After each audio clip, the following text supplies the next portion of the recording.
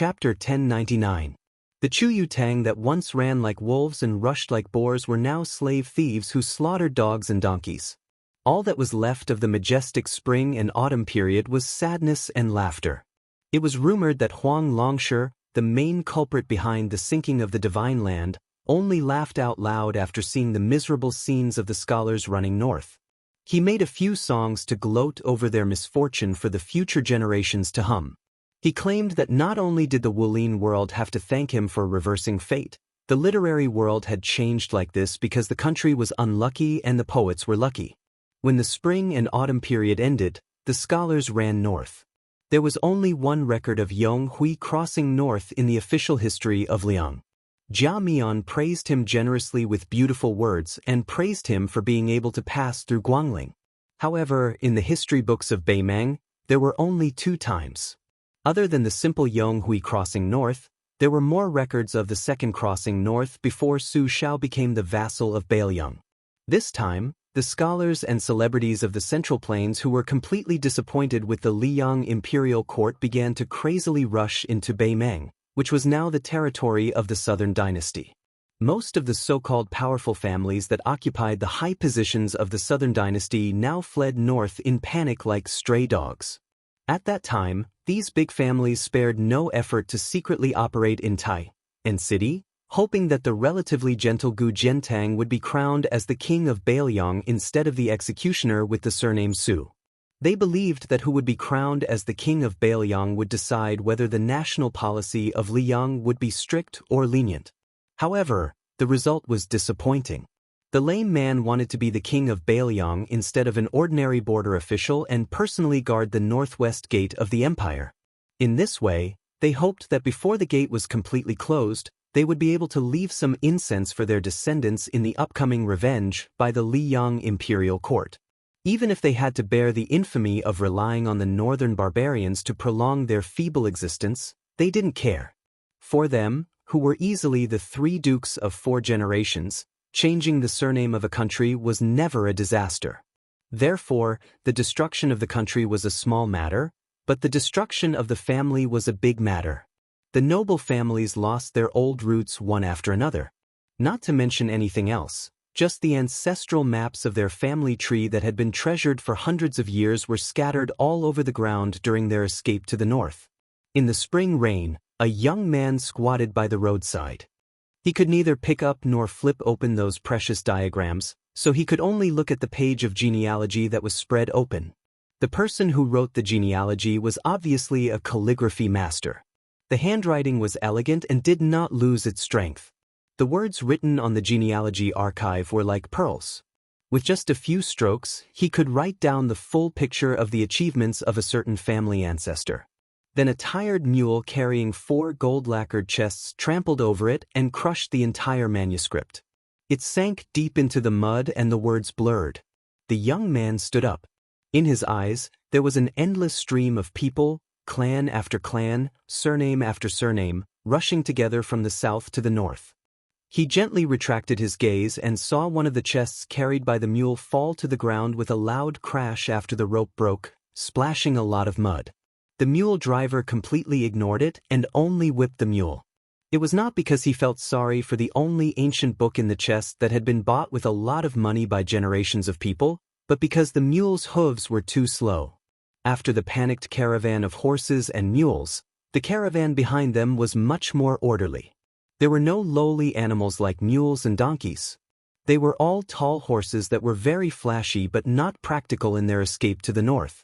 The caravan was also particularly long, with no less than 400 people. The people riding on the horses, whether old or young, were not as anxious as the caravan behind them. There were even many white-clothed children whose clothes were slightly wet from the spring rain behind the curtains of some of the carriages. There were both men and women. They did not need to hold books in their hands to recite poems and chapters silently. An old man who looked like a teacher in a clan school sat among the children. He closed his eyes and concentrated. Occasionally, he would speak with the students. Su Fengnian, who was dreaming of spring and autumn, did not follow the caravan forward. He stayed where he was until he heard the words, "The woman admires chastity, the man is talented, adhere to elegant exercises, good nobility, and finally, the tall crown accompanies the chariot, driving away the mules and vibrating the tassels. Only then did the sound of recitation gradually dissipate in his ears. The old teacher, who had been silent all this time, only recited once during this period, and could not hide the tears in the old man's eyes. Be righteous and retire, the bandits suffer losses. Su Fengnian thought to himself. They were not the stray dogs that were despised in the history books of later generations. They were probably the ones who were truly in the north. They should return home one day to worship their ancestors. However, that teacher would definitely not see the willows, moss, and fireflies of his hometown for the rest of his life. Suddenly, an old Confucian scholar who had no one to rely on walked out from the crowd and stared at Su Fengnian. Presumably, in the eyes of the living in the world of the living, the old Confucian scholar had long been accustomed to the old Confucian scholar's foolish behavior. Along the way to the north, there were too many old people who died of illness, anger, or drowned. The old Confucian scholar with the spring rain on his head twirled his beard and smiled. "I finally see you. You've already predicted this?" Su Fengnian opened his mouth out of habit. Although he was speechless, since this old Confucian scholar who would gift him a steamed bun in the future could see him, he should be able to see him speak. The old Confucian scholar who looked like a lunatic talking to himself nodded and smiled. "I've said it before. Oh no, I'll say it to you one day in the Tuma Pass. I, Yuan Qingshan, am not considered heaven and earth in this life, but only a human. The dream that Zhao Shituan bestowed upon your younger brother, Su Longxiang, is a long night road, and that steamed bun can be considered a lantern that points the way." Yuan Qingshan smiled and said, "Two dynasties destroyed Buddhism, and only Baoyang sincerely believes in Buddhism. Since you're willing to shoulder the heavy burden, then you should receive Lu Songtao's fate, and thus build the lantern skeleton. Therefore, that bowl of blood from the dragon tree monk should also light the wick in the cage. It's a pity that I haven't seen the other two of you with my own eyes." Su Fengnian asked, "Aren't you worried that Bei Mang will be destroyed by Li Yang?" Yuan Qingshan shook his head and said indifferently, "Dynasties can rise and fall, but noble spirit must exist forever." Chapter 1100. Su Fengnian looked up at the gray sky and said softly, "This me has already seen Qi Xuanzhen slaying demons on the demon-slaying platform with his own eyes." Li Chungang entered Western Shu with a sword, his sword aura rolling along the dragon wall. The sword emperor of Western Shu guarded the gate for the emperor until the sword was destroyed and he died, trampled into meat paste by horse hooves. Dong Tai rode a donkey into Jianghu. Wang Mingyang, the general of Xiangfan, committed suicide after the city was breached. He died holding an old jar with the bones of his wife and children in it. He once used this jar as a cooking utensil. I've seen many people, but I've never found what I should be looking for. Yuan Qingshan talked about the mysteries of heaven but did not reveal them. 3 people at once dream of spring and autumn, each of them has their own search. It's none other than the roots of Confucianism, Buddhism, and Taoism. The latter 2 are naturally close to you. Actually, you don't need to look for them. They've already found you. You only need the other 2 to come back to their senses. You don't have to worry too much. As for the noble spirit of Confucianism, if you deliberately look for it, you probably won't find it. Even if you look for Chao Dei, Chao Qingyi, Zhang Julu, Grand Secretary Zhang Baiyan, I fear that even if you search through the entire spring and autumn period, you will still find nothing. Su Fengnian sighed. Then how can I block the way? Yuan Qingshan closed his eyes and pinched his fingers. After opening his eyes, he said slowly, "I'm not a real deity after all. I'm destined to not be able to predict what will happen after I ascend. However, at this time and place, no matter how hard I try to predict, you can't stop Wang Xianji." Su Fengnian did not show any anxiety.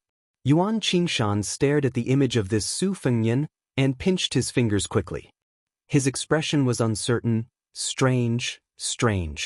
Why is it that the more I predict, the more you'll die? If that's the case, why will I exchange buns with you in the future? The Bei Mang imperial preceptor in Confucian attire fell into deep thought. After a long time, he raised his head and said, This may be one of the heavenly axioms. I can't predict some people and some things. I can't talk too much with you. I have to escort these scholars into Beimeng. Su Fengyan, take care of yourself. Su Fengyan nodded. Su Fengyan stayed where he was the whole time, standing at the bottom of the caravan on the muddy road. Only then did he follow them and see them off from the border of Yuzhou to the north.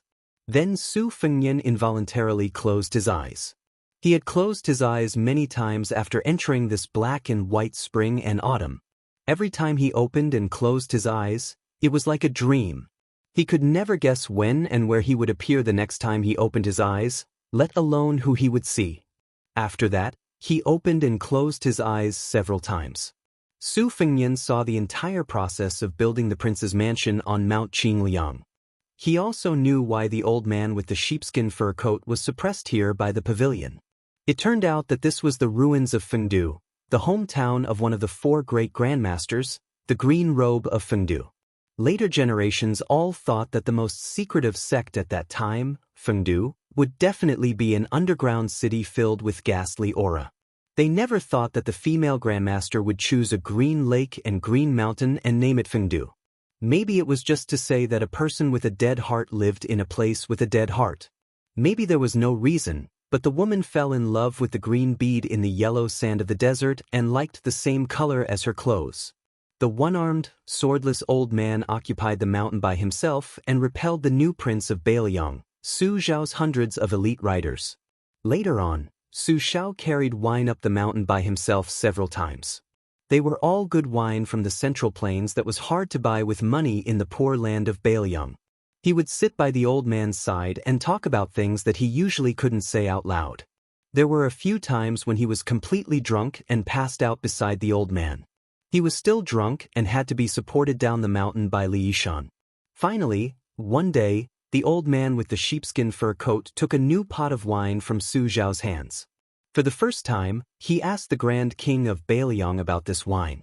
Su Zhao said bluntly that this nameless, inferior wine was far inferior to the good wine of the past, but it was cheap.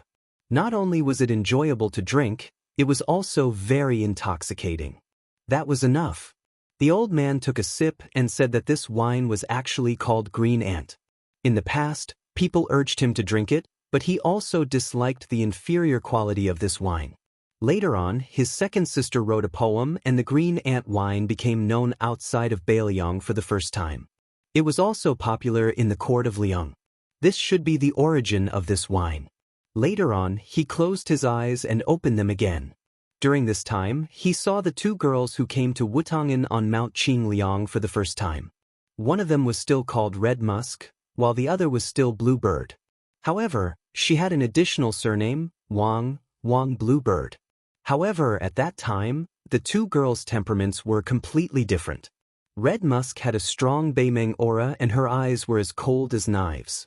She was hostile to everyone she met, even the young master of Beiliang, His Royal Highness, Su Fengyan, was no exception.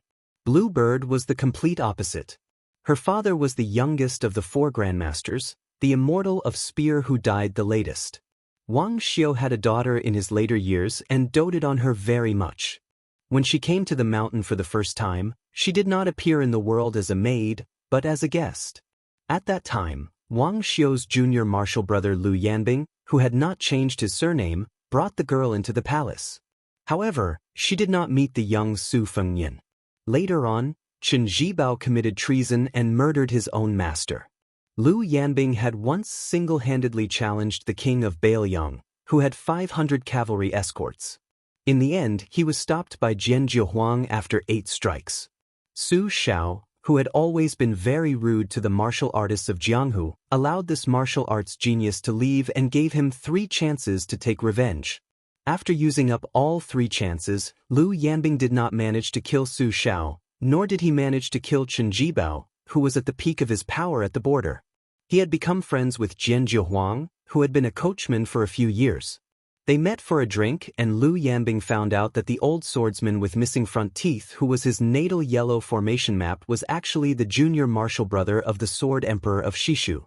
At first, he had come to Beiliang to take revenge, but later on, after many killings, he no longer had that hatred.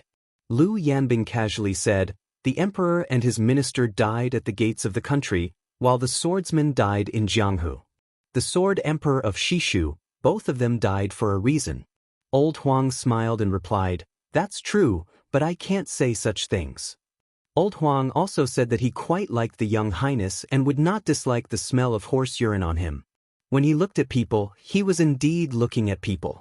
He was not like the many aristocrats and princes he had seen in Jianghu, who only looked at people who were well matched in terms of social status and looked at others like dogs. Of course, the most important thing was that whenever this kid went to the stables to take a horse, he would secretly bring a pot of wine for the coachman. He was very happy to see him drink. Old Huang said that this kid always talked about how fun Jianghu was. The coachman said that if there was a chance in the future, he would definitely take him to the real Jianghu. This kid would definitely be disappointed. At this point, Old Huang, who was missing front teeth, could not stop smiling. He accidentally spilled a lot of yellow wine from his mouth. Not long after, Blue Bird stopped using that surname. Liu Yanbing also changed his surname to Su and became the old Prince Liang's personal guard. For some reason, this Su Fengnian knew that this was the last time he opened his eyes and wandered around the world. He stood near the straw mat that covered the corpse of a young girl and could only watch as she was mocked and beaten. Then he saw His Royal Highness, who was his younger self. Chapter 1101. Sitting in the carriage was the most expensive courtesan in the city at the time. Just meeting her would cost 500 taels of silver. Even if he was the son of the king of Bailiang, he would still have to pay just to hear some interesting Jianghu stories from her. Although Su Fengnian had a photographic memory, his memory of the scene in front of him was still very blurry. Thus, even when he received spiced beef from the little girl many times in the future, even when he was later pursued by a young female assassin, he did not recognize that she was the child he had casually given a pearl hairpin to back then. In troubled times, human life was as cheap as grass. Every year had its ups and downs. Who would pay attention to the careless act of kindness he had done in his youth? At the time, His Royal Highness was thinking more about how to guard against assassinations outside the manor, how to practice martial arts for revenge, and how to deal with his master, Li Yishan's heavy schoolwork. There were too many things he could not handle.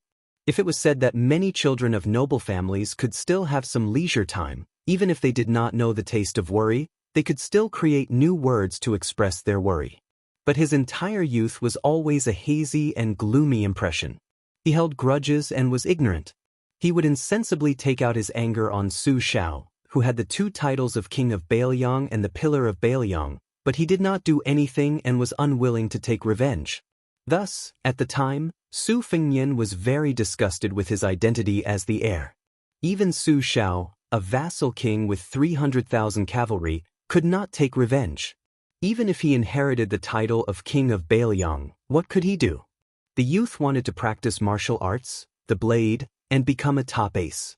Then he would go to Great Peace City to find the emperor sitting on the dragon throne. Su Fengnian came to the head of a new grave. After the Su family retainer who had secretly escorted the little girl left, he saw an unexpected but reasonable middle-aged man. Huang Sanjia, the leader of the three great devils of spring and autumn, Huang Longshi. The man who had traveled around Bailiang to plant spies had been carefully observing the young His Highness during this period of time. He appeared beside the little girl who was kneeling in front of the grave and didn't get up. He crouched down and picked up a piece of yellow soil. Very quickly, he skillfully molded a small clay figurine. He handed it to the little girl and asked, "Does it look like him?" When the little girl heard the noise, she didn't take the clay figurine. Instead, she knelt and took a few steps back, her eyes cold. He pinched the clay figurine with 2 fingers, raised his arm, and continued to ask, "Do they look alike?" The little girl, whose shoes were torn and her clothes were torn and her hands and feet were full of frostbite, was stunned for a moment. She stared at the clay figurine with her eyes wide open. She snatched it and carefully held it in her arms. Finally, she burst into tears. The middle-aged man sat on the ground and smiled softly. "The clay figurine looks like your mother, but you look like my daughter. I'm very happy to meet you. This makes me happier than any book person I've found in this spring and autumn." The little girl only cared about her heart-wrenching sobs. He didn't care. His eyes were abnormally gentle, like a father who was on the verge of despair and found his long-lost daughter in a foreign land thousands of miles away. He continued, "My name is Huang Longshi. I've monopolized the spring and autumn 3 grades here. From now on you'll be called Jia Jia Jia. You were born in the spring and autumn 3 grades, so you'll have the same surname as the spring and autumn 13 grades. However, you share the same name with someone who lived a long time ago." The little girl stopped crying, but she still didn't dare to approach this strange man. However, she knew that he didn't have any bad intentions, because she didn't hate him from the bottom of her heart. Huang Longshi sat in the soil in front of the grave. "I'll teach you martial arts in the future. The young man you want to repay is also a book person. However, he will die before the age of 30. The official and unofficial history records many strange ways of dying. Anyway, they're all curses. The best and worst way is that he died under the iron hooves of Beimang and died without an intact corpse. I think that if he can die by your hands in the future, it'll be a very good way to repay you." Huang Longshi looked at her young face, which didn't understand much but was full of sadness. His heart suddenly softened. He said softly, "Since the person who flipped through the book inexplicably came into the book and wasn't crushed to death by the pages, then things in the future might be different." Huang Longshi stood up and smiled as he extended his hand to her. The little girl stood up with him holding her hand. Then she looked at the field of golden sunflowers in the distance, lost in thought. Huang Longshi turned his head and looked at the small grave made of new soil. He sighed. He didn't need to think to know that the grave would be dug up again and again by greedy people who didn't respect ghosts and gods just to take away the beaded golden hairpin. However, he didn't tell her this. The little girl suddenly ran to the field of golden sunflowers. She broke off 2 stalks and placed one in front of the grave. Then, she thought for a moment and put down the other stalk that she planned to carry on her shoulder and put it beside her feet. She knelt on the ground, facing the distance, and kowtowed 3 times. Su Fengnian, who happened to be standing where the little girl was kowtowing, gently turned his body. The 1,000-character classic of the 300,000 elementary studies opened with the grand 8 characters, Heaven and Earth black and yellow, Universe primitive and desolate. The universe was then analyzed into the 8 characters up and down for directions since ancient times. The Taoist master Zhao Shituan's dream of the spring and autumn annals originated from an ancient person who had achieved the Tao in ancient times. This was the essence of the later generations' astral travel. At this moment, this Su Fengnian raised his head and looked into the distance with Huang Longshi, who was now only 40 years old. On the top of Little Lotus Peak, the new Prince Liang, who had never obstructed his physical body from walking and thinking even after 10 astral travels, now looked like a half-dead person who had fallen into a deep sleep. Wudong Song Jiming, Qin Yi, and Yu Xingrui, who were of the same generation as the sword maniac Wang Xiaoping, took turns guarding outside the pass for Su Fengnian. Chapter 1102. Handsome falcons constantly landed on the tortoise's back, delivering intelligence reports. The second report came late, because after the peachwood sword flew up the mountain, Song Jiming, who was guarding the pass at the time, knew the outcome. Chen Yao and Yu Xingrui rushed over after hearing the news, but they were both silent. Yu Xingrui's temperament was the most natural among his fellow apprentices, apart from his younger apprentice brother Hong Shixiang.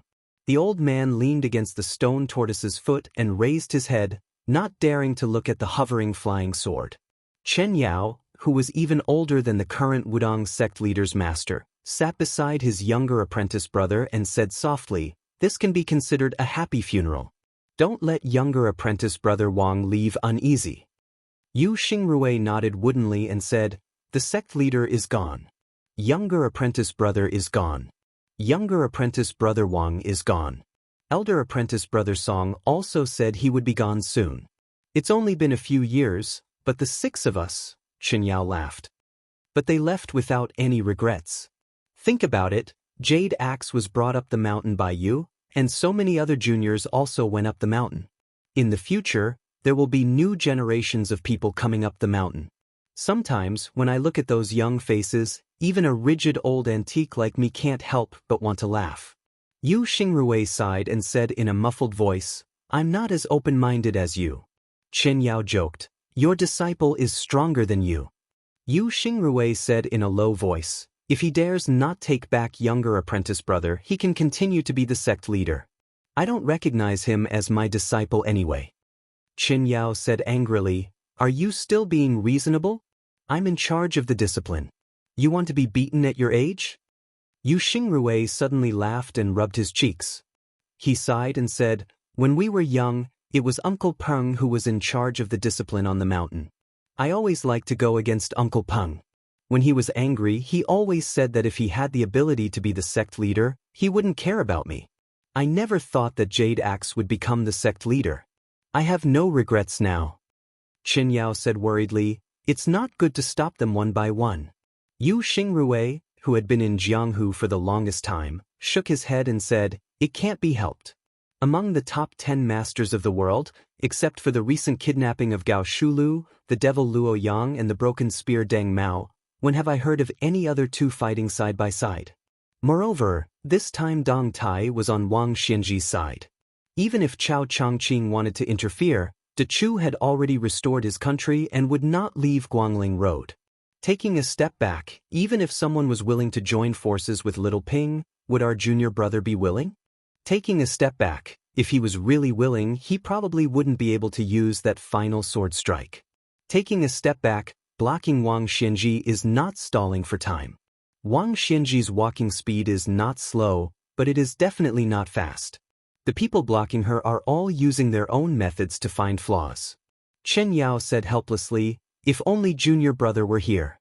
In this kind of battle, one person is more useful than 300,000 cavalry. Yu Xingrui thought for a moment and said, it's better to rely on yourself than on others. Only those who cherish their own good fortune will come here. Chen Yao said no more. The two sat on the other side of the turtle hunchback and suddenly heard their senior brother's song Jiming cry out in surprise. The two old men stood up to take a look and were finally relieved. They looked at each other and smiled. One of the Su Fengnian came back to his senses, but did not return to his body. He stood near the peachwood sword and lightly bowed to the three Wudong Jinren. A month later, the moon shone on the summit of Kongzhao Peak. Chen Yao waited for the return of the second Su Fengnian. In front of him, there was a nimble ball of purple gold qi that surrounded this Su Fengnian leisurely. The Su Fengnian lay on his side at the edge of the cliff, one hand propping up his head and facing the outside of the mountain. Sleeping in the spring and autumn, sleeping in the spring and autumn, the stone root lies high and forgets the year. Not sleeping on a blanket, not covered with a blanket, heaven and earth as the bed, covered with a bright moon. Thunder rumbled and lightning flashed, Mount Tai destroyed, the ocean 10,000 feet high fell from the sky, black dragons screamed and frightened ghosts and gods. I was sleeping so soundly, eyes to nose to life, heart to heart. Continuous breathing, silently holding on, the void is extremely quiet. Essential qi floating Dan pool, inside the divine water ring 5. Call Jiating, summon the spirits, my god is out of the 9 palaces, roaming the green and blue. Watching the sea in a dream, yin and yang are mentioned in the smoke. I don't know how many years have passed outside of the spring and autumn, this person who forgot his worries. Truly, he could sit back and relax. There were already 3 Su Fengnian on the mountain, sitting, lying, or standing. Only the last one was left.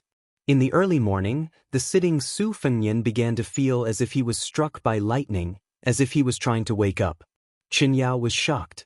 Even if the old man did not know the mystery of the spring and autumn dream, he should know that this was not good news. Logically speaking, the latest spy report said that Wang Xianji was still in Hezhou and had not entered the Bailiang Road. Even if the Su Fengnian calculated something, at the very least, Su Yanbing could resist for a while. The new Prince Liang should not be so impatient. Could it be that he had encountered an irresistible setback in his dream? Chen Yao did not dare to speak. He could only resign himself to fate. Finally, the Su Fengnian opened his eyes. After a moment of thought, he murmured, I can't wait any longer. For the time being, The Su Fengnian only had the body of Gao Shulu and did not have the complete soul. He turned to Chen Yao and said guiltily, "These years, I owe Wudong too much." Chen Yao took a deep breath and said slowly, "Without Chen Wu, there would be no Wudong." Then Chen Yao could not help but ask in a low voice, "Why did you wake up so early?" The Su Fengnian smiled and shook his head, not giving an answer. The Su Fengnian walked more than 100 feet into the cliff, turned around, and began to sprint. The other two Su Fengnian opened up a path to the summit. The Su Fengnian leaped out of the lotus peak. He crashed into the sea of clouds. He fell to the foot of the mountain. With a loud sound like a mountain hitting the sky, even Chen Yao, who was standing on the summit, felt the whole mountain shake. Chen Yao suddenly felt uneasy. This was a bell that sounded like a death knell. The Su Fengnian bent his knees and landed on the ground, creating a large hole at the foot of the mountain that was several people high. After jumping out of the hole, he continued to run toward the Bailiang border. In a person's life, there would always be a moment when there was no need to reason. It would give birth to a thought. Death is death. Chapter 1103. Huishan Purple Robe and Wudong Sword Maniac had blocked Wang Xinji's path one after another. The two battles had caused great waves in Jianghu.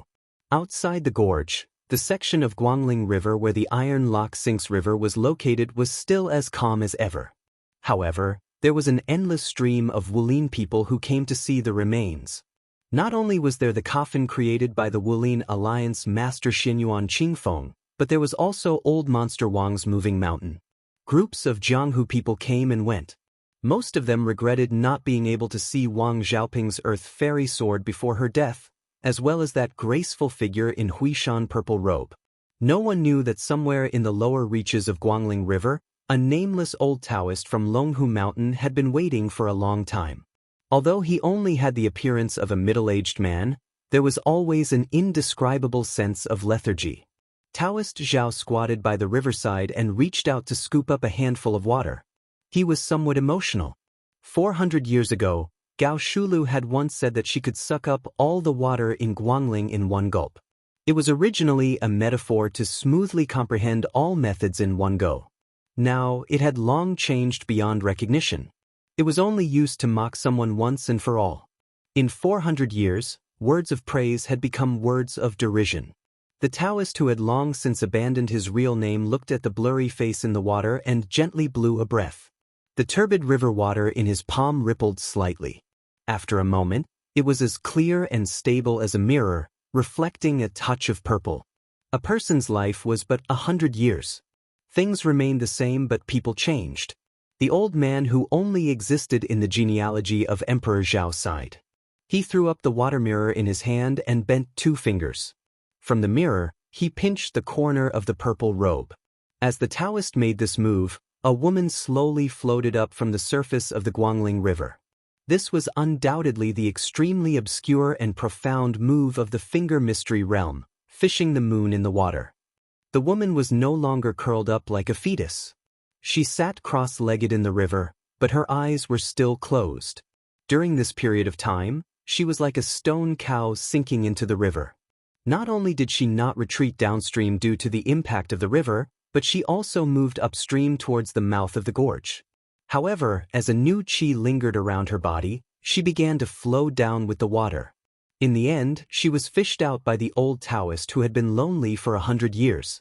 In the past 100 years, the old Taoist did not have a good reputation. What he did was also like a grass snake. He hid in silence and was very meticulous.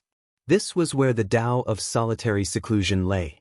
The evil dragon was raised in the Earth Lung Mountain to absorb the fate of the Zhao family in the Dragon Tiger Mountain and nourish the dragon's main family in the Great Peace City. The old locust tree was transplanted in the lower Maui post house to suppress the evil spirits of the Su family and his son. He made a bet with the old fellow from the Taoist master's mansion, Zhao Xuansu, to trade a seal for a seal. However, he, Zhao Huangchao, lived in seclusion in the Dragon Tiger Mountain adjacent to Mount Hui. He befriended the father and son, Xinyuan Dandan and Xinyuan Jingqing, who were polar opposites. It seemed to be a coincidence, but was there no secret?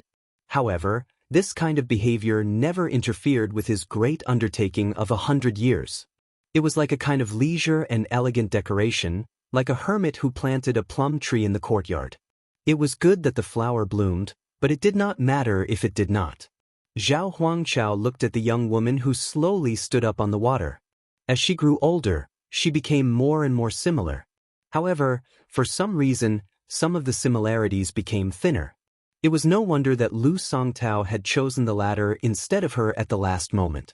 Xianyuan Qingfeng opened his eyes. He was wary of this Taoist whose depth he could not see. Zhao Huangchao smiled and said, "You don't have to be like this. There are many legacies left for you on the Great Snow Plateau. For example, the wedding dress that Xianyuan Dandan did not have time to enjoy, and the pill of reassurance that your father left for you to control your servants. They were all made by me." Xianyuan Qingfeng was skeptical. He sneered and said, "Oh? So you are the benefactor of the Great Snow Plateau, aren't you? You want me, as a junior, to repay the debt of my ancestors?" Zhao Huangchao smiled and shook his head. Not only was she not like her, she was simply not like her at all. Back then, that woman viewed the affairs of the world as either black or white. How could she be so calculative? That's right. If she was still that ignorant woman back then, how could she force herself to become a boneless person?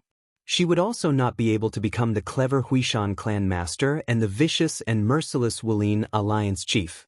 Zhao Huangchao raised his hand as if he wanted to brush away the morning fog on the river. His tone was cold. He said, "I was on good terms with the 2 generations of Mount Hui in the past because I thought highly of Xianyuan Dandan's ambition and Xianyuan Jingqing's sincerity. However, they did not succeed. My unnecessary efforts were wasted. I have no complaints." Xianyuan Qingfeng asked, "Then why are you looking for me?" Zhao Huangchao smiled and asked, "Xianyuan Qingfeng, do you want to reconstruct your muscles and bones to build a real bodhisattva golden body and then cross over to celestial phenomenon? You should know that Wang Xinji gave up Martial Emperor City. It seemed that she did not leave any of her disciples behind, but in fact, she left a backup plan in Jianghu. If you want to be a true leader of Jianghu and not a leader of Wulin in name only, it is very difficult to avoid me.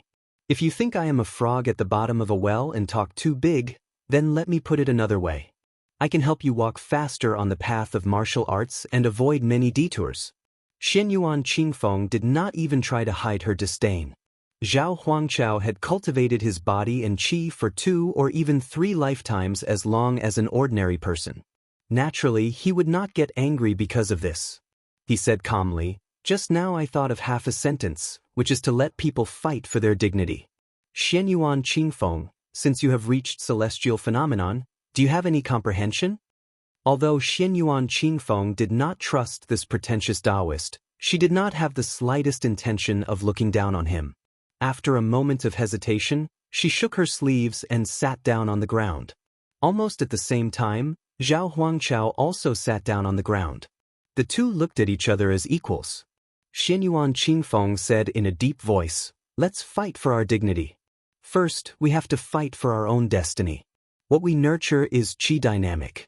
Then, we have to fight for the destiny of the world to achieve momentum. Everything is in a gradual process. Then, at a certain time and place, we will succeed in one step, like a carp swimming thousands of miles, and finally leaping over the dragon gate." Zhao Huangchao nodded with a look of admiration. Destiny, qi dynamic, luck, and momentum are all within the scope of one's qi. Below Earth immortals, or to be precise, below celestials, no one is exempt from this. Xianyuan Qingfeng, although you are walking on the path of martial arts in the eyes of the 3 sects, you have already reached a higher level. Xianyuan Qingfeng sneered and said, "Taoist, you came to find me today to talk about principles? Our meeting is not a Buddhist debate that happens once every 10 years on the evil-slaying platform." Zhao Huangchao was still calm and did not pretend to be an expert. He folded his hands on his knees and said with a smile, "How about we make a deal?" Xianyuan Qingfeng lowered his head and bent his waist. He put his hand into the water and rolled up his sleeve with his other hand, revealing a transparent wrist with blood and blue veins, but no bones. Zhao Huangchao laughed loudly and said, "It's fine if you don't do it. When you understand, and if this Taoist is still alive at that time, it will still be effective. Just come to Mount Longhu and call me. This Taoist's original name is Zhao Huangchao. Xinyuan Qingfeng nodded and remained silent. Chapter 1104.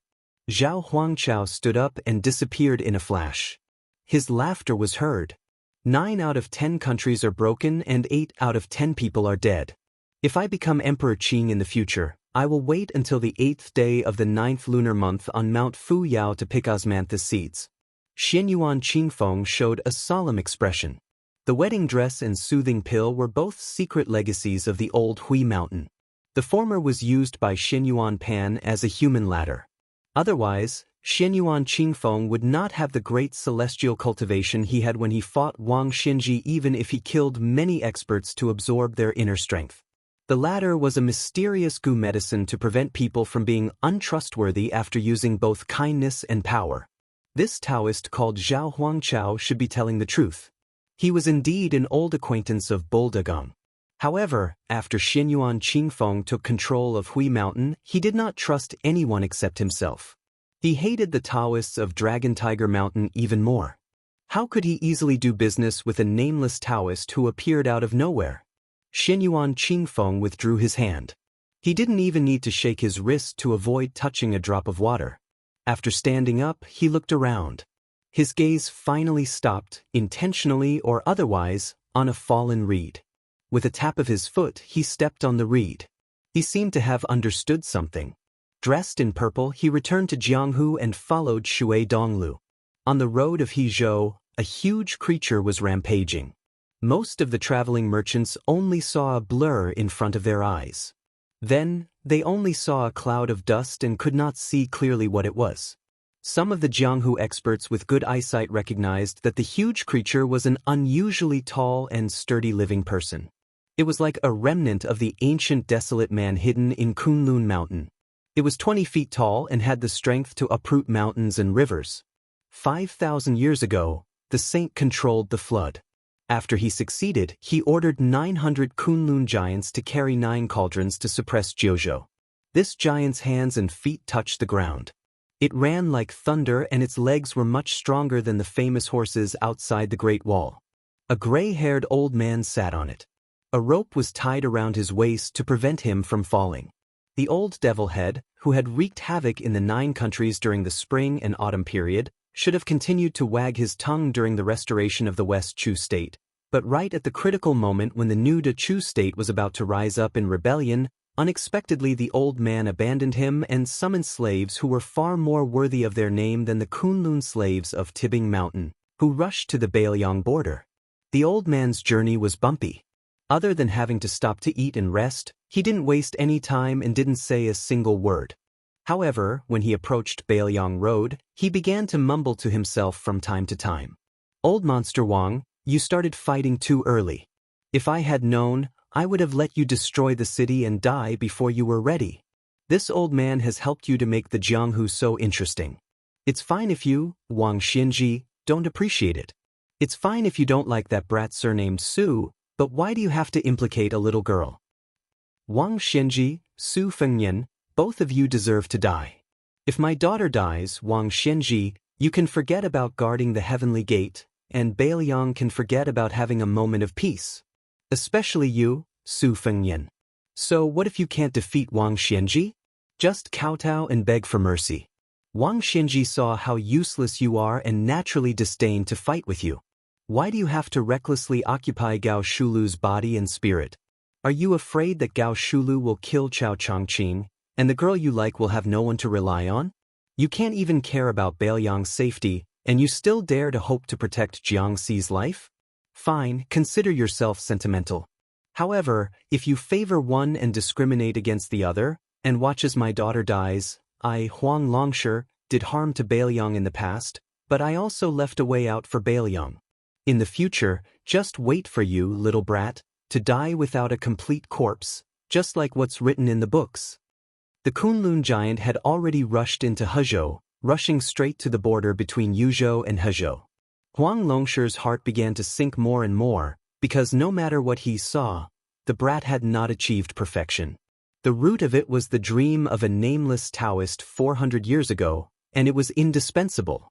Moreover, in the old man's calculation, the brat was cautious by nature, but he also considered the overall situation.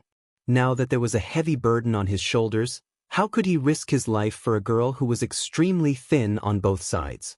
Putting himself in Huang Longshi's shoes, not to mention that he was the most cold-blooded person in the spring and autumn period, even ordinary people would never act so rashly. Because if he made a move at this time, he would lose his cultivation, his family business, and the state's affairs. It would not be an exaggeration to call him a sinner for 1,000 years. Su Fengnian, watching from the sidelines, was the right thing to do.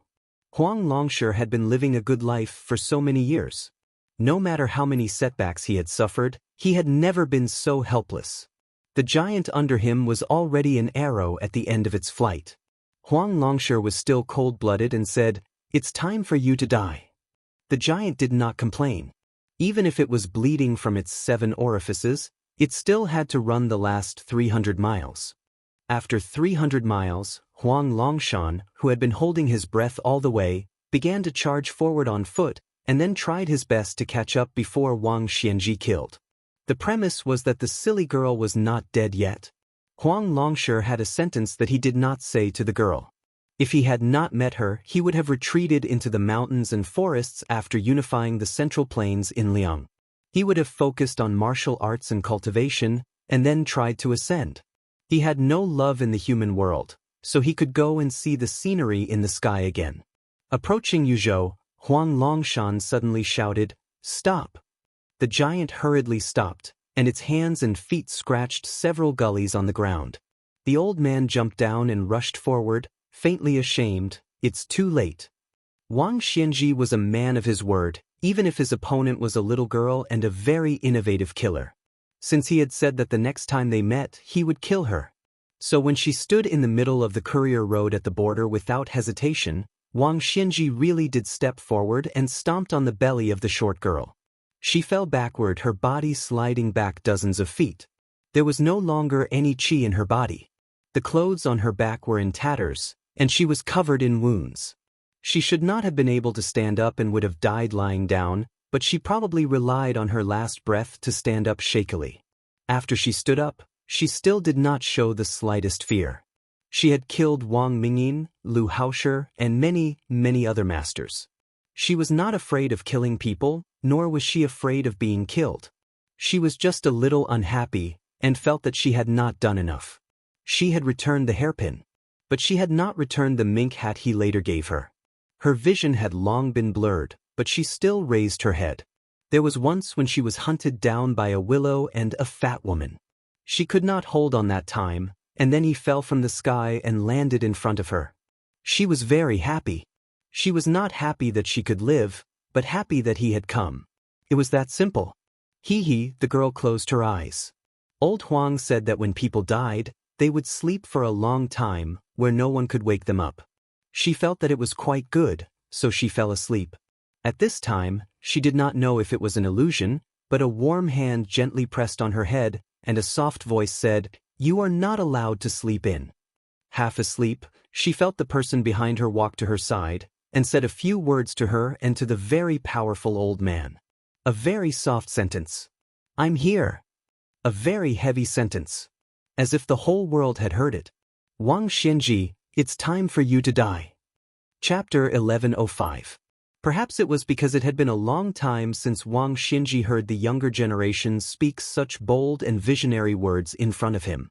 He still remembered the first time Chao Changqing ascended the tower. He said, "I would like to ask Senior for a few rounds of romance."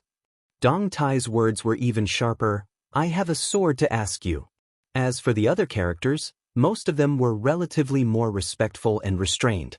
Occasionally there would be a few arrogant and willful youngsters who spoke arrogant words before ascending the tower, but when they finally reached the top of the martial emperor city with great difficulty and saw him, they had already lost their edge and sharpness. Wang Xianji's contemplation came from afar, but in an instant he looked at Su Fengnian, who was right in front of him, and then he looked in the direction of Wudong. He understood in his heart, but he could not tell whether this old man was regretting or mocking him. Wang Xianji did not leave quickly on this trip to Bailiang because he was afraid that Su Fengnian would not even be able to transform Gao Shulu's body and spirit into his own. What was the point of killing an ordinary first-level master? He did not leave slowly because he did not want him to swallow his spirit outside of Bailiang. In Wang Xianji's view, swallowing the fate of Jianghu into his stomach was an action that crossed the line. Wang Xianji nodded towards Su Fengnian, probably indicating that this young vassal king could make arrangements for his funeral. As a 100-year-old man who had suppressed Jianghu for a whole 60 years, he indeed had this little bit of patience. Su Fengnian picked up Miss Hehe and swept past the boundary marker. He did not need to lift a finger. The hairpin, the marten hat, and the sunflower, these three objects, all moved without the wind, following behind the two of them from a distance. Su Fengnian's original intention was to send Jia Jia, who was in his arms, away from the battlefield, as far away as possible. This was because he wasn't sure if Wang Xianji could use 90% of her strength or 100% of her strength. Furthermore, if Wang Xianji went all out, how many innocent bystanders would be implicated? Su Fengnian suddenly stopped and saw an unexpected but reasonable old man from afar. As if relieved of a burden, he took the hairpin and other items that floated towards him. When the old man rushed to him, he handed them all to the old man. After that, he did not turn around immediately. Instead, he pressed his 5 fingers on his chest like hooks and forcibly hooked out a cloud of purple-gold air. He slowly pressed it into the girl's forehead and said softly, "This is the tribulation that Zhao Xuansu wanted to impose on me back then, and I let her bear it. This time, it was scattered by Wang Xianji and scattered everywhere. I took advantage of the time when Wang Xianji was absent-minded to gather some of it. Don't worry, I have tried my best to cleanse it. It will be able to cleanse it for her." Huang Longshi's face was gloomy. He was unforgiving and said angrily, "What's the use of solving the urgent situation? If you die in the hands of Wang Xianji, this old man's daughter will also be buried with you." Su Fengnian lowered his head and looked at the pale and trembling girl. He smiled calmly and said, "If I really lose to Wang Xianji, I will definitely leave behind a bit of cultivation before I die to help her extend her life." Huang Longshi was still unwilling to give up. He asked aggressively, "Tell me first, how long can you extend her life?" Su Fengnian said bitterly, 10 years, at most 10 years. This is already my limit." Huang Longshi snorted heavily. Obviously, he was very dissatisfied with this answer. Su Fengnian turned around. With his back facing Huang Longshi and the unconscious Hehe, he paused for a moment. It seemed that he wanted to say something, but in the end he didn't say it. He began to move forward. At first, he didn't do anything shocking. He took one step at a time. At first, his strides were very slow. As he moved from slow to fast, it was filled with a kind of gradual rhythm. This was the method that Lu Hao used to enter and break the city. It almost worked together with Song Nianqing's Earth Immortal Sword to successfully injure the white-robe Luo Yang. When Su Fengnian moved faster and farther away, Huang Longshi sat down with his daughter in his arms. He reached out his hand to brush away the bangs on her forehead. The old man gradually restrained his anger. He raised his head and looked in that direction. His face seemed to be moved, surprised, and regretful. Wang Xianji originally thought that she would meet Su Fengnian later. But since he appeared earlier, Wang Xianji wouldn't be so bored as to deliberately avoid a battle. Wang Xianji's hands naturally hung by her sides. But the originally loose linen sleeves were slowly pulled in and stuck to her arms. Wang Xianji didn't occupy any of the 13 ranks of spring and autumn. Even the self-proclaimed second in the world and the recognized first in the world didn't touch the sword or armor. As for the saber, the world praised Gu Jiantang as the first in saber technique. Wang Xianji didn't have any objections. Outside the martial emperor city, however, this didn't mean that Wang Xianji, who smelted the world's martial arts into my furnace, wasn't a master of sword and saber techniques. In fact, Wang Xianji deserved to be called a master of any weapon. Otherwise, she wouldn't have been able to raise such a talented swordsman like the groom. It was just that the older Wang Xianji was, the less she touched worldly things. Wang Xianji raised her hands and gently clenched them into fists. For the first time, she smiled. This time, she could finally fight to her heart's content, right?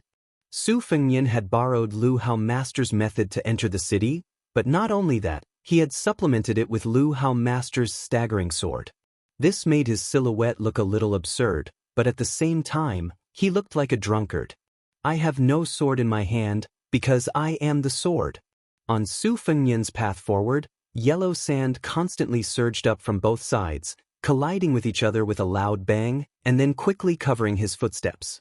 Wang Xianji also began to stride forward. Back and forth, you die and I live. It was that simple. Not just in the Wolin, the entire world began to hear a rumor that was becoming more and more intense. Wang Xianji, who had left the city, was going to kill the new Prince Liang, Su Fengnian. The vast majority of people would find this very satisfying. In any case, many places that prohibited alcohol began to turn a blind eye. Great Peace City. Returning from the flourishing Jiangnan to the imperial palace, Crown Prince Zhao Zhuan would deliver a new item to Crown Princess Yan Dongwu every day. Today, he had finally finished delivering. Yan Dongwu stood under the parrot cage and watched her husband make a face. She stretched out her hand and saw that her hands were empty. She smiled sweetly. This crown prince then chatted with his beloved wife about some trivial and interesting news.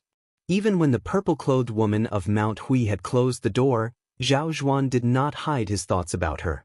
Yan Dongwu did not hide anything, nor did she purposely get angry. Instead, she gave him a flirtatious glance. The elegant and handsome man laughed loudly and gently held her wrist. A moment later, he let go. He said that he was going out to see old Monster Wang's first disciple, Yu Groom.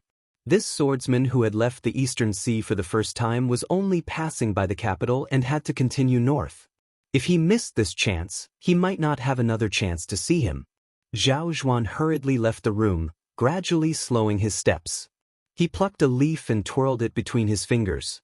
Only those who held power in the imperial palace and Mink Temple knew that the crown prince liked to use leaves to paint. Zhao Zhuan walked between two tall palace walls. He picked up the leaf and used it to block out the blinding sunlight. He smiled and said, "You died so quickly." South Sea.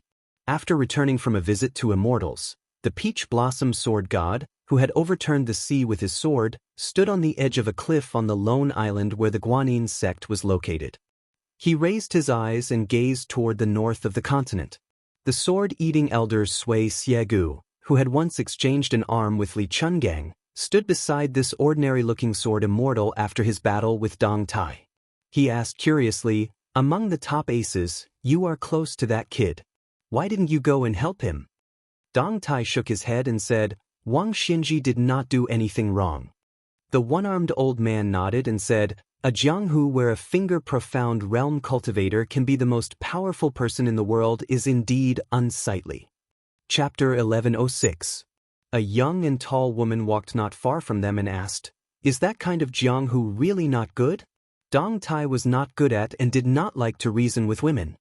He chuckled and said, "The answer is in their hands. Whoever can stand can decide the direction of Jianghu for the next 100 or 1,000 years. Mount Longhu. After Zhao Ningxin became the most powerful person in the Taoist mansion, Mr. White Lotus, Bai Yu, who had read too many books, often took this young Taoist surnamed Zhao, who had not experienced many ups and downs in life, down and up the mountain together. The two walked aimlessly to the foot of the mountain and then turned back to climb the mountain.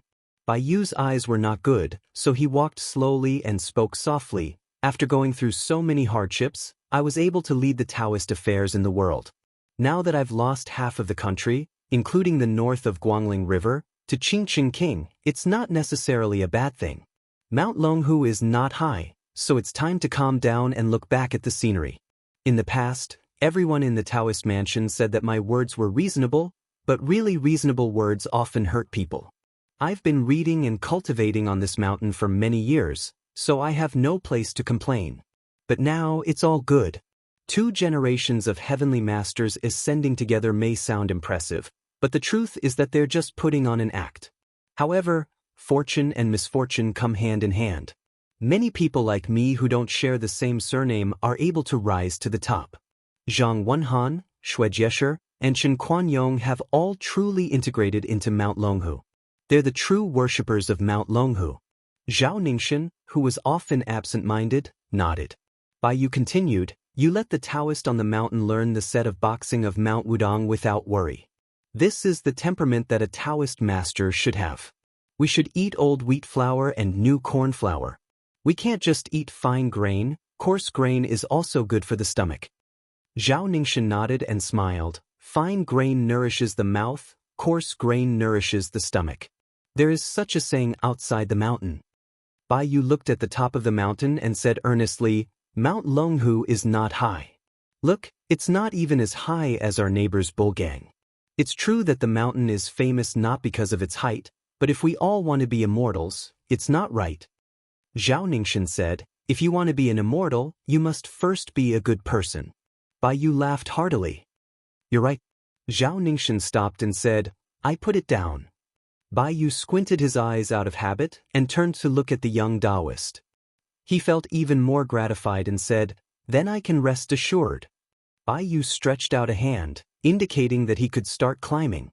Zhao Ningxin hesitated for a moment and continued to climb the stairs. Bai Yu went down the mountain alone. In western Shu, there was a sea of bamboo. In the summer, a cool breeze blew gently in the sea of bamboo, as cool as the late autumn season. After Xie Lingzhen died in the Quick Snow Mountain Villa, the spring invitation cottage was leaderless and had a period of unrest. However, when the new king of Shu entered the place and personally supported an unknown disciple of the Xie family to become the owner of the cottage, it rose to the top of the top 10 Jianghu sects of Liyang in one fell swoop, ranking only behind the missing moon house on the great snow plateau of Mount Hui. 2 men and 1 woman were drinking tea together. Listening to the wind, their teeth were fragrant and their sleeves were filled with a cool breeze. The woman was close to 30 years old, but she was very childish and beautiful. Her charm was full of treacherous contradictions. She was the 4th most beautiful woman on the Rouge rankings. Her name was ordinary and strange, surnamed Xie, given name Xie. It was said that after she was 14 years old, the Western Shu Road had a total of 5 people, Jingshi and Jidushi, fought for her. However, for more than 10 years, no one was able to take her into their pocket. Outsiders said that it was because of the Spring Invitation Cottage's extraordinary status. At this moment, she was pouring tea for a man in white. Not only were the people of Shu speechless, but even the people of Spring Invitation Cottage were puzzled. This outsider surnamed Chen had transformed the vase into the owner of the 2,000 mu of bamboo. It could not be helped. He was the Minister of War before Liu Baijie took office, the current king of Shu Chen Jibao. The middle-aged man sitting opposite Chen Jibao was the uncle that Su Fengyan had gone to Beimang to find. He was a swordsman from the Wu family's sword tomb, Wu Qi. He was also one of the commanders of the Su family's cavalry in the past. Wu Qi had recognized his nephew Su Fengyan at the top of Beimang's city walls but did not acknowledge him. He smiled insincerely and asked playfully, the Emperor of Liang wants to give you his favorite daughter. Will you accept it? Chen Jibao did not answer this question, nor did he pay attention to the woman's gaze. He only remained silent. Wu Qi asked again, he died just like that. Do you have any thoughts? Chen Jibao raised his teacup and drank it as if it were wine. The Chu Imperial Palace. Chao Chongqing took time out from his busy schedule and walked to the pavilion that he frequented. He saw Her Highness the Princess sitting alone in the pavilion. On her lap was the red sandalwood sword case that hid the great Liang dragon sparrow. She untied a string of copper coins and placed them neatly on the sword case. She absent-mindedly tapped it again and again. Every time she unloaded the case, the copper coins would stand up and roll down again, repeating the cycle. Jiang and I sensed the arrival of Uncle Chess awaiting orders. She touched the sword case and quickly put away the copper coins. Chao Chongqing sat on the stone bench and hesitated. Just as he was about to speak, Jiang and I squeezed out a smile and said softly, it's okay. He's the king of Beiliang. I'm the princess of Dechu. I know. Chao Chongqing was silent. Chao Chongqing slowly closed his eyes, still hesitating to speak. Jiang and I clenched the copper coins and muttered to herself, a scourge lives for 1,000 years. Chao Chongqing opened his eyes and sighed, if only it was a little later. The northern Mang's royal tents that stretched as far as a majestic city were moved to the southern dynasty. Just like before, the northern Mang empress continued to discuss matters in the ash painting that had been passed down from generation to generation. After the discussion was over, the northern Mang empress asked Dong Zhuo and Hong Jingyan, these two new and powerful military nobles, to stay behind. She smiled and asked, in the past 1,000 years, who could be said to be the pinnacle of martial arts? Hong Jingyan bowed and replied, 800 years ago, there was the unknown master behind the great Qin emperor. Between 700 and 500 years ago, it was Lu Dongxian who could be considered invincible. 400 years ago, it was Gao Shulu. 100 years ago, Lu Songtao was only half a master. Next is the current Wang Xianji. When these 4.5 masters were alive, there was rarely another master who was on par with them. Even if there was a master beyond this world, they had never fought. For example, Wang Xianji and Qi Xuanjun. The Empress of Beimeng laughed. This time, Wang Xianji used Su Fengnian as an example. Is it using a butcher's knife to kill a chicken, or is it a great phenomenon that hasn't happened in 1,000 years? Hong Jingyan whispered, the odds are 9 to 1. The old woman said, then it's a narrow escape. Dong Zhuo, who had been standing beside Hong Jingyan all this time, didn't reply. He waited until the tent was completely silent before he said with a gloating expression, it's good that they're dead. They didn't even need a single soldier and half of Li Yang's northwest gate has already collapsed. When the news reaches here, Hong Jingyan, do you want to have a competition to see who's faster? Hong Jingyan completely ignored this fat man. The Empress waved her hand. The two of them walked out of the tent at the same time, one on the left and one on the right. The old woman smiled. Father and son, are you going to meet so soon? At the peak of Zhulu Mountain. A white dress versus a red dress. The woman in white sat on the stone steps at the top. She raised a wine pot and drank wine without any worry between her eyebrows. For some reason, the otherworldly item in the red dress was facing the white dress Luo Yang. Luo Yang said indifferently, it's okay. No one in the world believes him, but I do. Luo Yang suddenly stood up and raised her arm. She smiled knowingly and said, I won't change for 800 years. Chapter 1107. Su Fengnian had Gao Shulu's physique, and with the help of Lu Haoshi and Song Yanqing's last strike, his steps grew larger and larger. In the last step, he crossed a distance of several hundred feet and crashed into Wang Xianji. Wang Xianji took a large step forward, as if she didn't care too much about it. She faced the man and the sword with a simple punch, and her strength was enough to defeat 10 people. Two majestic auras collided with each other, and the heavens and earth rang with the solemn sound of a yellow bell. In the blink of an eye, Su Fengnian crashed into Wang Xianji with his shoulder, while Wang Xianji's fist landed on Su Fengnian's forehead. Wang Xianji had been blocking the waves of the East Sea year after year, and she was still able to remain unscathed. However, this time, her feet sank into the yellow sand and she slid back a distance of 16 to 17 feet. Su Fengnian didn't have it easy either. He was hit in the forehead between his eyebrows. He staggered about a foot above the ground, but he still maintained his posture of riding the wind. The distance he retreated was roughly the same as Wang Xianji's. Both sides did not wait for the bell's momentum to completely remove the embers left on their bodies, and they began to collide for the second time. This time, it was the elbows that collided first, and Wang Xianji pushed her palm upwards, hitting Su Fengnian's chest. Su Fengnian slapped down on Wang Xianji's head.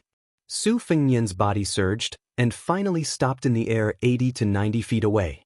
His sleeves fluttered slightly, as if he was an immortal ascending to the heavens. Wang Xianji did not retreat, but her knees sank into the sand. She raised her head and looked at the calm young man. The hemp-clothed old man did not say anything. When he reached the top of the world, his heart was like an ancient well without ripples. He had waited bitterly for so many years, and he no longer had the feeling of breaking a wooden horse or ox with his finger. It was a mixture of surprise and joy, and it was truly like drinking wine. Wang Xianji brushed her sleeves and smiled for no reason. After reaching the first rank, when fighting with the same level, especially with the masters of the Vajra realm, the body and aura would merge into one. It was often the process of tearing apart one's clothes and armor. Only by removing the aura around the body could one destroy the body's muscles and bones. However, this kid was as confident as him, almost to the point of conceit. No matter how abundant the aura was, he would do the opposite and destroy the body once and for all. He wanted to destroy the body first before thinking about anything else. Gao Shulu once used to describe the majesty of the first rank's realm. Most martial artists in the future were obsessed with the protection brought by their aura. Like the officials who found a big backer and a protective talisman, their path was smooth sailing. As time, they forgot how to persist and how to self-reliance. Was it the finger, or the celestial phenomenon and us? And the celestial. And had. And a smooth journey of heavens had been, and it. The time to live is have. For thousands of years, there were countless men. Why did Wang Xinji only respect Lu Dongxian and Li Chungang? One of them passed through the gate of heaven but did not enter. He returned to the human world laughing. The other person did not even bother to open the gate of heaven for him. Wang Xinji's feet sank into the ground, and Su Fengnian stood in the air. It was like a battle between heaven and earth. The seemingly calm battlefield suddenly changed when Wang Xinji pulled out one of her feet and Su Fengnian pressed down with one of his hands at the same time. On the ground, a clay sword shaped like a stone tablet broke out of the ground. Su Fengnian also pulled a wisp of cloud aura to form a sword. Wang Xinji held the clay sword in her hand and leaped up. Su Fengnian reached out to grab the cloud aura sword, and his body suddenly dropped down. In the third confrontation, the two still chose to fight head-on without any fancy thoughts. The clay tablet smashed into Su Fengnian's chest inch by inch, and the cloud aura also shattered inch by inch on Wang Xinji's chest. When the dust of the clay tablet settled and the cloud aura dispersed, the number 1 in the world and the number 6 in the world punched left fist against right fist. Their fists collided violently, but their bodies did not move an inch, and there was a moment of silence that defied common sense. However, ripples appeared on Wang Xinji's and Su Fengnian's robes. The two's hands that were controlling their swords were not willing to fall behind, and they clenched their fists and collided again. Within a radius of several miles, the ground shook violently, and the cloud aura rolled. Wang Xinji was pushed back to the ground. When she landed, she swung her arm and threw out a punch. The incomparably fierce fist aura tore several yellow flood dragons from the ground and attacked Su Fengnian together. Even if Su Fengnian had Gao Shulu's physique, he could still control the mysterious finger sword chi with his mind. However, his soul was lacking, so he did not have the heavenly phenomenon realm. He could only cross his arms in front of his chest in the air, relying on his body that was even stronger than the invincible Vajra body of Buddhism to block that fist aura. Afterward, a few flood dragons formed from yellow sand and soil took advantage of this opportunity to attack. Su Fengnian pulled back his left hand and grabbed a flood dragon's neck, killing it quickly. The yellow sand scattered like rain.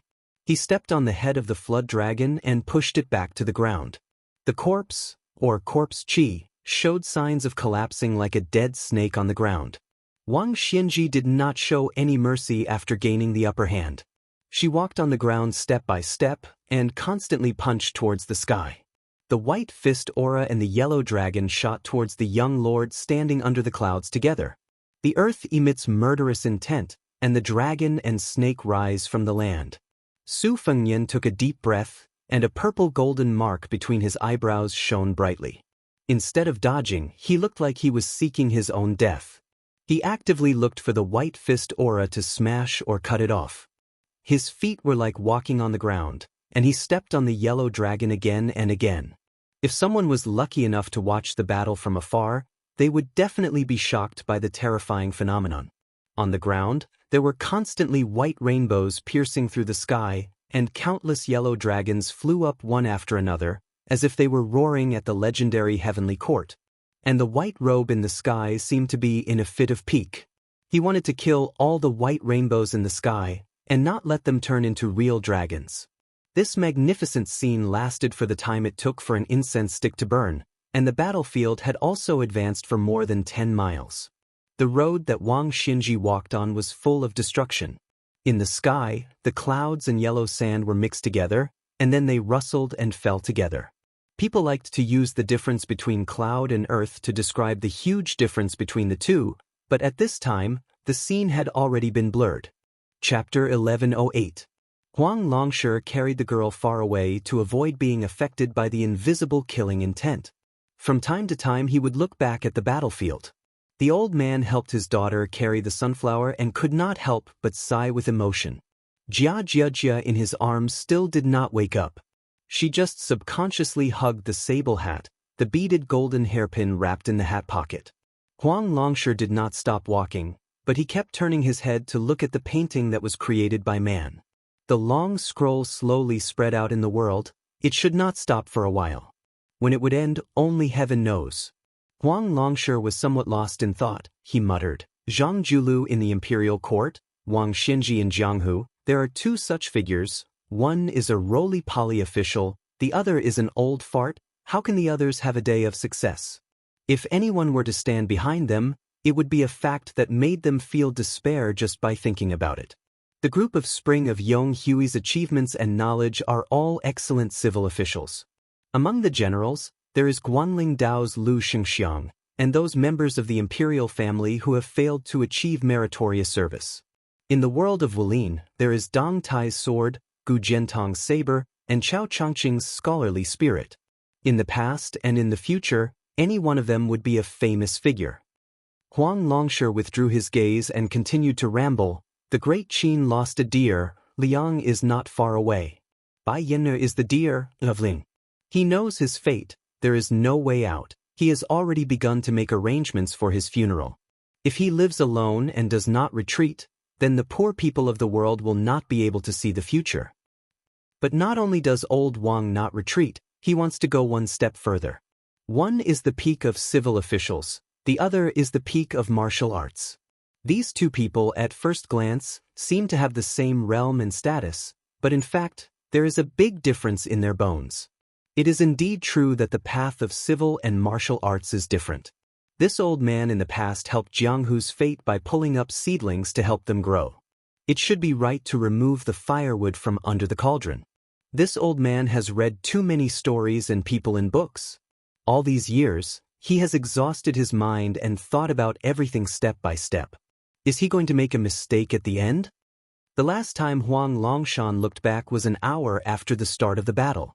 He did not see the expected mixture of clouds and earth, but the atmosphere of heaven and earth was exceptionally clear. Huang Longshi sighed.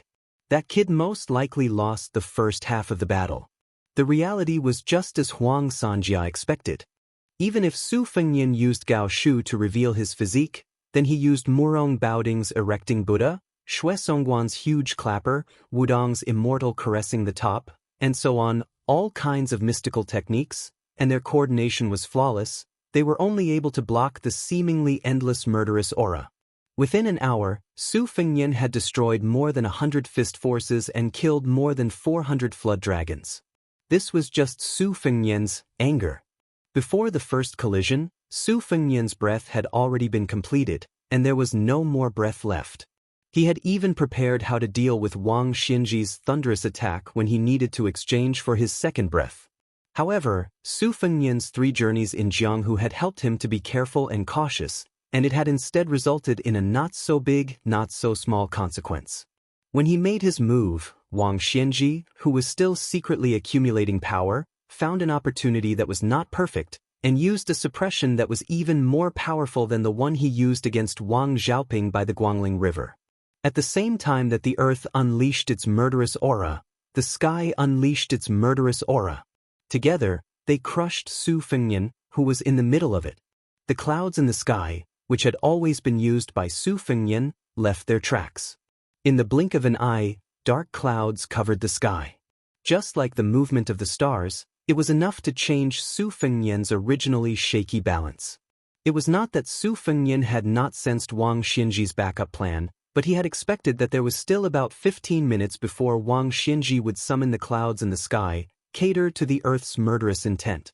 He was 70 to 80% sure that he would be trapped in that cage, and in the end, allow Wang Xianji to unleash his murderous intent.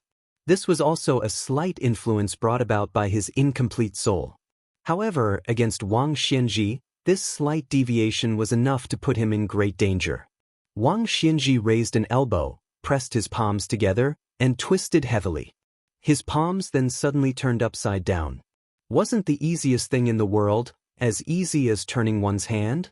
Wang Xianji's lips curled into a cold smile, waiting to see. He did not think that killing a Su Fengnian, who only had the physique of Gao Shulu, would be difficult. When a person unleashed his murderous intent, the heavens and the earth were turned upside down. With Su Fengnian's position as the center, the heaven and the earth, which had been separated for thousands of years, were actually turned upside down. The earth was above, and the sky was below. Su Fengnian's misfortune was that he did not have any extra qi in his body, but the fortune in his misfortune also lay in this. Otherwise, even if Xianyuan Qingfeng and Lu Haosher, these great celestial phenomenon experts, were present, their cultivation would also be turned into dust. When Wang Xianji attacked Wang Xiaoping, it could be said that he had only used a small part of his move. This was also reasonable. The original intention of this move was to deal with immortals like Qi Xuanjun. The essence of this move was to reverse karma. Not to mention the celestial phenomenon realm, the higher the cultivation of an earth immortal, the more severe the damage. Su Fengnian took advantage of the situation and changed his standing position along with the heaven and earth that had been turned upside down. Between heaven and earth, one should be indomitable. If this was said to be an unattainable speech, it would not be suitable for everyone. However, Su Fengnian had never been so ambitious. He only felt that no matter who it was, as long as they stood in a position, they had to shoulder something.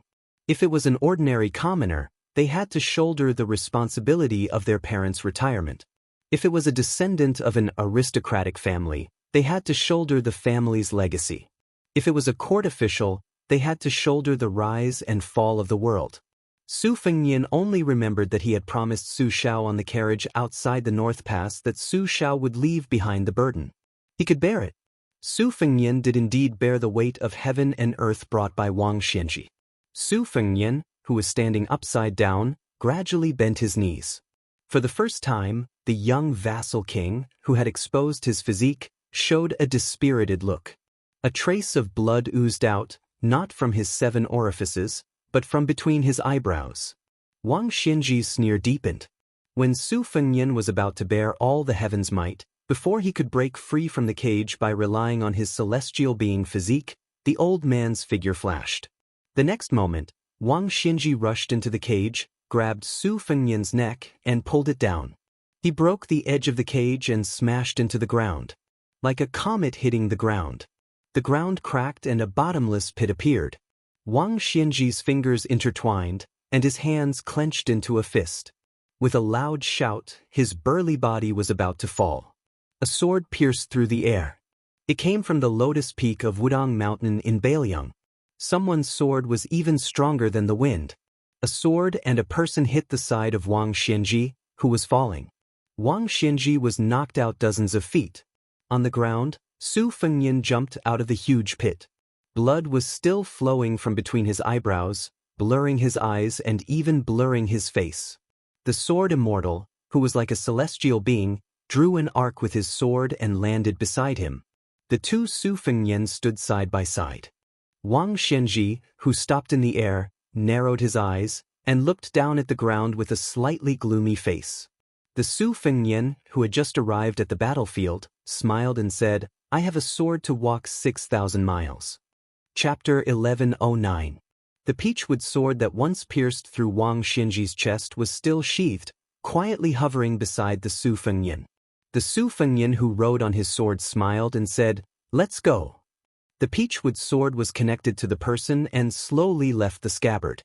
At first, it was unusually slow, but gradually, it moved as fast as a rolling thunder, leaving a long rainbow mist in the sky. Even those who did not know martial arts could see it clearly. The foundation of this sword was like the old servant who lacked front teeth nicknamed Jianjiahuang in Jianghu. He did not practice many sword moves because he thought he was clumsy. He was afraid of biting off more than he could chew, so he walked slowly and leisurely in Jianghu. It did not matter where he went as long as he did not miss the scenery along the way. When Jian Zhihuang struck, the peachwood sword disappeared without a trace. Wang Xinji, who was high above, flicked his fingers several times. He was the Xuanlong Dianxue in the mysterious realm, but he could not break the Qi meridian that the sword traveled 6,000 miles. Wang Xinji did not want to waste his time. He stopped his finger but did not hurry to withdraw it. He was like an imperial scholar who was trying to solve a question. Wang Xinji suddenly turned his head. At the same time, a wisp of sword qi brushed past his cheek, cutting off a few strands of the old man's snow-white hair. Wang Xinji did not strike his finger again. He remained motionless and then took a step back. A wisp of sword qi flew past his chest, cutting off some linen shreds. After that, Wang Xinji maintained the posture of bending his finger but occasionally moved his feet. Each time, he narrowly avoided the hidden sword qi. Wang Xinji was a little surprised. He had once faced the yellow formation map at the top of the martial emperor city and was familiar with this sword. The 8-finger swords did not make him take it seriously. The 9th sword had indeed ruined his sleeves. Although it was only the celestial phenomenon sword, Jian Zhihuang's celestial phenomenon was very innovative. The origin of a normal celestial phenomenon master came from a good work of a sage. Generally speaking, if things are not balanced, they will sing. All things in the world, birds sang in spring, thunder shook summer, insects mourned in autumn, and the wind blew in winter. Therefore, scholars and officials often wrote poems. Since ancient times, the reason why swordsmen could dominate the world was that they could naturally use the sword in their hands to complain about injustice. Wang Xinji once told Chao Changqing in private that he should give up the country and forget about his feelings and practice swordsmanship, and he would be able to become a saint early. Jian Zhihuang's 9th sword had clearly crossed the threshold of heavenly phenomenon but had yet to reach the level of a sword immortal. Yet, it did not give off the slightest feeling of injustice. On the contrary, it had caught Wang Xinji off guard. Logically speaking, a good person with a gentle temperament would never be able to practice a good sword. This was the same principle as a scholar who was happy to see injustice in the mountains. It was the same principle with swordsmanship. The advantage lay in the profoundness of each move and the emergence of one strange force after another. The sword's current style was also eccentric. After the move, there was no grand sword momentum like dark clouds. Instead, it was tirelessly swinging the sword back and forth. It was full of the earthly atmosphere like dogs barking and chickens crying. It was like neighbors quarreling, but because of their relationship, they only used their mouths and not their hands. It gave people the feeling that it was noisy and annoying. This new sword was only slightly different from the old sword that Jian Zhihuang had handed over. It was in that the latter was more skillful and crafty. Immortals rode on their swords in the wind and frosted 19 provinces in one night. This saying was used to describe the swiftness of sword immortals. The peachwood sword flew around Wang Xinji. It was unknown how long it had traveled. A few hundred miles? 1,000 miles? Wang Xinji knew. She had already wandered unscrupulously around him for a full 3,000 miles. The furthest she went was 9 miles. The closest she went was naturally brushing past him. She went back and forth tirelessly. Sometimes she drew an arc to escape for more than 100 feet, and sometimes she flew in a straight line for 3 to 4 miles. There was no pattern and no trace. Wang Xinji was still waiting. She was still bending her fingers without flicking them. Until the 7th time she missed the peachwood sword by a hair's breadth. After a short moment, she finally tapped her finger lightly. Her finger tapped the air, but suddenly there was a very subtle sound of metal colliding with stone in front of Wang Xinji. The further she was from Wang Xinji, the louder the sound became. 6 miles away, the peachwood sword, which was made of ordinary material but had caused Wang Xinji great trouble, exploded in midair with a bang, turning into a pile of wood chips. Su Fengnian waved his hand. The chips returned from afar, condensed into a sword, and gently returned to the scabbard. After returning to the scabbard, the sword dissipated again. The scabbard was the tomb of the sword. Su Fengnian inserted the scabbard into the yellow sand by his feet. Clearly, he had decided not to use it again. Old Huang was never one to talk about fancy principles. He couldn't say something like, "Where my heart is at ease is my home." He only knew one thing. He was an old man who had left his hometown. Wherever he could sleep comfortably was where his home was. As long as he could sleep comfortably in the simple and crude room next to the stable on Mount Qingliang, that would be his home. Lying on a pillow, thinking about the few jars of old wine under the bed, he didn't lack anything and didn't need to think too much. Therefore, old Huang's sword was fearless when it left the scabbard, and he had no regrets when it returned to the scabbard. Therefore, on his last trip to the Jianghu with his sword, returning the sword to the scabbard was like returning home. Swordsmen of my generation were not afraid of death. They didn't hesitate to break their beloved sword. Su Fengnian, who only occupied one spiritual and two physical forms, said softly, "After Saber 9, it should be Saber 10. He extended a hand and put two fingers together. With a gentle swipe, a long saber formed from purplish gold energy appeared under his fingers. It was shaped like a new 6th-generation Baoyang saber. It was not recorded in the Orthodox Taoist scriptures that living people had 3 spiritual and 7 physical forms. People were skeptical. However, Su Fengnian, who had withstood Wang Xinji's heaven and earth pressure, was extremely certain. Apart from his living body, he was only left with one physical form, filth remover. The 3 spiritual and 6 physical forms that the other 3 possessed were each in their own dreams. Su Fengnian squatted beside the pit. When another version of himself appeared, he did not watch the battle. Instead, he squatted down and hurriedly took in deep breaths to cleanse and remove the turbid energy in his body. Gao Shulu's physique was originally a pure body. Wang Xinji's shrewdness was to see through his filth remover with a glance. Under the overturning of heaven and earth, she forcefully stuffed him with countless amounts of filth. Gao Shulu's vigorous physique could almost ignore ordinary injuries. His recovery speed was so fast that it was beyond the reach of ordinary Vajra realm cultivators. Even if his internal organs were destroyed or even his heart was pierced, he could still defy heaven and continue to live for a few hours. Chapter 11:10. The squatting Su Fengnian was surrounded by black qi.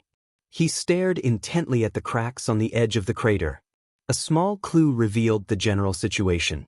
After Su Fengnian became the 6th in the world, many outsiders began to study the martial arts process of this new Prince Liang. Most were surprised by Su Fengnian's secret learning. They didn't know that after his battle with Luo Yang in Dongtai, in order to understand the sword intent in Beimang's Dunhuang city, he had memorized the small cracks created by the flying swords of both sides. They also didn't know how much effort he had put into controlling Lu Hao's entry into the city and Song Yanqing's dagger. And after the peachwood sword that could be considered Wang Xiaoping's relic returned to the top of Lotus Peak, it wasn't to indirectly impart the sword intent, but to search for clues, to investigate Wang Xinji's unique qi circulation. Xinyuan Qingfeng blocked the way only to repay his debt, to cut off his thoughts. If he couldn't pass, then everything would be over. Once he passed, he would be able to surpass all others on the martial path. But the Wudong sword maniac and useless monk's block was not so simple. One was asking for a clear conscience, the other was offering incense. But without question, both were trying to find a flaw in Wang Xinji that might not even exist. Other than Miss Ha, who was originally unexpected, it was Su Yanbing's turn to block Wang Xinji's path single-handedly. He was definitely prepared to die. This man had once joked that even if Su Yanbing died in Baoyang, the king of Baoyang must die. The words that came out of his mouth were definitely not a joke. Crouching down, Su Fengnian didn't bother to wipe away the bloodstains on his face. Actually, when he had withstood the pressure of the world, the boots that had touched the ground had long been worn away. His feet were badly mangled. At that time, when he tilted his head and slant his shoulders had also been worn to the bone. However, after being thrown to the ground by Wang Xinji, these injuries healed at a speed visible to the naked eye. However, the torn clothes and bottomless boots on his shoulders were proof of the dangerous situation at that moment. How many people could make Su Fengnian, who was now strong enough to dominate both the Separation Sun and Northern Mangjianghu, suffer such heavy injuries? Other than Wang Xianji, who had not used all her strength, there were only Tuoba Bodhisattva and Dong Tai, who wanted to fight to the death. Su Fengnian continued to stare at the cracks on the ground. Only when his vision was blocked by the blood did he raise his arm and carelessly wipe away the thick blood on his face from between his eyebrows. Standing, Su Fengnian held the hilt of his saber and looked down at the extraordinary Bailiang saber. He said to himself, "This saber should have been for Zhao Huangqiao." He closed his eyes and took a big step back. His right hand opened in front of him, and his left hand held the saber behind him. The wind and clouds surged, and the yellow sand floated. Su Fengnian finally stood up from his squatting position, as if he wanted to witness himself wielding the saber. He pressed a finger between his eyebrows. The blood was blocked, but it still seeped through the gaps between his fingers. The face that Bailiang's old man said was very similar to the princess's face, flowed down in a zigzag way. He wielded the saber. First, there was the continuous sound of thunder. Then, the gangqi of the saber tore the sky in a line. This was a saber move that Su Fengnian had comprehended on his own. The first half of the saber move came from observing the Guangling River's tide from a close distance. Before the head of the tide could be seen, the sound of the tide was like thunder piercing one's ears. Only after that could one see the misty river, the head of the tide gradually rising, like a row of majestic snowy mountains cascading down from Mount Kunlun. The second half of the move was more spiritual. It came from when he was in an out-of-body state. He saw the stirring and stirring battle at the Western Wall with his own eyes. White clothes and white mourning clothes beat the war drums, and a few people led their horses back in armor. Then, there was this saber move that had never been seen before. Old Huang did not know how to name the move, and Su Fengnian did not even have the time to name it. This saber move was like a free hand splashing ink on paper. The saber blade was the tip of the brush, and the ink spilled out in a huge arc. Wang Xianji did not dodge. She pressed her hands on the top of the arc of gangqi. She was brought up to the sky by the saber arc until she disappeared into the clouds. Even higher up where Wang Xianji stopped, the stellar energy that had been cut through did not dissipate into the 9 heavens. Instead, like the Guangling River surging past a line of waves, it formed an even more majestic returning tide in the old salt storehouse. The tide poured down majestically from the sky. Since Wang Xianji smashed Su Fengnian into the ground after showing her killing intent again and again, it was only right to reciprocate politeness. Su Fengnian did not wait for Wang Xianji to break the waterfall of gangqi. Instead, he took out a Bailiang saber. It was simple and heavy. It was the Su family's first-generation saber. Su Zhao's troops went south all the way. He crossed the river to the south time and time again. He fought to the death time and time again. He narrowly escaped death time and time again. He was laughed at by outsiders. He was mocked as a mad dog willing to bite people without the mercy of the Liyang imperial court. Su Zhao never opened his mouth to argue with anyone. He also never explained anything to his eldest son, Su Fengnian. Su Fengnian only knew the answer when he was in a trance. Su Zhao had always been a pawn crossing the river in precarious times. He did not want to die, but he was not afraid of death either.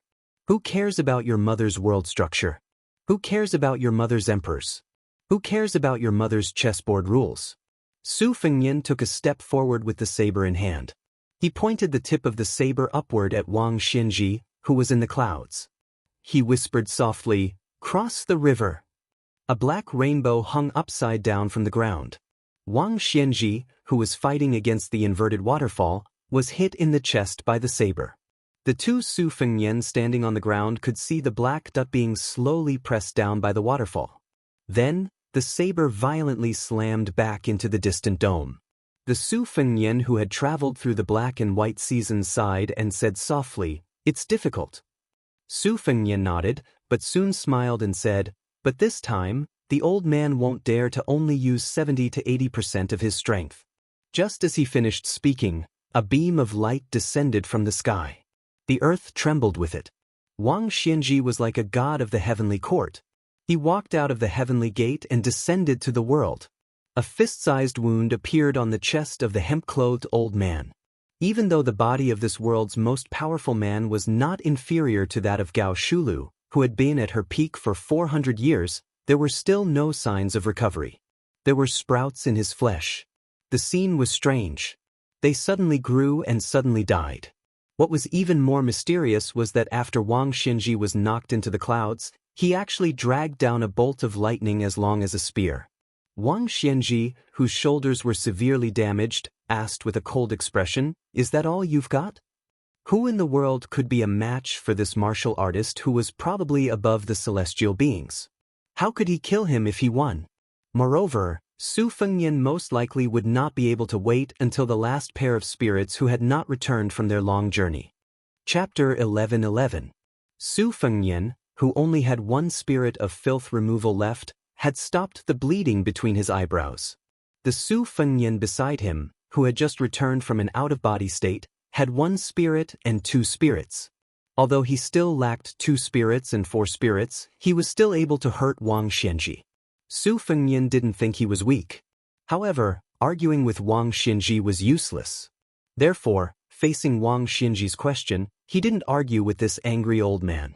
Instead, he just repaired the body gifted by Gao Shulu. Wang Xinji sneered, "So you don't have any last words?" Su Fengnian stretched out his hands and covered his face, wiping off the blood with his 10 fingers. His eyes were clear. Wang Xinji said the word "good" heavily. Then, Su Fengnian, who had just returned on his sword, saw Wang Xinji step out and throw out the long spear made of thunder and lightning from the sky. However, when he saw this scene, Su Fengnian, who had a physical body, had already been sent flying backward, crashing to the ground 1,000 feet away. His uncontrollable body even bounced a little on the ground and continued to slide for over 100 feet before coming to a stop. Wang Xinji's move was so fast that Su Fengnian, who was still standing, could only see the residual shadow of Wang Xinji after throwing out the spear. Su Fengnian, who had fallen to the ground, slowly got up and bent over. His chest was badly mutilated, with white thunder and lightning twirling around and sizzling. When Su Fengnian reached out his hand, countless thin red threads and red snakes swam out of his arm. When Su Fengnian's fingers touched them, the red threads and the white lightning died together. It was obvious that the secret skill Su Fengnian stole from Han Diaoxi's head didn't work immediately. The long spear of thunder and lightning in Wang Xinji's hand was still there, but its momentum was reduced by 20%. Another footprint appeared in the sand in front of the old man. Su Fengnian, who had just stood up, was hit by the lightning spear again. However, he wasn't knocked down this time. He tilted his head back slightly and held a piece of thunder and lightning in his hands to prevent it from stabbing his neck. Then he stepped back lightly on the ground. The first time, he deliberately opened his door and took the thunderstrike because Su Fengnian wanted to learn more about Wang Xinji's qi flow with the help of Gao Shulu's pure body.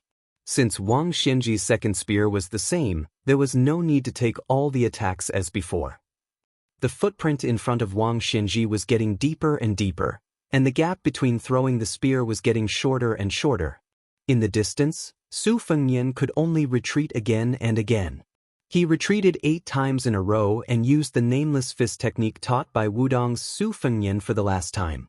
His waist was like an axle, and his body was in a circle. His hands followed Su Fengnian's body and moved around in circles. When Su Fengnian finally stood still, his spine was straight and his back was not hunched. His hands gently swayed up and down. A few inches above his palms, there was a ball of thunder and lightning that rose and fell.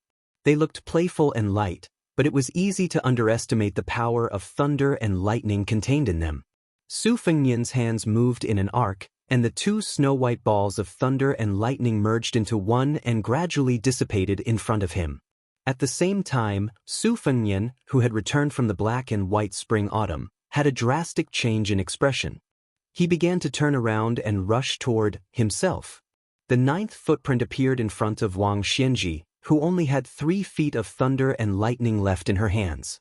Before Su Fengnian's soul was about to crash into Su Fengnian's body, Wang Xinji had already closed in on the ladder. She took the initiative to make a move, but it was unknown whether it was a spear or a sword. The 3 feet of thunder and lightning instantly pierced through Su Fengnian's body like a knife cutting through tofu. Wang Xianji's right hand held the 3 feet of thunder and lightning that had successfully broken through Su Fengnian's body.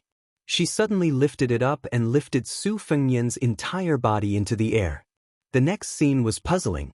Before Wang Xianji could pull out the thunder and lightning, Su Fengnian took the lead. His hands pressed down on the immortal weapon that seemed to have come from the 9th heaven, and he kicked Wang Xianji's shoulder. His body floated 2 feet away and staggered.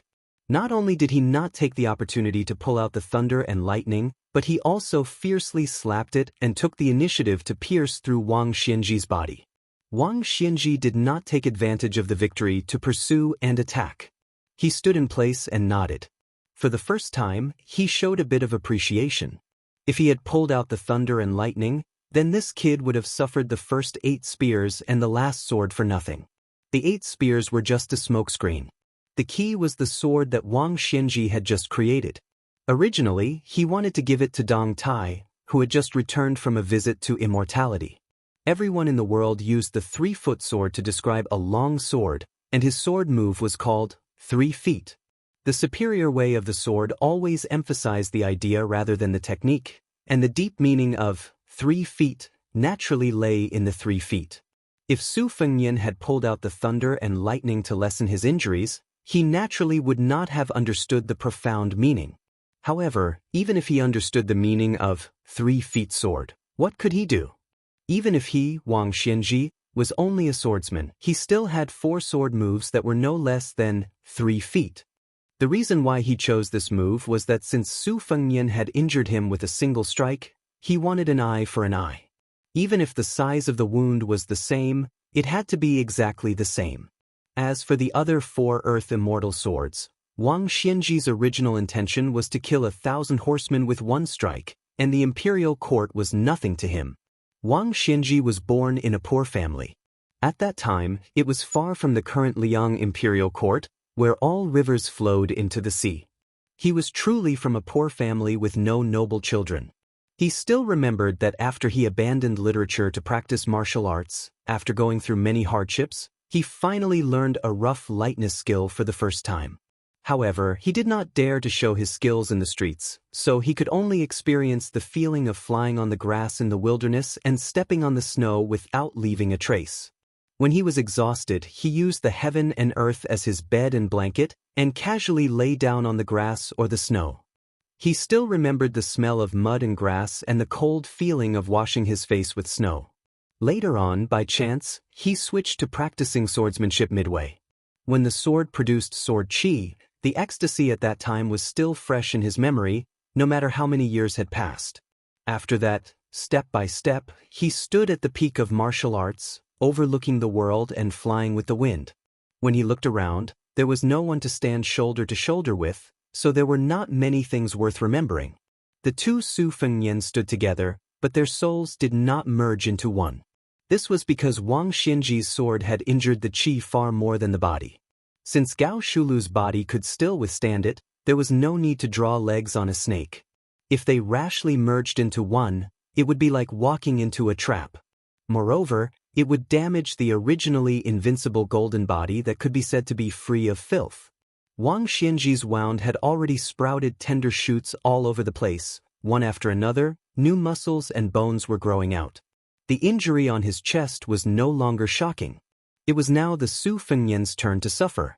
The red snake struggled to cling onto him, but it was still unable to completely dispel the remaining thunder and lightning sword chi. Wang Xianji suddenly said, when this old man was still a scholar, he had a heart-to-heart talk with a senior scholar. He said something to him. Today, I'm afraid the senior's bones have already turned to dust in his grave, but this old man still remembers it. Instead of being recorded in the annals of history, it's better to be hanged at the gate of the country. But in those troubled times, this scholar died in the midst of the turmoil and chaos of war. He did not put his ambition into the imperial court, nor did he die a worthy death. When this old man heard the news of his death, when he went to collect his body, he simply dug it out from the hundreds of corpses lying on the ground by the roadside and hastily buried it. The long sword that this gentleman wore when he was alive was probably worth several dozen taels of silver, but it had long been taken away. The gentleman's remains were given to me as goods to exchange for official hats or wine money. When has Wang Xianji ever blocked the path of a younger generation? This old man oversaw the Eastern Sea. As long as he was alive, has there ever been a martial artist like Lu Songtao who was confident in his backing and brought disaster to the world? The imperial court was powerful, with armor on their backs and cavalry galloping, while the common people were unarmed and defenseless. The world was divided into ups and downs, and the ones who died the most were precisely these innocent people.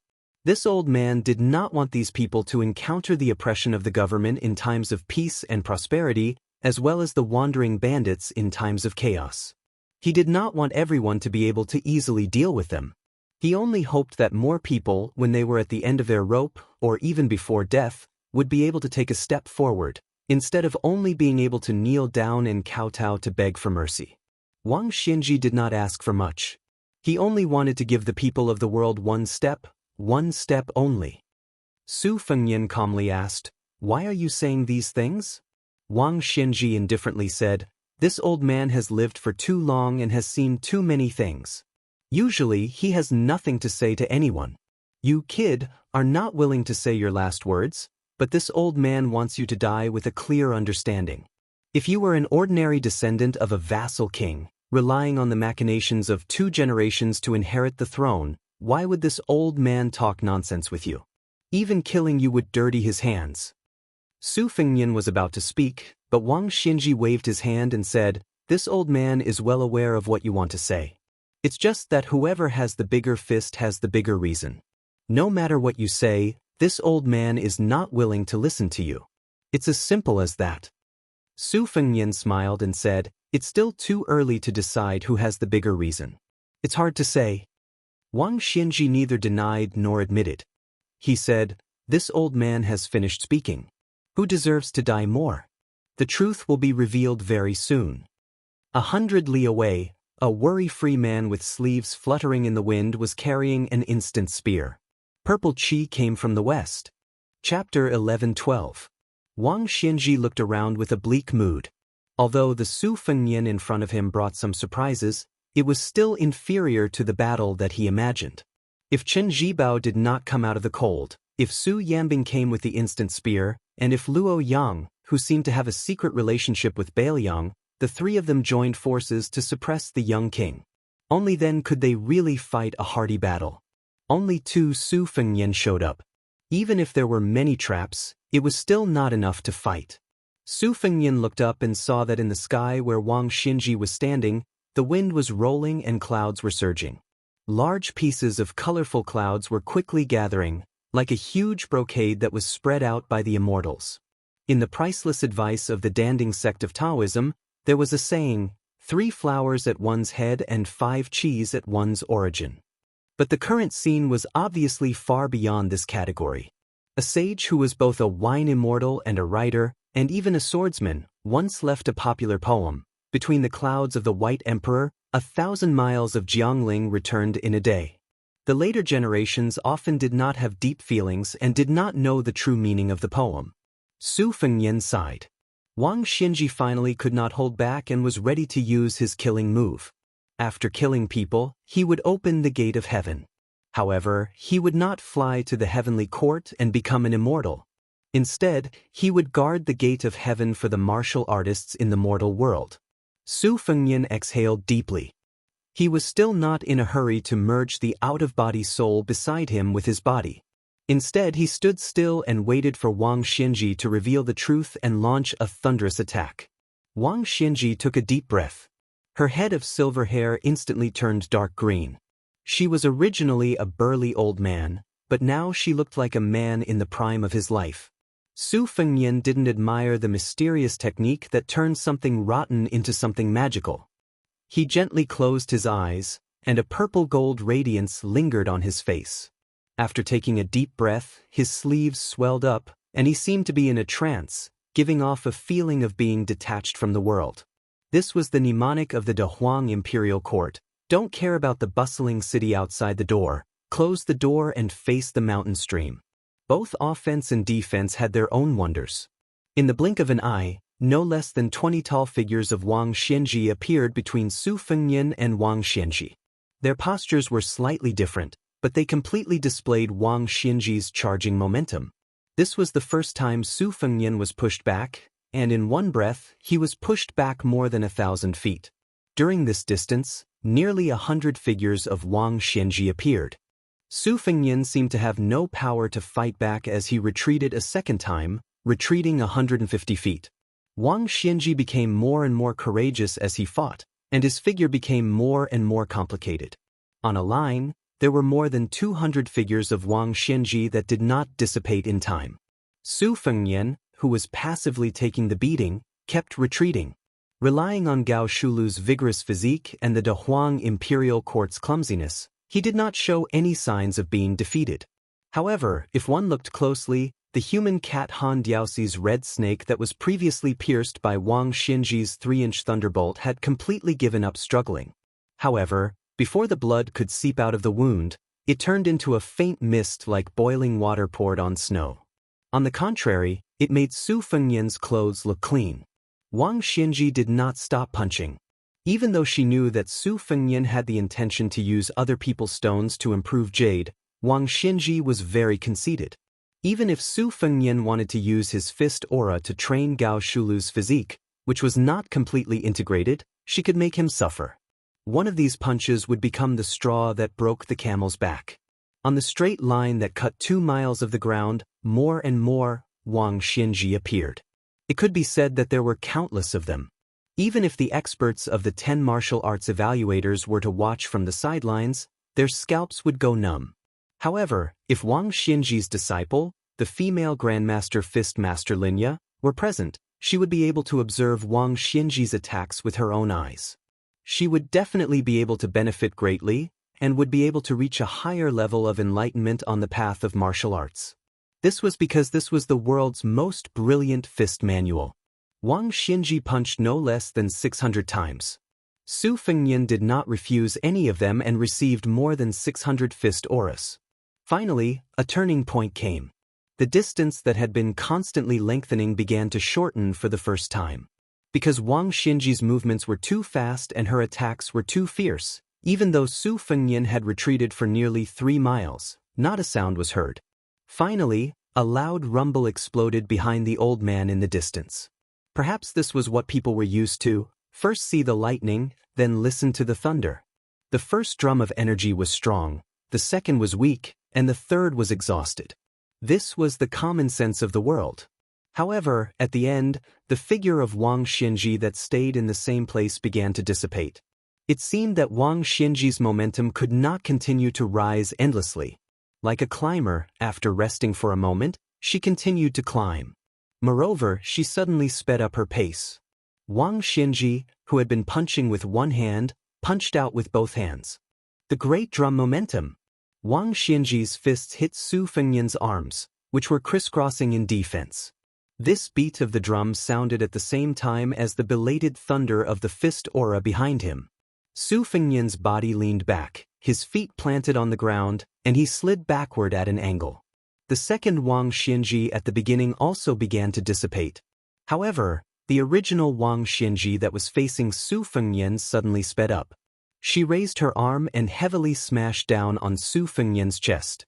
She punched Su Fengnian into the ground and then kicked Su Fengnian, who had bounced up from the ground, more than 100 feet away.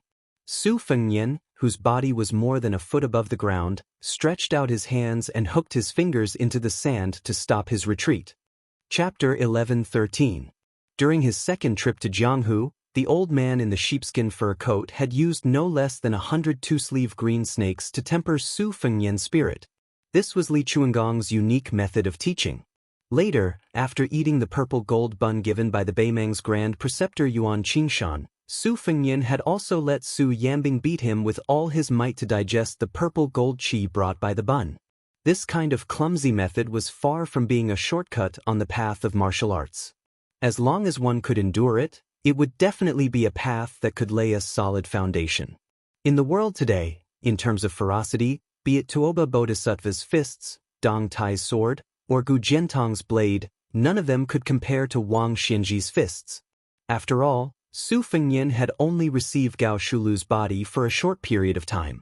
He did not have the time to completely transform it for his own use. Therefore, Wang Xinji's attacks became the best way to forge it. Every generation of Bailiang's blade had to be tempered thousands of times before it was forged. It was done. Su Fengnian's wounds healed by 70 to 80% in an instant. This was a subtle sign that the fire had reached the right level. He slapped the ground with one palm and his body spun up, once again standing in front of Wang Xinji. Su Fengnian gritted his teeth as he waited for this moment. Wang Xinji was also fishing. If the bait was too small, how could he catch the big fish of the North Sea named Kuan? The hundreds of Wang Xinjis merged into one at the same time. Su Fengnian had already begun to charge forward. Almost at the same time, Su Fengnian, who had chosen to stand by and watch, merged with Su Fengnian and returned to his body, like a wanderer returning home. If the distance between them was 10 minutes, then Wang Xinji had charged forward for 6 minutes, while Su Fengnian only had 4. Then, the two of them used all their strength, throwing out a punch and a palm. Su Fengnian's soul and divine intent aside, this palm strike was already 100% of Su Fengnian's martial arts realm. Wang Xinji also no longer held back her strength. Ever since she broke the wooden horse ox 60 years ago, she had never fought with her full strength. Now, she finally used her full strength and chi movement in a punch. Wang Xinji took the lead and punched Su Fengnian in the forehead. Su Fengnian slapped Wang Xinji's chin. The two of them left the ground at the same time. At the same time, they returned to the ground and rooted themselves to the ground. Neither of them was willing to back down even half a step. Su Fengnian's head swung back slightly. Although Wang Xinji's head did not move, her originally greenish-black hair once again turned white. Following this, the two of them did not think about countering each other's moves. Instead, they focused on attacking. Su Fengnian was probably willing to sacrifice himself, while Wang Xinji was willing to sacrifice 800 of his own to kill 1,000 of his enemies. Wang Xinji's fist continued to land on Su Fengnian's forehead. Every time Su Fengnian's head swayed back, the amplitude increased. However, Wang Xinji's white hair was not easy to notice. What was more fatal was that the old man's hair kept changing between greenish-black and frosty white. It was completely different from Su Fengnian's unstoppable decline.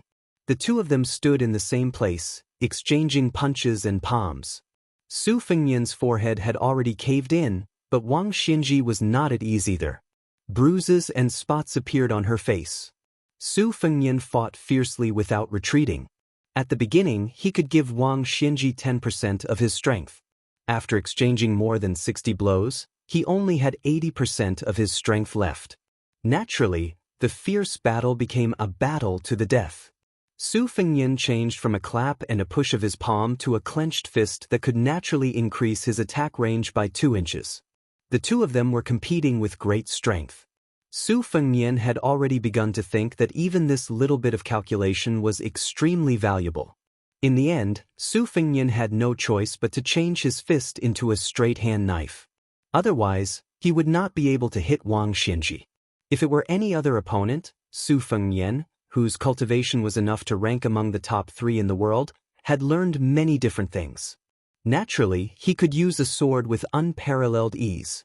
Using a saber with a powerful momentum, he could walk around with his bare hands as leisurely as he did now. How could he be so petty and haggling over every detail like he was doing now? Wang Xinji had been punching from beginning to end. Above the two celestial beings, the colorful clouds were roiling, gathering and dispersing randomly. Su Fengnian's last-hand knife only hit Wang Xinji with the tip of his finger. Wang Xinji's mouth curved into a cold smile. An arrow at the end of its flight, a dying struggle. This time, the old man did not fight to the death from the very beginning. Instead, he went step by step. First, he poured half a bowl of water, then 8 portions of tea and finally a full cup of wine. But being drunk was not losing his self-control. Wang Xinji was already at his peak. When Su Fengnian's head swung back in a semicircle, the old man was unexpectedly able to flourish even more. One punch to the end. With 11% of my essence, qi, and spirit, I'll send you on your way. This old man's last battle in this world was not in vain. Su Fengnian, who was indeed an arrow at the end of its flight, no longer sent out a hand knife.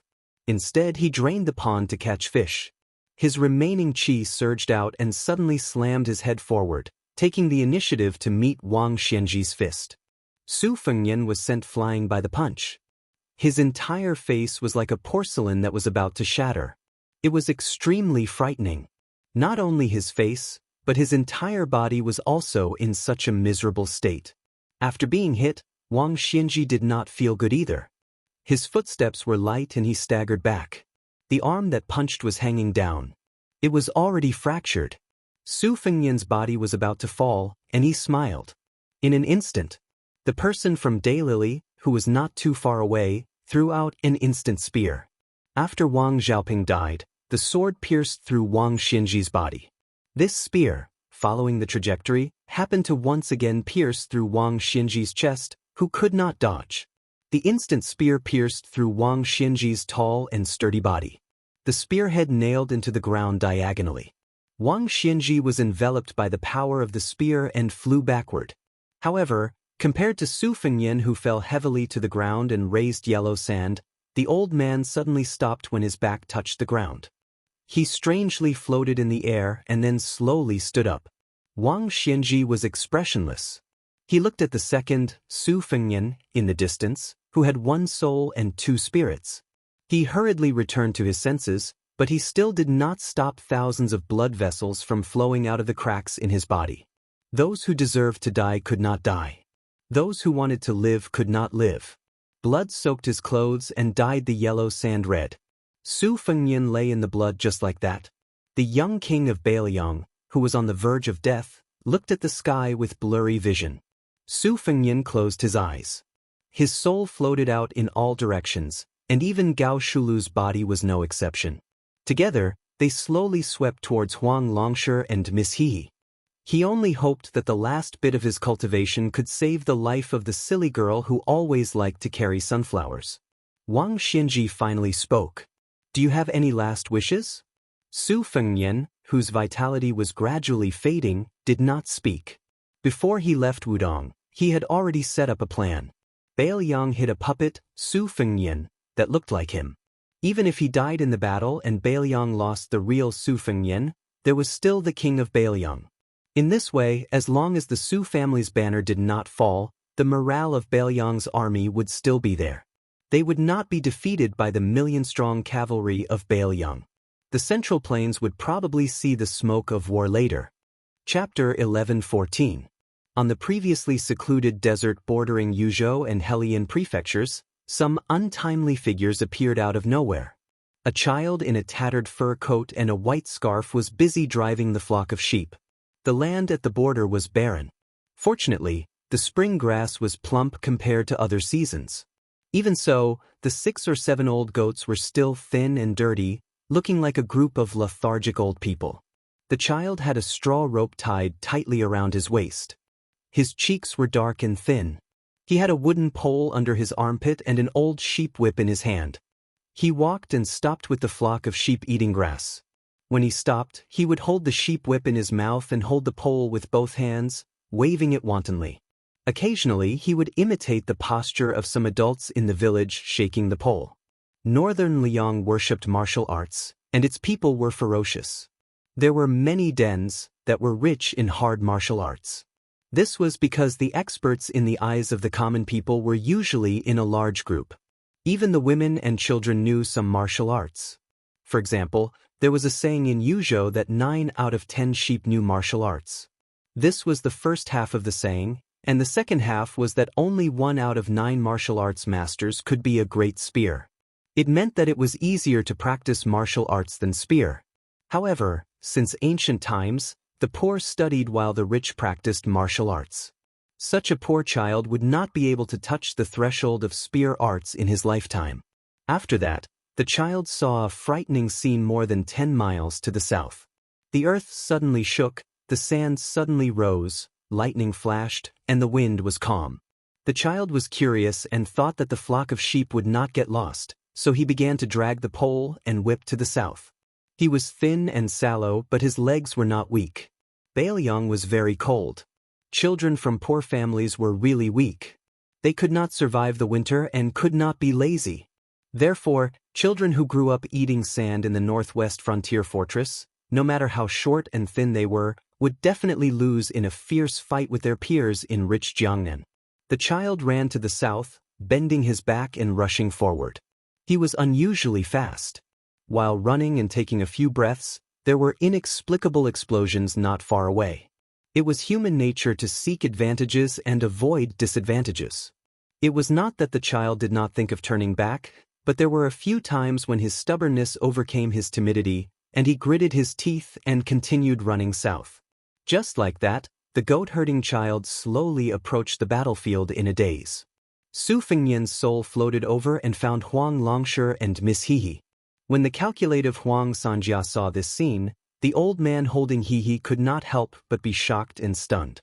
Was the most powerful vassal king in Liyang really going to die like this? How many days had it been since he became the emperor of the Northwest? His way of dying was quite spectacular, fighting a battle to the death with Wang Xianji.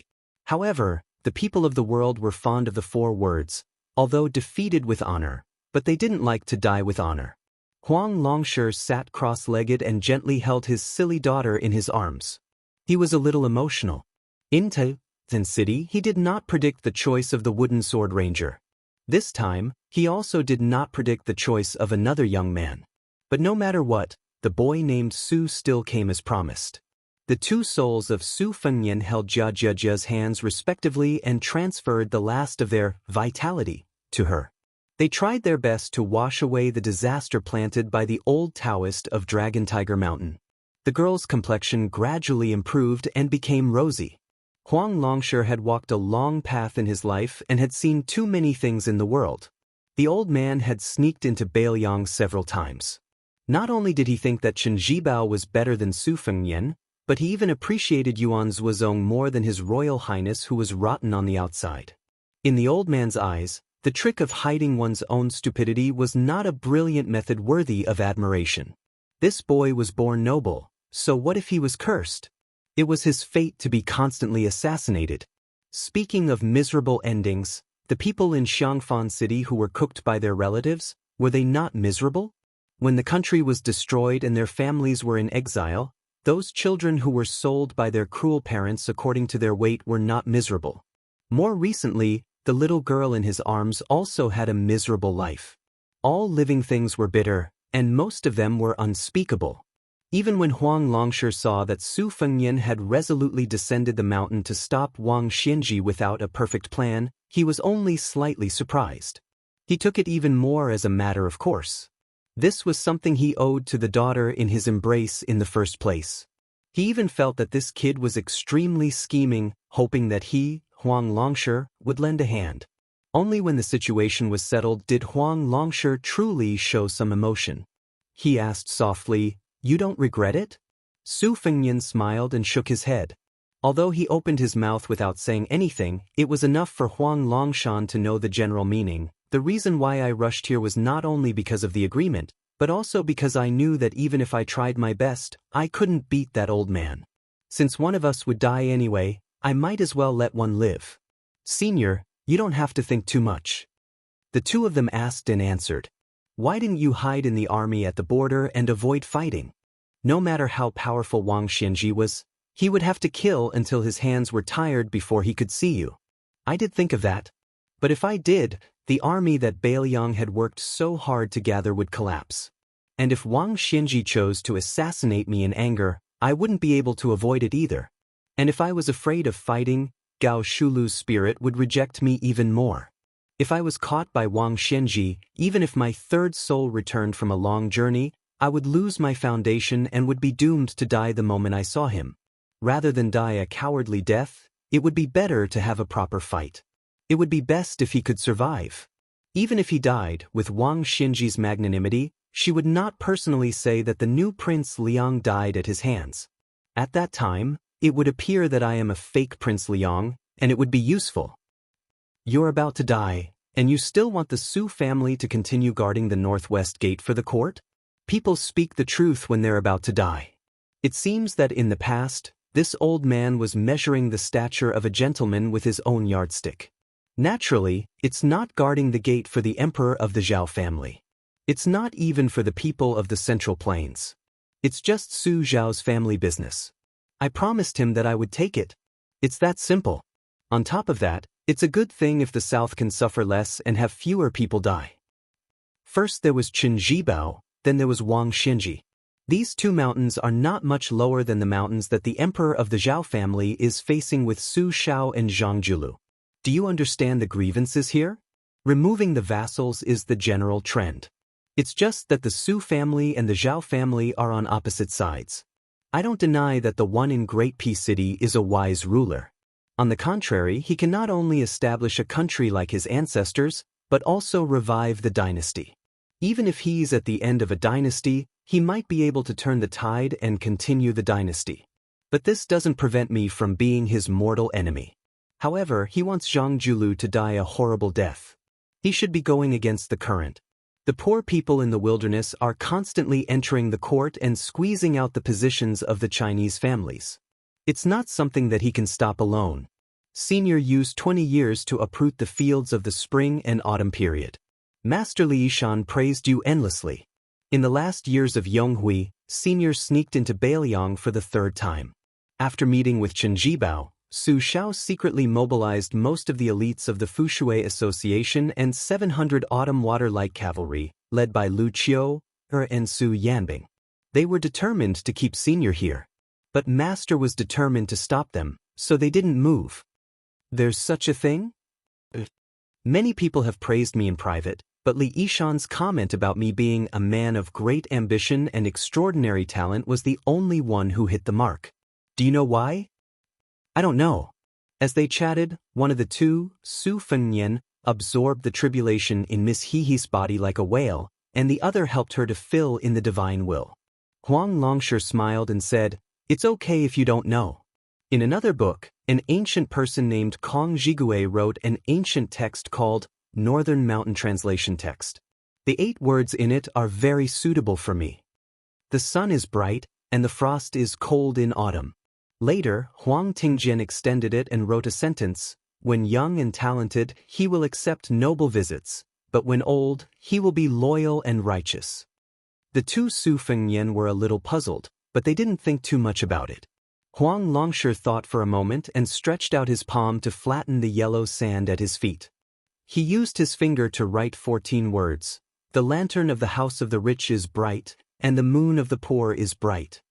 The old man then muttered to himself, "It can be said that the taste of the imperial edict is profound, and the feelings of the world are extremely clear."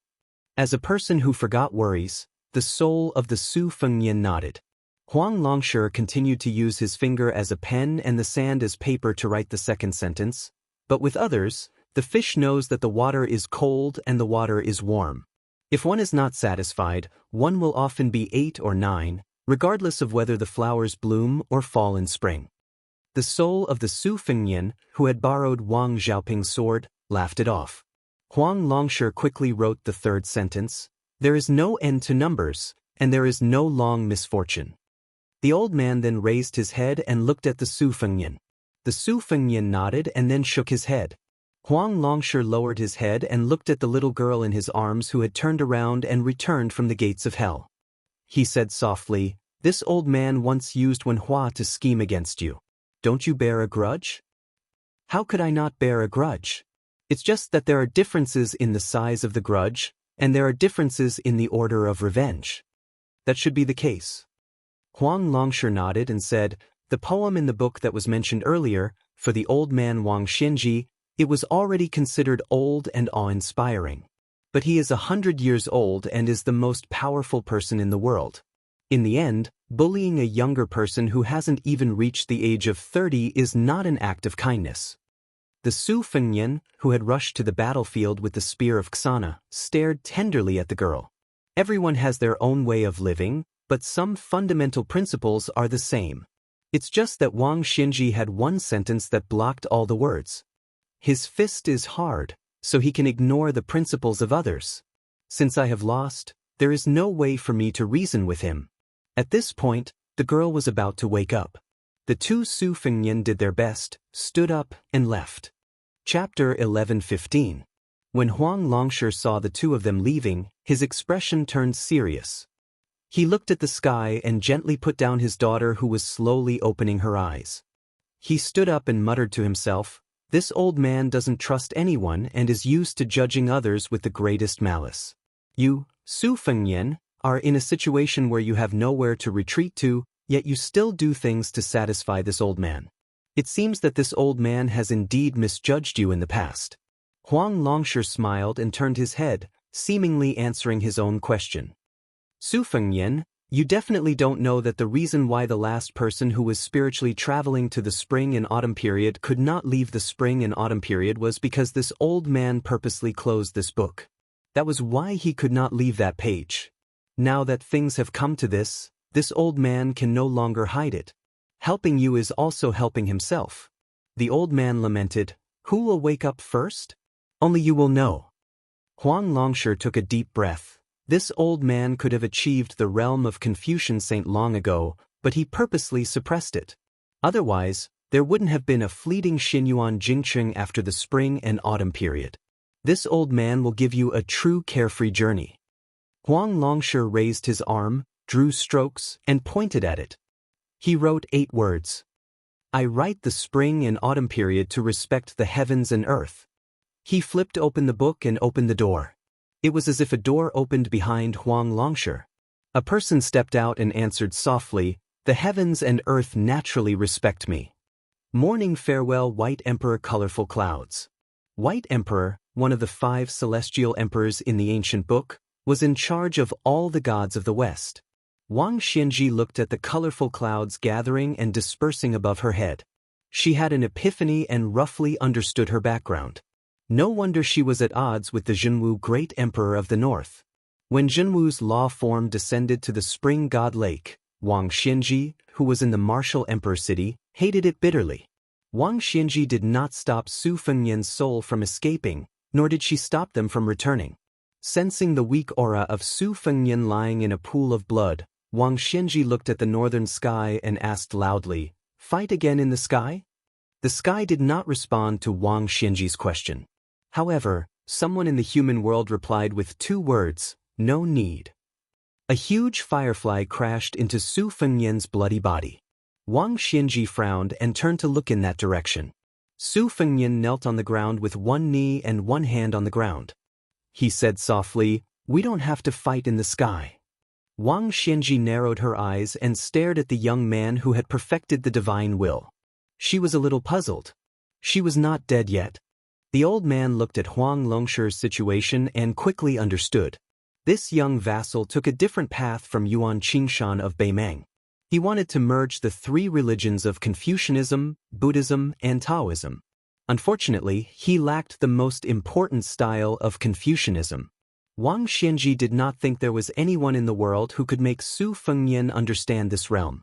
If Chao Changqing gave up his cultivation, well, there was a 50 to 60% chance. However, this official in black wanted to restore the country. Even if he liked Su Fengnian very much, he would not let his emotions affect his decisions. He wanted to restore the country in West Chu and give it to someone else. However, Wang Xianji did not expect that the cold-hearted Huang Sanjia would do such a thing and really let the last wanderer of spring and autumn win. This meant that this kind of gift of inheritance could not be accepted by the other person just because one person gave it to the other. Just like when Su Fengnian first went to Mount Wudong to practice the blade, Wang Zhongluo did not hesitate to give away the cultivation of the Great Yellow Court. However, in the end he only gave away 60 to 70%, which was a serious loss. It was far from letting the young His Royal Highness achieve immortality in one step. Huang Longshi's action was no different from gambling. However, if he gave away the realm but could not make Su Fengnian accept it completely and only made half of the Confucian sage, which was useless in the end, then it would be the biggest joke in the world. Wang Xianji's injury was not fatal, but it was not light either. Especially that instant spear, which could be considered the most embarrassing time since he reached the top of martial arts 60 years ago. The old man still could not let it go. It was not a matter of the severity of his injury, but that no matter how Wang Xianji deduced afterward, he could not avoid it. Su Fengnian grabbed a handful of sand, stood up, and opened his palm. The yellow sand was blown away by the wind and was thrown into the sky. A line went far away and seeped into the colorful clouds. Like mud sprinkled on brocade, it scattered the wind in an instant. Su Fengnian's 3 souls and 6 spirits had returned to his body. Although his face, which was torn apart by Wang Xianji, had not healed, it was still shocking. However, his momentum was majestic and incomparable. Wang Xianji's expression was calm, but there was a slight ripple in his heart. However, his will to fight had never been as high as it was now. This was like a person standing alone on the highest floor and finally seeing a second person walk up to the top. There was no first place in literature, so they despised each other. There was no second place in martial arts, so they killed each other. Wang Xianji, who had always let the younger generation show off all kinds of amazing moves, took a step back and a step forward. This was the first time she took the initiative to make a fighting stance. Su Fengnian took a step forward and a short knife appeared in his hand. He held the spring thunder upside down. The second step was a long one. He held the winter-embroidered knife, which was slightly longer. The 2 knives given or borrowed by Bai Hu's face accompanied him through the 2 Jianghu in Liang and Beimeng. Spring thunder on the left and winter-embroidered knife on the right. Su Fengnian rushed to the front of Wang Xianji with 2 knives in his hands and chopped down with the winter-embroidered knife. Wang Xianji raised her hand and held the winter-embroidered knife, which did not emit any blade light. Her right hand was about to blast out in an attempt to smash the boy's chest. The young man's will had reached the peak, but Gao Shulu's body was still on the verge of collapse. However, before Wang Xianji could make a move, the spring thunder knife came horizontally. It was actually faster than Wang Xianji's by 11%. The 2 knives looked light and easy. Other than the word fast, there seemed to be no other mystery. However, Wang Xianji unexpectedly used her elbow to block the knife and then retreated. Su Fengnian followed like a shadow and always kept a distance of 1 knife from Wang Xianji. The winter-embroidered knife stabbed Wang Xianji's wound, which was made by the instant spear. Wang Xianji was not afraid. She let the dangerous knife stab her, but her fist smashed towards Su Fengnian's neck. Su Fengnian's figure swayed, and the embroidered saber left his hand, barely dodging Wang Xianji's heavy punch. His body drifted past Wang Xianji, and then he grabbed the embroidered winter saber that came out of Wang Xianji's body. It was really a leisurely stroll. Chapter 11:16. Since he did not manage to plant a follow-up chi in the winter-embroidered saber, the saber strike seemed to have severely injured Wang Xianji, but it was more of a humiliation. Wang Xianji was finally forced to the point where he could be calculative. He did not turn around to pursue the attack. Instead, he tapped the ground with the tip of his foot and used his back to crash into Su Fengnian. He made up his mind. It did not matter if he took 1 or several slashes. As long as he could completely crush Su Fengnian's body, the outcome would be decided. Su Fengnian, whose back was facing Wang Xianji, took a few steps to the side and brushed past Wang Xianji again. When their gazes met, Su Fengnian slashed his saber at Wang Xianji's neck. Wang Xianji suddenly sped up.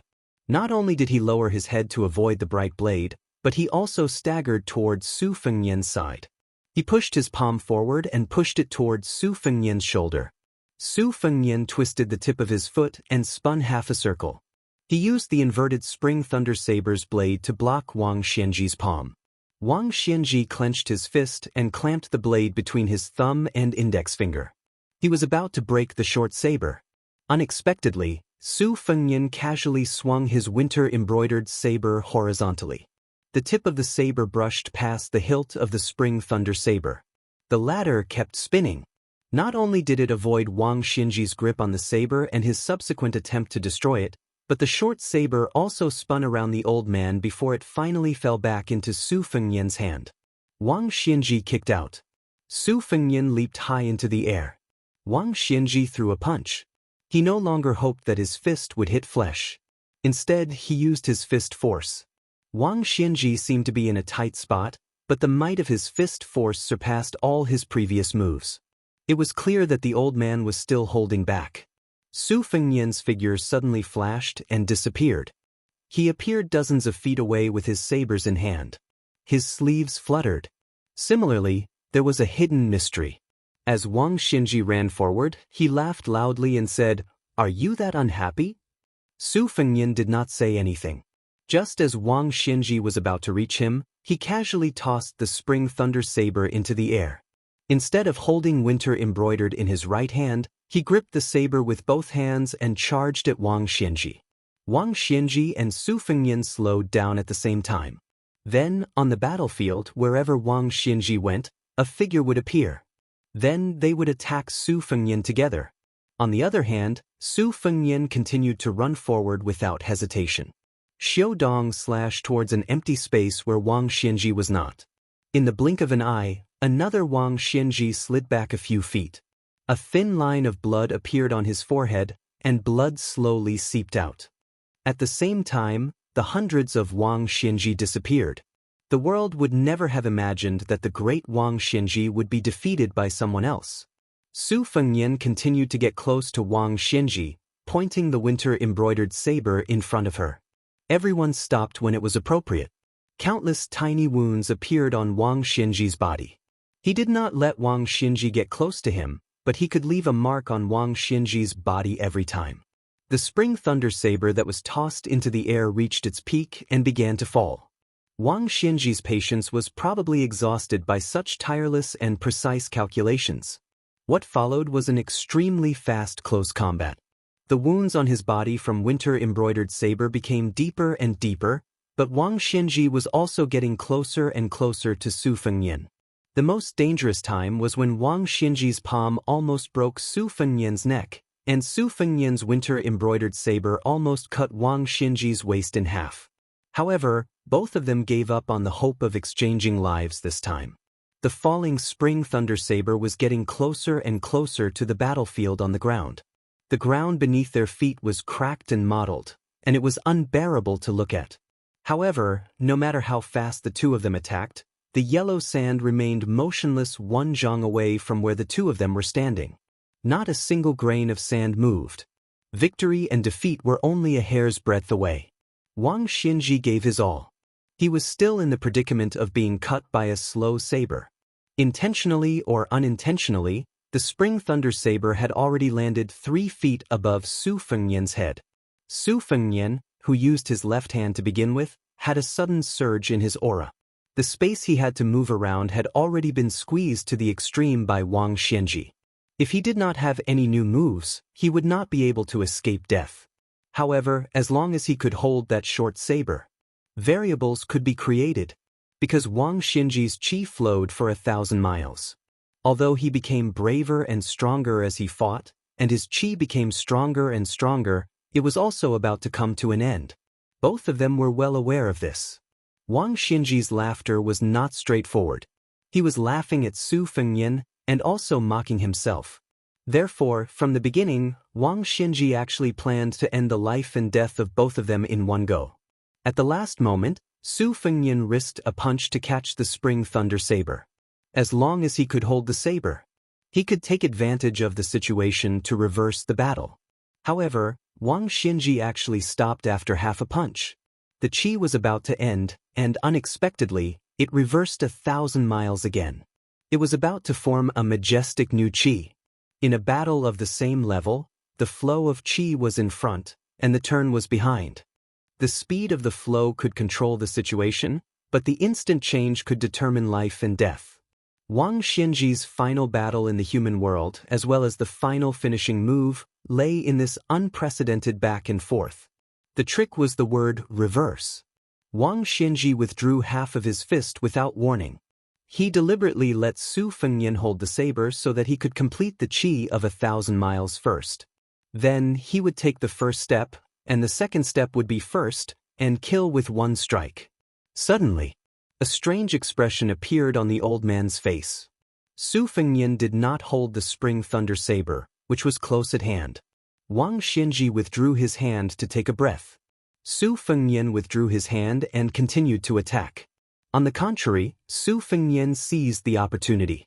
What surprised Wang Xinji even more was that Su Fengnian's winter-embroidered saber accurately crashed into the node of his old and new qi. It was not his heart or neck, but a seemingly insignificant acupuncture point. Su Fengnian charged forward with the bump saber. He even pressed his left hand on the back of the saber. Wang Xinji was forced to retreat dozens of feet just like that. No matter how old he was, he could not stop the arrival of the new winter season. Wang Xinji's qi was rapidly dispersing. His white hair fluttered wildly. Su Fengnian lifted his saber diagonally and returned the favor. He lifted Wang Xinji's burly body off the ground. He did not pull out the winter-embroidered saber, which was used to suppress qi. After releasing his right hand, he held the spring thunder saber that had been following behind him with his left hand. Before Wang Xinji pulled out the winter-embroidered saber with both hands, Su Fengnian's spring thunder saber pierced through Wang Xinji's head. The winter-embroidered saber was not pulled out. It was the same for the spring thunder saber.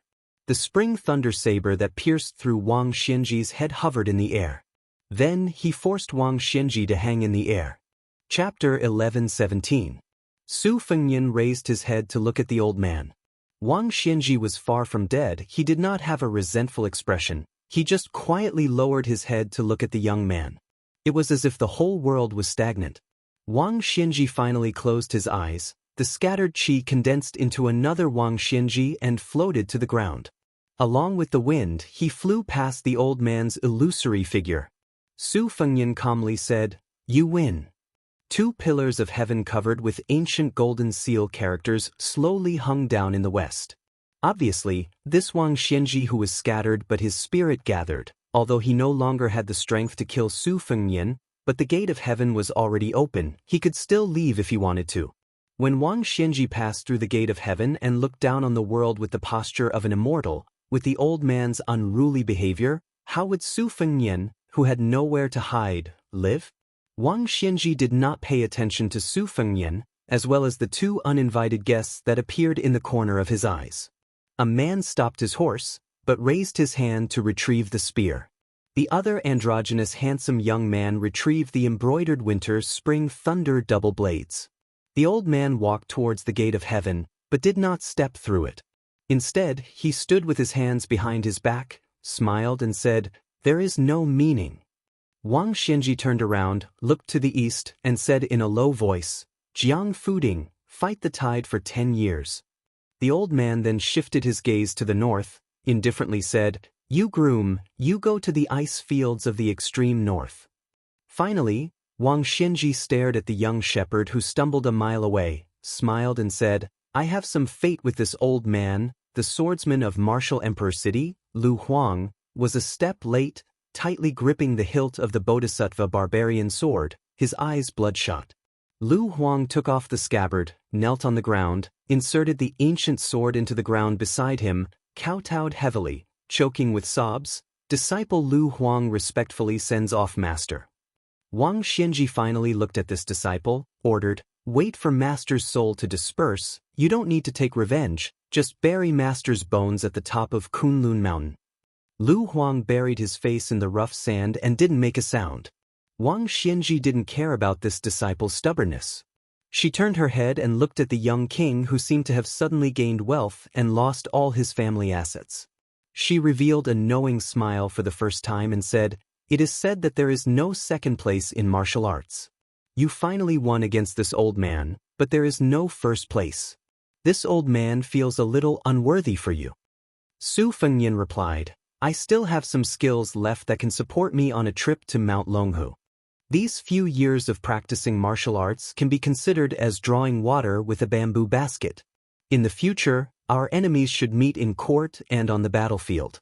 Wang Xinji nodded and said, "A person who defeated this old man should have this kind of bearing." When Lu Huang was at the edge of the battlefield, Huang Sanjia and Miss Hehe also came over. After scheming against Su Fengnian and Wang Xinji, Huang Longsher did not have a complacent expression. The elder held the little girl's hand and said to Wang Xinji with a sneer, "You can't stop the son of heaven's anger from killing 1,000,000 people, so you want to do everything you can to let the later generation have a chance to fight against the former. But you don't know that everyone has their own life. It's not your turn to blindly control this. In the future, there will be no difference between generals and generals. The emperor's throne will take turns. Not to mention ordinary scholars, even peddlers and soldiers can sit and enjoy. The less immortals there are in Jianghu, the more chivalrous the spirit is. Wang Xianji, what's wrong with the Jianghu having less immortals flying around? There will be chivalrous people supporting Jianghu. There will be no ascension. But the Jianghu's origin isn't in the sky, so naturally it won't die. Wang Xianji smiled and said, "Good." Wang Xianji looked around and retracted her gaze, murmuring, "If so, then this old man won't stay in Jianghu in vain." Wang Xianji lightly shouted. Her soul split into three and turned into a rainbow and left. The magnificent divine gate gradually dissipated. Wang Xianji didn't ascend, reincarnate, or live an ignoble life, but generously gave 3 opportunities to the Jianghu in the future. One went to the faraway Eastern Sea Martial Emperor City, one went to the faraway Grand Peace City, and the last one went to the nearby Shepherd Child. Lu Huang abandoned his long sword and walked empty-handed to his master's corpse on the ground. He gently carried it on his back and walked further and further north. Huang Longshi held his daughter's hand and walked towards the east. There's a beginning and an end. After this old man dies, remember to find this old man's daughter and take good care of her. Bai Hu wore the embroidered winter-spring thunder, walked to Su Fengyan and asked, "You're going to Mount Longhu?" Su Fengyan nodded and asked, "Then what about you?" Bai Hu smiled and said, "I don't have the habit of owing debts. Since you killed Wang Xianji for me, then I'll try to kill Toba Bodhisattva." Su Fengyan whispered, "Don't die." Bai Hu smiled and dismissed it. Su Fengyan said to Su Yanbing, "Uncle Su, please bring that child back. I plan to take him as my disciple." Su Yanbing nodded and rode north with his spear. He found the skinny shepherd boy who fainted on the ground because he couldn't bear the burden. Mount Longhu. A middle-aged Taoist was fishing by the deep pool. The purple bamboo fishing rod had no hook or bait. A green leaf was floating in front of him. The Taoist Zhao Huangchao occasionally stared at the wandering veins in the leaf and occasionally raised his hand to calculate the fate. At first, it was mostly within the framework. Zhao Huangchao's expression was relaxed. The veins in the leaf turned bright and dark a few times. The Taoist who cultivated in seclusion frowned but didn't turn pale. Until the leaf turned yellow in an instant and was cut off along one of the veins. Zhao Huangchao was speechless. He looked at the 2 pieces of the leaf floating on the deep green pool. His face was pale. Zhao Huangchao suddenly raised his head and looked towards the northwest. He said angrily, "Old man Wang is useless." A red rainbow smashed into the deep pool. Zhao Huangchao decisively threw away the fishing rod and rushed up the mountain. He wanted to climb over the mountain and rush north. He wanted to rush to the Earth Lung Mountain where he had raised an evil dragon in the number 1 paradise of Taoism. The guest from afar knocked away most of the water in the bottomless pool. It was as if a huge green lotus had bloomed in Mount Longhu. Zhao Huangchao stepped on the canopy of the towering ancient trees as if he was walking on flat ground. His body leaned forward and his Taoist robe fluttered in the wind. The great Taoist master rode the wind. However, a cold, killing intent enveloped his back. Knowing that things were not going well, Zhao Huangchao made a gesture with his fingers and was about to recite the word formation that would turn out to be a prophecy when one of his legs was grabbed by the monster behind him whose face he had yet to see clearly. The visitor from Mount Longhu sneered, "Go back."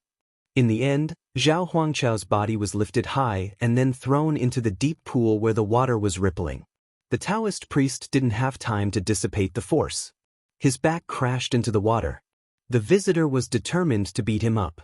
He landed in the pool almost at the same time as Zhao Huangchao. He appeared beside the Taoist priest and pressed the Taoist priest's head down with his 5 fingers like hooks. One standing and one lying down, they broke through the water and fell into the pool together. In the blink of an eye, Zhao Huangchao's head and back crashed into a blue stone that suddenly appeared at the bottom of the pool. The blue stone instantly shattered. The person raised his arm slightly and still grabbed the Taoist priest's head. He then slammed it into the stone wall on the side of the deep pool. Zhao Huangchao seemed to have been nailed into the stone wall. The person was still unwilling to give up. His 5 fingers retracted and then pushed again. This repeated repeatedly. The Taoist priests had crashed into the stone wall again and again like a bell. No less than 100 dull and terrifying sounds of the bell rang in Mount Longhu. The entire pool of water boiled and then turned into a cloud of white mist. The truth came to light. The pool was empty. The Taoist priest Zhao Huangchao's skull and spine were shattered. He couldn't say a word from the beginning to the end. He was dead. Chapter 11:18. With such a big movement under the nose of the Taoist master mansion, the Taoist masters of Longhu Mountain arrived one after another. However, there were no nobles dressed in yellow or purple. The 3 Taoists who arrived first were not old. For the Taoists who could live forever in the eyes of the common people, this age was indeed not old. Like Mr. White Lotus, the 3 of them were outsiders of the Taoist ancestral court, but their cultivation was very high. They were Zhang Wenhan, Xue Solar, and Qin Kuanyong. After the father and son Taoist master mansion ascended together, the prestige of the Taoist master mansion declined day by day. These Taoists vaguely showed signs of supporting half of the Longhu Mountain. Among the 3 of them, Chen Kuanyong was the last to arrive. He saw 2 Taoists standing far away from the nameless deep pool.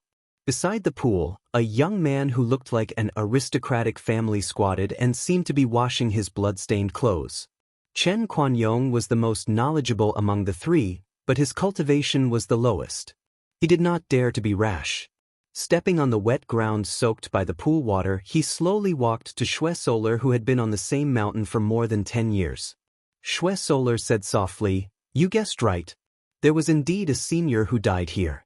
When I arrived, the senior tried to fly to the Earth Lung Mountain in the north, but he was stopped by the young man." Chen Kuanyong was flabbergasted. Without caring about etiquette, he interrupted the conversation of his long-time acquaintance and asked emotionally, "According to the auspicious fortune treasure book, flying into the rainbow is 1 level lower than flying into the sky by riding a dragon, but it's much more superior than riding a crane. Even if that secluded senior didn't fly into the sky, even if you and I joined hands, we still wouldn't be able to stop him." Xue Solar looked strange and carefully said, "It was a black rainbow that rose from the bottom of the deep pool. It rose several feet from the surface of the pool, but it was torn back by the man's bare hands. It was almost completely smashed. Only about an inch wide and a foot-long black rainbow was left. It fled to the snow field." Chen Kuanyong frowned. The black rainbow was definitely not an auspicious sign. It was accompanied by many bad prophecies in the ancient books. Zhang Wenhan, who was some distance away from Chen Kuanyong and Xue Solar, finally asked, "I am Zhang Wenhan of Longhu Mountain.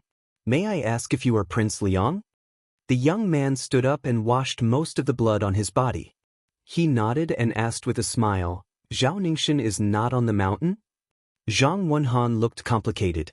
He took a deep breath and took a step forward, and said, "If your highness goes down the mountain now, I can personally lead the way for your highness. If you go up the mountain, I will be overconfident. You." Su Fengyan, who had already eliminated Zhao Huangchao, smiled, "There's no need to send me off. Send my regards to old perfected Zhao Shituan on my behalf." Zhang Wenhan felt as if a heavy burden had been lifted from his shoulders. He bowed deeply. "I will definitely pass on your message, Your Highness." Such wording seemed to be respectful, but in fact, it was no different from an eviction order. However, the notorious young king didn't seem to care and walked straight down the mountain. Among the 3 of them, Xue Solar was the most straightforward. He had a bad impression of the Prince of Northern Liang, who had provoked Longhu Mountain. Even though he had seen how the Prince of Northern Liang ended the fight with his own eyes, he still had his own calculations. Observing the situation, he knew that the young Prince of Northern Liang was already weak. Xue Solar didn't want to miss this once-in-a-lifetime opportunity. He didn't mean that he had to severely injure the powerful Prince of Northern Liang, but he wanted to avenge Longhu Mountain. He couldn't let Su Fengyan come and go as he pleased. Did he think that just because immortal Qi Xuanzhen was no longer in charge of the demon-slaying platform, anyone could come and show off here? So Shui Solar took a step to the side and blocked Su Fengnian's path down the mountain. Then, without waiting for Zhang Wenhan, who was said to be only one step away from the finger-profound realm, to warn him, Chen Quanyong saw the Duke of Northern Liang disappear in a flash. Then, Shui Daoyou's body was lifted off the ground. It was as if his head was pierced by an arrow. He was almost upside down when his head touched the ground, and then he fell limply to the ground. Zhang Wenhan hurriedly rushed to Shui Solar's side and squatted down, slowly instilling a long breath into him, trying to protect his turbulent heart. Chen Quanyong found that Shui Solar's face was as pale as gold paper, and his complexion was extremely poor. Zhang Wenhan angrily said in a stern voice, "The whole world knows that Wang Xianji wants to fight to the death with this person. Since Su Fengnian can come to Mount Longhu, not to mention that he defeated Wang Xianji gave him his last battle in the mortal world. It can be seen that even if he came to Mount Longhu to seek revenge before the battle, he is not someone you and I can belittle. If we annoy this person and he is driven to desperation, he will break into the Taoist master's residence and go on a rampage, destroying the foundation of Mount Longhu. The three of us are not of the same surname, so how can we bear the responsibility?" Some of the Taoists who were of lower seniority gradually gathered around, and there were also a few Taoists who were yellow and purple. Seeing this scene, they were somewhat at a loss. Zhang Wenhan did not explain anything, and only asked Chen Quanyong to report the details to the Taoist master's residence on the mountain. He then carried Shui Solar to a secluded place to treat his injuries. If he was unlucky and fell ill, it was destined to affect his Taoist root. On the mountain, people of different surnames had always been united. It was not easy to have a new atmosphere, and they should have climbed the mountain together. Su Fengnian went down Mount Longhu, and then climbed up Mount Hui. Today, the Xianyuan family was like a hot knife through butter in Jianghu. The purple-clothed woman first reached the top of the martial arts world, and became the first female martial arts chief in hundreds of years. Later, she intercepted Wang Xianji, which was a blessing in disguise. Her cultivation was temporarily damaged, but in the more important matter of the realm, she went one step further, causing Mount Hui to become more and more crowded. At the mountain gate's archway where one had to pass to go to Bull Mound and Snow Plateau, there was a newly erected sword comprehension stele, which was somewhat similar to the city wall of Martial Emperor City. If the challenger lost, he would have to leave behind his weapon and leave the mountain. Chapter 11:19. Su Fengnian walked unhurriedly on the mountain path. There were many strange people in Jianghu, so he was not too eye-catching. Beside him was a coquettish woman who deliberately wore a big white fox fur coat at the end of spring. In front of him, there was a bald man who dragged a huge horse-chopping sword up the mountain. Su Fengnian went up the mountain this time mainly to prevent the cunning Zhao Huangchao, who had more than 3 burrows, from having a backup plan. That streak of black light that escaped the net eventually fell into the missing moon tower on the Great Snow Plateau. Although Zhao Huangchao was undoubtedly dead and could not rise from the ashes, Su Fengnian had to be careful and personally make sure that he turned into ashes. Moreover, he wanted to make a deal with Xianyuan Qingfeng. Su Fengnian had fought 2 battles in a row. Not to mention Wang Xianji, Zhao Huangchao was also an earth immortal, and he had killed 2 people in a row. It was no wonder that Shui Zhili of Mount Longhu thought that he was a pushover. Su Fengnian now only had the body of a tall tree, and his soul and spirit were in a mess. The former could not be obtained anymore, but the latter was like a dried-up pond in a dry season. As long as the pond was still there would be no water for a short period of time.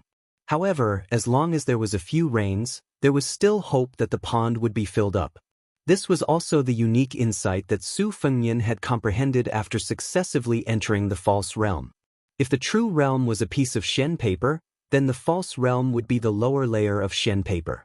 Right now, even though Su Fengnian was severely injured, he still managed to surpass Wang Xianji and kill Zhao Huangchao.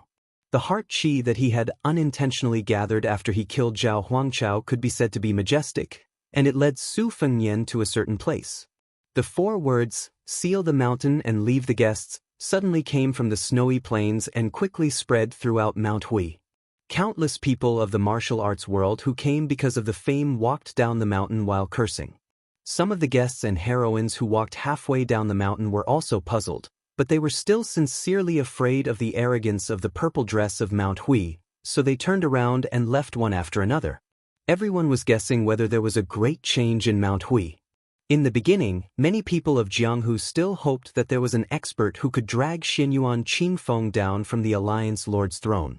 Later, they felt that although a woman was riding on top of the entire Jianghu, she was indeed very skillful and was rumored to be extremely beautiful.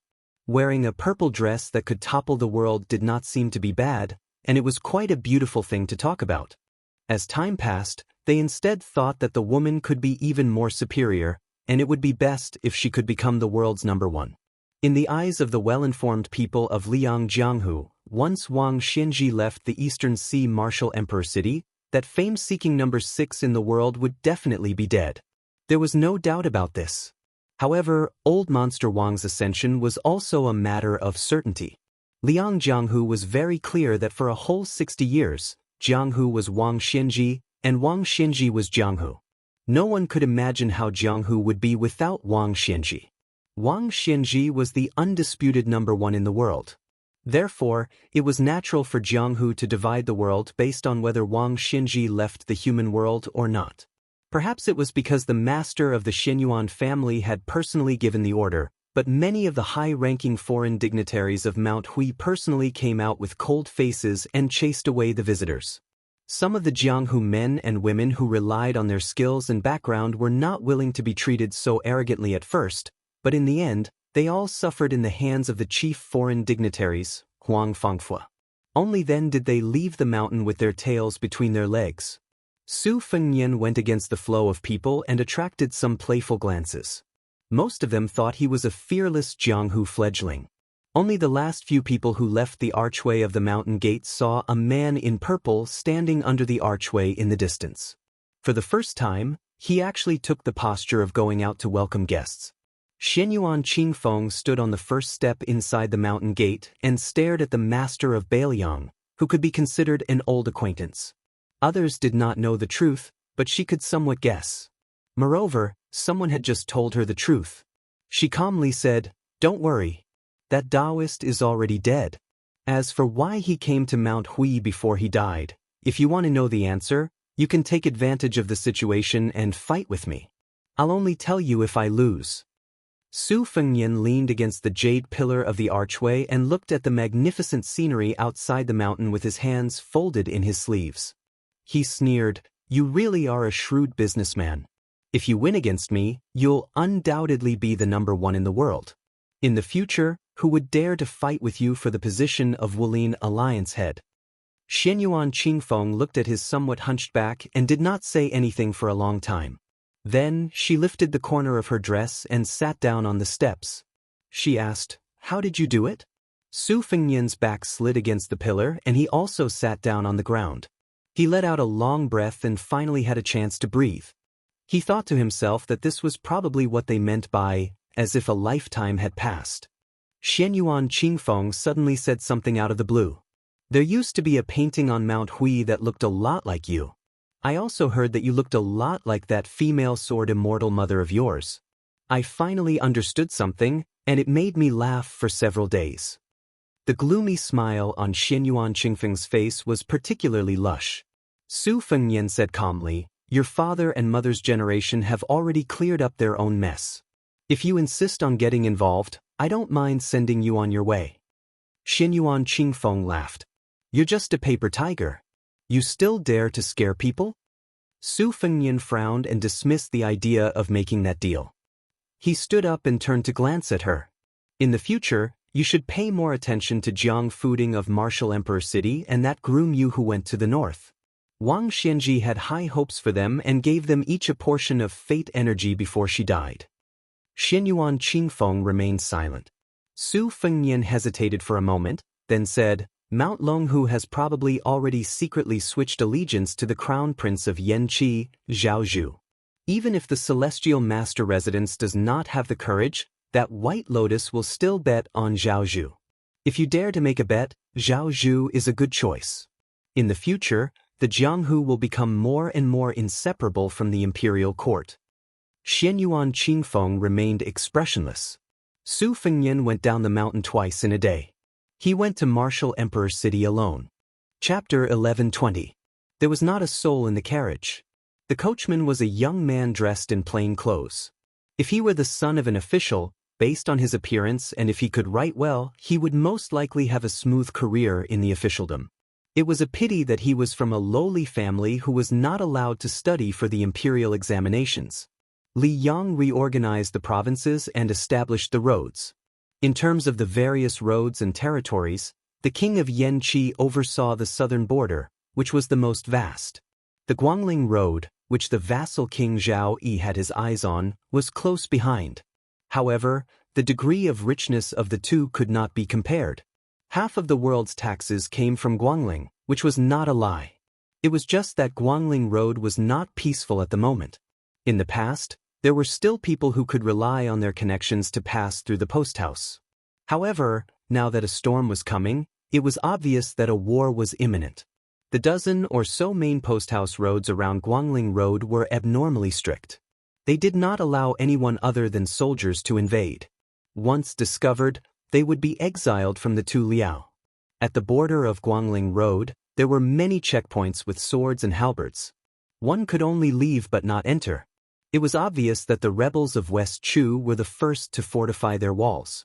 Later, the matter of clearing the wilderness was handed over to Li Yang in order to catch a turtle in a jar.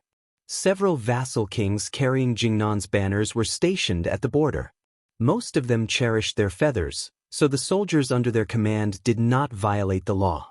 However, some of the second and third class generals who held little military power but were unable to participate in the war immediately smelled the fishy smell. Horses would not grow fat without night's grass. Around the border, there were many bandits fishing in troubled waters. It was true that there were a few rebellious acts, but it was absolutely not as serious as reported by the local government. As a result, first there was a small-scale rebellion, and then there was the chaotic scene of bandits passing through like a comb. Immediately after that, the soldiers who were suppressing the bandits heard the news and moved into action. This was the true meaning of soldiers passing through like a string of beehives, causing many wealthy families who had the strength to complain incessantly. In the end, even the envious heads of the provincial and county governments suddenly became bold. They did not care about their table manners and wantonly sent their trusted aides and advisors to the aristocratic families outside of their in-laws. Nominally, they were distributing protective talismans, promising that when the bandits roamed, the government would definitely send troops to protect the border and the people. Nobody was stupid, so they could only obediently squeeze out a smile and send boxes of gold and silver as a means of averting disaster. Nowadays, even the banknotes of the big money houses with roots in the capital were useless. As long as it was real gold and silver, the latter could only resentfully curse the officials in private. If he wanted to get to Eastern Sea's Martial Emperor City, he would have to go through Guangling Road and take the easternmost, Wild Road. Su Fengnian, who had become a coachman, had already crossed the border. Along the way, he had seen several robbers taking advantage of the chaos to make money, all of which happened in the area between Dechu and Li Yang's prince of Guangling, Zhao Yi. Among them, there was a group of 30 robbers, each of them riding a horse and wearing armor. Although most of their weapons were rusty, they were undoubtedly weapons from the old Guangling Road's armory. It was enough to show how the Li Yang officials who had come from outside did not pay attention to the outside world and only cared about the wealth of the people. However, when Su Fengnian arrived at the east, the situation began to improve. At first, he walked on foot, but later on he encountered a group of fierce bandits who were chasing a wealthy family far away from trouble. At that time, more than a dozen young and strong guards were killed. Su Fengnian killed a few bandits who were about to attack the women and children, and a few more who were out of their minds. However, he did not chase the bandits down and let them escape. At that time, a young man who was wearing a scholar's robe, who was about to kill his savior, stared at Su Fengnian gloomily and said that he was willing to pay 100 jin of gold to kill all the bandits and avenge his family. Su Fengnian ignored him. The young man was about 13 or 14 years old and was a jurin of the imperial court, but he had not yet passed the examination. He was probably a local prodigy and was highly regarded by his family. They were all eagerly waiting for him to bring glory to their family, so it was inevitable that he developed a condescending arrogance. When the young man saw that this young man who traveled in Jianghu was not chivalrous and had suffered a tragedy himself, he did not cover his mouth and said a few very unpleasant words. Su Fengnian was too lazy to argue with a child and continued on his way. However, the old man of this small noble family was kind and quickly came forward to reprimand his eldest grandson's rudeness. He gave him a carriage as a gesture of gratitude and carefully gave him a small stack of silver notes.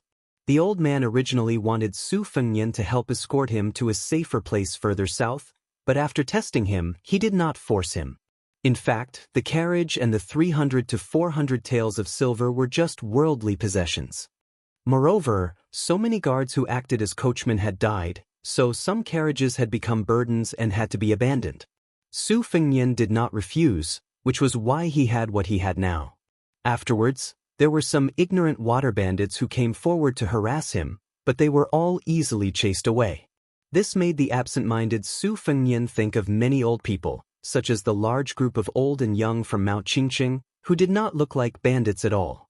As for the Jianghu chivalrous men, he remembered He Zhu who rode a horse to the spring god lake to deliver a message to Miss Hehe. Su Fengnian felt that he had been to Jianghu several times and had seen many so-called chivalrous women, but no matter how he counted them, perhaps only Lu Narong from the Fish Dragon Gang and Zhou Qinghu, whom he met along the way when he met great ancestor Gu, were more in line with his impression of chivalrous women in his mind. Their kung fu was mediocre, and their appearances could not be considered stunning. If he had met them earlier, they were far from the Jianghu fairies that he had envisioned when he was a teenager. When he was young, he always thought that chivalrous women were carved from the same mold, nothing more than white clothes fluttering in the wind, otherworldly. He felt that they would not need to eat, drink, defecate, or fart for the rest of their lives. Now, Su Fengnian would definitely not be so naive as to take things for granted. At first, Su Fengnian insisted that the restoration of West Chu was nothing more than Chao Changqing going against the current, and that he was destined to be unable to win the general trend of the world. He could only temporarily occupy a remote corner, unable to make a sound by himself. Then he would be reduced to a new generation of young and strong generals in Liang with little merit, and help the old generals of the spring and autumn period leave the imperial court. However, along the way, he had seen many of the older generation of West Chu survivors who had endured humiliation for more than 20 years. For the time being, they still kept their mouths shut. But Su Fengnian knew that the more they endured, the more the Liang officers and soldiers would exploit them. With Chao Changqing as the backbone of New Chu, it might not be as vulnerable as it seemed. Chapter 1121. Once the fire and smoke of war started, many people would die, but it was destined that a small group of people would emerge and eventually firmly occupy a place in the annals of history. Now the key point was whether West Chu or Liang had more people. Intuition told the Su Fengnian that the latter had more people, but West Chu had always produced great talents since ancient times. Once they made a name for themselves, they would amaze the world with a single brilliant feat. Perhaps one or two young talents would emerge who would inherit Chao Changqing's mantle. The carriage stopped temporarily at the northeastern border of Guangling Road. At this time, the entrances and exits around Guangling Road had been completely closed. This was the last hidden exit of Guangling Road. A lot of people with Jianghu background and connections had flooded into Wu Wu City to take refuge. One of the vassal King Zhao Yi's trusted aides was guarding this place. Probably because he had received his master's instructions, he was not afraid of being impeached by the imperial censor and chose to turn a blind eye to it. Of course, if someone wanted to leave the country, it was impossible to do so without ruthlessly losing a layer of skin. Conservatively speaking, Zhao Yi's spring snow building had earned more than 2 million taels of silver in a short span of 20 years, not to mention the countless antiques, treasures, calligraphy and paintings, which were all being transported to the end of Guangling River by cart. There were probably 3,000 strong elite Zhao family's light cavalry guarding the place. Although the road here was crowded, it was not chaotic. As for the wealth of the family, as long as there was enough money, the young general of the spring snow building, Song Li, who had 3,000 cavalry, could even allow people to enter the courier road to hasten their journey. If there was not enough money, it was not a problem. As long as there were beautiful women in the family, they could offer them with both hands. Everyone in the Guangling path knew that the distinguished scholar Song Li was fond of women and did not like dead objects. No matter how valuable an object was, he would give it away as he wished. Only he was fond of collecting beautiful women. Song Li, who was not yet 30 years old, was not satisfied even when he was already drunk on the lap of a beauty. It was rumored that there were no less than 20 stunning beauties in his family. There were women from the imperial family of a fallen country who had wandered among the common people, young heroines from Jianghu sects, and even women from aristocratic families who were willing to have an affair for him. Among these women, there was no doubt that the most famous was Banana Deer, who was ranked 6th on the New Rouge ranking. This delicate woman could be said to have had a difficult life. Originally, she had passed through the hands of many people, but fortunately, she was not labeled as a beautiful woman with a short life. Song Li's origins had always been unclear. He gave people the feeling that he had inexplicably become the new celebrity of the Guangling Path's important military location, the Spring Snow Building. However, after that, he had always been deeply trusted by the vassal king and was even close to His Royal Highness, Zhao Yuang. What was even more inconceivable was that Zhao Yuang, the grandson of the Zhao family with such a bad reputation, was able to remain calm in front of the beautiful women in Song Li's family. He was even able to respectfully address Banana Deer as sister-in-law. Furthermore, the Spring Snow Building was divided into 2 camps. Lu Sheng, who had already entered the capital and been promoted, was in the same camp as Zhang Erbao and the other generals. He had always been at odds with the chief advisor, who had a bumpy career because of his ugly appearance. Song Li, on the other hand, was able to make friends with both sides. Su Fengnian stayed at an inconspicuous inn in the military town. The price had already increased by many times. It cost 30 taels of silver a day, and it was not even enough to stay in a second-class room. Furthermore, because there were so many people coming and going, even if the bedding was carelessly washed, one could smell a strong sour smell of sweat. The horse grass used to pull the carriage had to be charged separately. It was even more expensive than the meals of the guests staying at other places. However, still, no one dared to complain. Su Fengnian's room was at the end of the corridor on the 2nd floor. It was narrow and dark.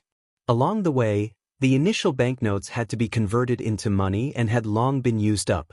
Afterwards, he had cut off some real gold and silver from a group of bandits, which was more or less enough to cover the cost of crossing the border. If Su Fengnian wanted to reach the ownerless Eastern Sea Martial Emperor city as soon as possible, it would be a piece of cake. However, the current timing was not right. If he wanted to truly succeed, it was better to go at the right time than to go at the right time. That way, he would appear to be leisurely and carefree. Furthermore, he also wanted to take advantage of this period of time to take a few more glances at the people of West Chu. At dusk, Su Fengnian went downstairs to make do with dinner. After chewing and swallowing slowly, he ordered a pot of tea. The waiter said that it was this year's Spring God Lake new tea, but the tea in the cup was yellow and truly unbearable to look at. Inside the building, most of the guests were talking loudly. There was wine and tea. Su Fengnian discovered that there were almost no survivors of West Chu who had left their homes and headed north. After the spring and autumn period, the territory of Liang was vast. Because there were so many powerful vassals who had been given territories by the previous emperor, a lot of news, neither light nor heavy, was blocked by the region. However, there were still some things that interested the entire court. One person spread to 10, and 10 to 100. With the support of the relatively unobstructed post office, the news spread extremely quickly. For example, who was the top 3 in the court examination that appeared only once every 3 years? As for the martial arts and rouge reviews, there was no need to talk about them. However, in this month, there were only 2 things that the people of Liang looked forward to the most. One was when West Chu would rise in rebellion, and the other was when they would hear the news of the death of the young vassal of Bailiang. This news of death was, of course, great news. In the eyes of many people, even though Bailiang had the surname Su for more than 20 years, since the butcher Su Shao was dead, they might as well give it to Chen Zhibao, who had been the vassal for a period of time. Only then would everything be fine. In the eyes of the people, the new Liang prince was the scoundrel who occupied the magpie's nest. The king of Shu, Chen Jibao, could very well rule over two lands. The western front of Liang would be peaceful and peaceful. It was better than letting the prodigal Su Fengnian squander 300,000 cavalrymen for no reason. At this moment, everyone in the inn was discussing the second matter. After all, most of the people in the inn had a grassy atmosphere. As long as no one was implicated in the restoration of West Chu's country, it would not be a big deal. However, Wang Xianji, who had been given land without a single soldier, was an old monster who was called the Emperor, on the same level as the Emperor of the Zhao family. When they talked about this martial emperor, everyone was excited.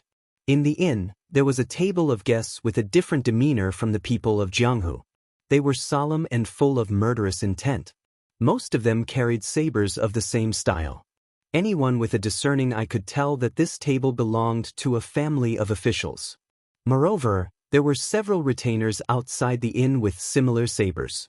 Their eyes were sharp, and they looked at everyone with the arrogance of a human looking at a dog. There were 3 men and 1 woman at the table. The woman lowered her head to eat and occasionally raised her head. Her appearance was ordinary, but she had a pair of spiritual eyes that made people forget the vulgarity. Especially when she looked around, it was enough to add a lot of color to her. Sitting beside her was a short and sturdy man in his 30s.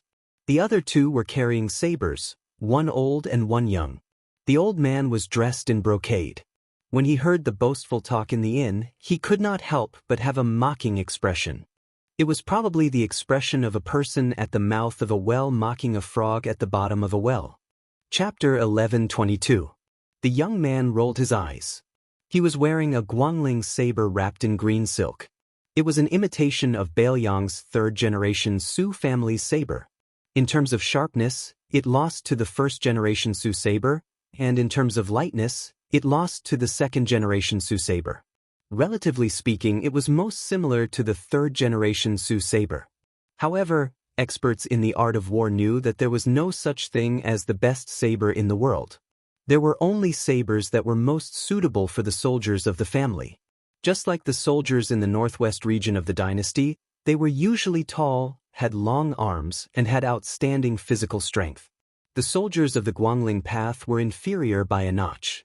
This was a natural disadvantage that could not be changed by human resources.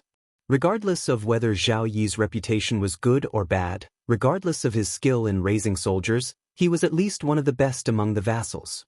Otherwise, no matter how thick-skinned this fat pig was, he would not be so shameless as to compete with Bailiang for the title of the world's best soldier. The Guangling path had the brand new armor and horses from the Liang dynasty, and had also quietly produced the newest Guangling saber. However, it had not yet been released on a large scale. The saber that the young man was wearing was a new saber that had not yet been made public. It would be named either the Spring Snow Saber or the Elo Saber. It could be seen that Zhao Yi and the higher-ups of the Guangling path had high hopes for this saber. Just as the young man was about to speak, he was glared at by the man who did not wear a saber and did not look cultured. The young man immediately shut his mouth and sullenly drank his wine. It was really torturous to not be able to spit it out quickly. A retainer hurried into the inn and whispered into the ear of an ordinary-looking man. The man nodded, got up, and walked straight to Su Fengnian's table. He said with a warm smile, "Young master, do you have any scholarly achievements? If you don't think it's too much, why don't you come work for me? Other than the women who are with me, I am always willing to give you anything." Su Fengnian asked, "Are you the general of the Spring Snow Building, Songli?" The man was stunned for a moment, as if he did not expect his identity to be seen through at a glance. The old man beside him had said that this lad's aura was not ordinary. He was either a first pin master who had hidden his strength or a chi master who focused more on his mind than his skills. The man could not help but click his tongue in wonder. It should be known that the old man who had always been arrogant in Guangling sect was as famous as the former number 1 of the southeast, Chai Qingshan. Chai Qingshan was not only a master of swordsmanship, but also the master of the Dongyue sword pool, Song Yanqing's martial uncle. Previously, he had relied on Zhao Yi for the sake of the sect's reputation and was reluctantly expelled by the Dongyue sword pool. Now that Song Yanqing had died, Chai Qingshan had been respectfully invited back to the sword pool to take charge of the affairs. In this way, the old retainer beside him was the well-deserved #1 master of Guangling sect. The old man's name was very common, Wang Fu, but his saber skills had already reached perfection, even before Gu Jiantang. It could be said that Gu Jiantang was among the top 10 masters in the world, and never dropped out of the wushu evaluation. He once stepped on the shoulders of this old man. The old man treasured the famous saber cough bead, nicknamed Ghost Under the Wrist. In the past few wushu evaluation sessions, people who used sabers all over the world all had the same understanding. Those who were truly proud of their saber skills could be counted with one's fingers. Among them, Gu Jiantang was ranked first. Mao Shulang, who was from Nanjiang but was still strong despite his age, had already completely sealed his saber. Coupled with the fact that he had no successor, he went to play with flowers, grass, fish, and insects. Wang Fu unknowingly rose one rank, ranking before Yuan Zuozong of Bailiang, who had abandoned his saber for many years. The reason why this martial arts magnate did not enter the wushu evaluation was because his strength was slightly inferior, but more of the reason was that his martial arts ethics were extremely poor when he was young. When he encountered masters, he never knew what elegance was and used all kinds of sinister tricks. Years ago, in order to disturb the enemy's state of mind, he had people kidnap the enemy's wife and child before the battle. When he showed up, he threw the enemy's child's thumb. The enemy, who had always been calm and peaceful, lost the support of his state of mind and finally died under Wang Fu's saber. Even though he was old, he still did not act like an old man. His temperament was extremely devious. His bladesmanship was a dark path, and he was especially diligent in slaughtering those talented Jianghu juniors. He would kill almost everyone he saw. It had been many years since Wang Fu had the opportunity to pull out his cough bead blade. His original intention was to kill just now as a way to relieve his boredom. If he made a mistake and really encountered a troublesome master, with Guangling Path's top nobleman Song Li's 3,000 steel cavalry holding the fort, a lone Jianghu outsider would not be able to make any waves. When he was captured, he could be slowly used to sharpen his blade. In these years of relying on the imperial court, Wang Fu had done many such shady deeds. However, Song Li, who was recently conferred the title of General Hengjiang by the imperial court, had his own plans. He did not go along with the intentions of this bladesmanship master. Instead, he had the intention to recruit him. It was not that he lacked valiant generals who could charge and break through enemy lines, but Song Li had always had a strong hobby of collecting beautiful women and Jianghu experts. Furthermore, he only treated them as flowers on brocade and not charcoal in the snow. Once he obtained them, he would be satisfied if he could take a few glances at them whenever he remembered them. Just like this time, when Wang Xianji announced that she would not return after leaving the city, Martial Emperor City lost its last life-saving talisman. Many Jianghu experts who could not see the light of day were recruited by Song Li, who was close to them. Song Li also did not care about their character. Song Li was all smiles, but Wang Fu did not dare to let his guard down. There were countless unorthodox methods in the Jianghu, and only God knew if the remnants of West Chu had their eyes on this newly conferred general of Hengjiang. If Song Li was schemed against, the spring snow building was in need of people. If he lost a trusted general before the war even started, the vassal King Zhao Yi would skin him alive and pull out his tendons. Everyone in the spring snow building knew that Song Li's current power and status was not only because he was capable, but also because Zhao Yi saw Song Li as a character who would share his fortune and misfortune. This point was even more important. The shrewd old spring snow building member, Lu Shengxiang, might not be without resentment. Su Fengyan glanced at the ghost under the wrist, Wang Fu, who was holding his breath in concentration, and quickly retracted his gaze. Song Li waited for a moment and did not receive a reply. He laughed at himself and did not hide his regret. He slowly said, "I am just a small general. Since I am not able to enter young master's discerning eyes, I hope that when we meet again, you and I can have a good drink. I still have some urgent matters to attend to, so I will not disturb young master's tea time. In the future, as long as young master travels the Jianghu in the Guangling Road, No matter if it is a big or small matter, you just need someone to send a message to your residence. I will definitely be there. Song Li cupped his fist lightly and left with a smile. His bearing was extremely good. Not only did he not bully others, but he also admitted that his foundation was not deep enough. It was not that the young masters present were blind and did not recognize a true Buddha. If it were other heroes of the Jianghu, even if they were not deeply grateful, they would inevitably have a good impression of a general who lowered himself and treated them with respect. When Song Li cupped his fist and left, Su Fengnian also put down his teacup and stood up to send him off with his eyes. The diners at the nearby tables were quite frightened when they heard the conversation between the two sides that did not deliberately hide anything. When they looked at Su Fengnian again, their gaze was no different from looking at a complete fool who did not know what was good for him. Walking out of the door, Song Li walked down the steps and asked softly, "Elder Wang, did you identify this person's cultivation?" Wang Fu took out a fragrant porcelain bottle from his sleeve, unscrewed the lid, and lowered his head to sniff it. He said darkly, "Strange, strange. This old man purposely leaked some of his killing intent, but this kid did not purposely pretend to be a fool." After noticing it, he immediately stopped twirling his cup, but then there was no more movement. Could it be that he was apprenticed to a Taoist priest since childhood? Otherwise, he would not have such composure. Ordinary experts, when attracted by a sudden killing intent, can maintain their posture and pretend to be as steady as Mount Tai. However, the subtle changes in their pupils and the speed of their qi circulation are difficult to hide. However, this old man can confirm one thing. Looking at his continuous gestures of raising, holding, and putting down the cup, this kid must be a person who uses a knife. Song Li smiled. Usually, Elder Wang can kill if you want to, but now is not the same as before. Many things may affect the whole situation. It is better to avoid unnecessary trouble. Wang Fu reluctantly agreed and put away the bottle, as if not killing people was equivalent to accumulating merit and virtue. He said with a smile, "That kid probably doesn't know that he has wandered around the gates of hell." Song Li turned and mounted his horse.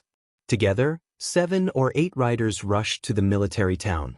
A few li away, a scout came back with a military report. Over there was a pair of women who were extremely interesting.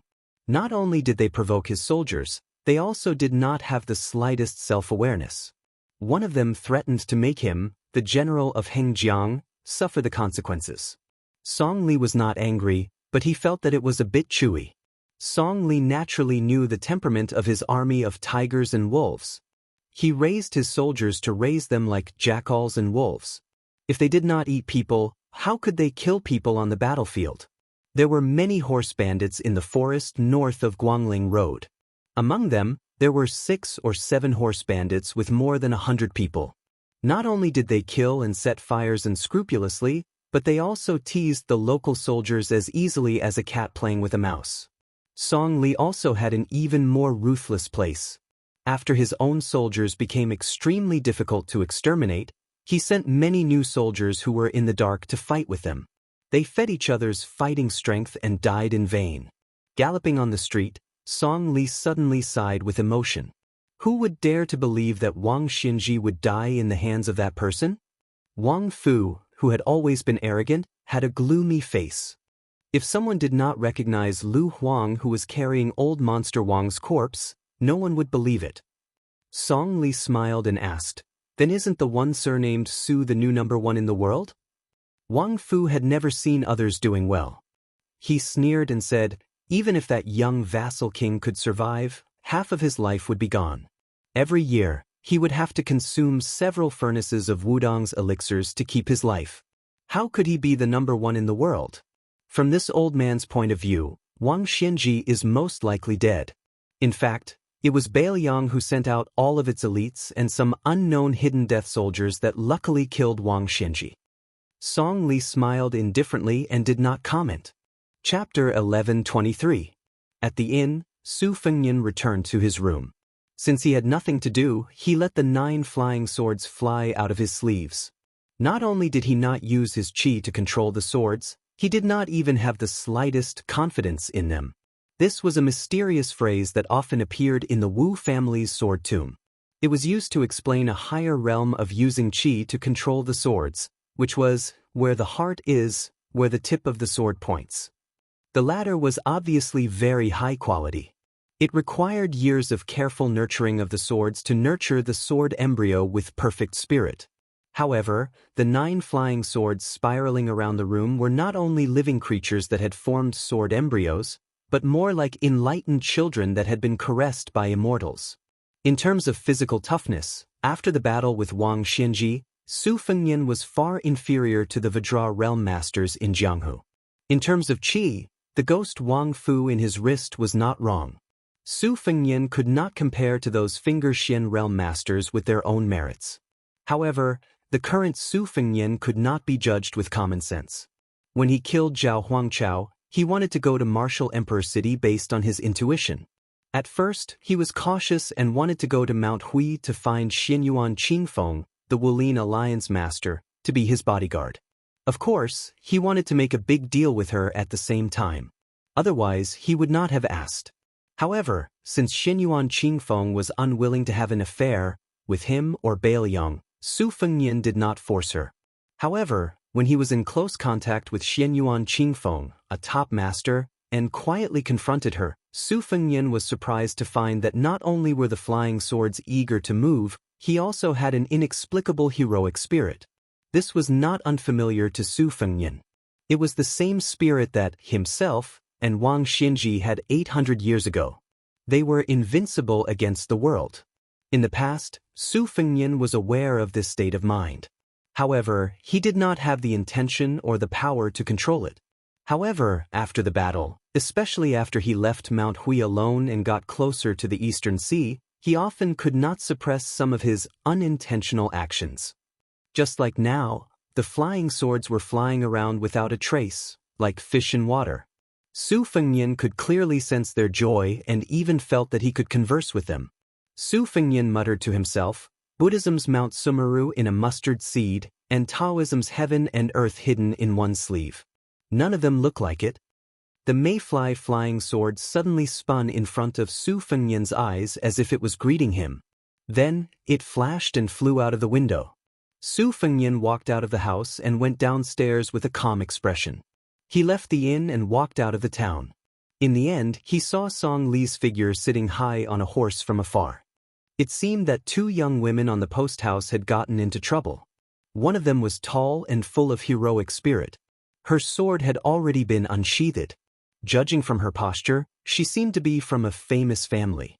She was still a bit away from being able to spit out gang qi at the tip of a sword. She was protecting a woman with a graceful figure behind her, who seemed to be a lady from Jiangnan. However, it seemed that she had lost to someone in a martial arts competition. One of her arms drooped down and couldn't stop trembling slightly. That was why she changed her hand to hold her sword. Song Li didn't say anything. The young retainer with the green silk wrapped around his saber slowed his horse's hooves. His attitude was contented. He also unsheathed his saber and spun it gently. The warhorse leisurely circled around the 2 desperate women. Su Fengnian stood in the shade of an inconspicuous post house. He heard the swordsman, who was obviously a woman from the north, say sarcastically, I thought that the Guangling underworld wasn't a nest of snakes and rats.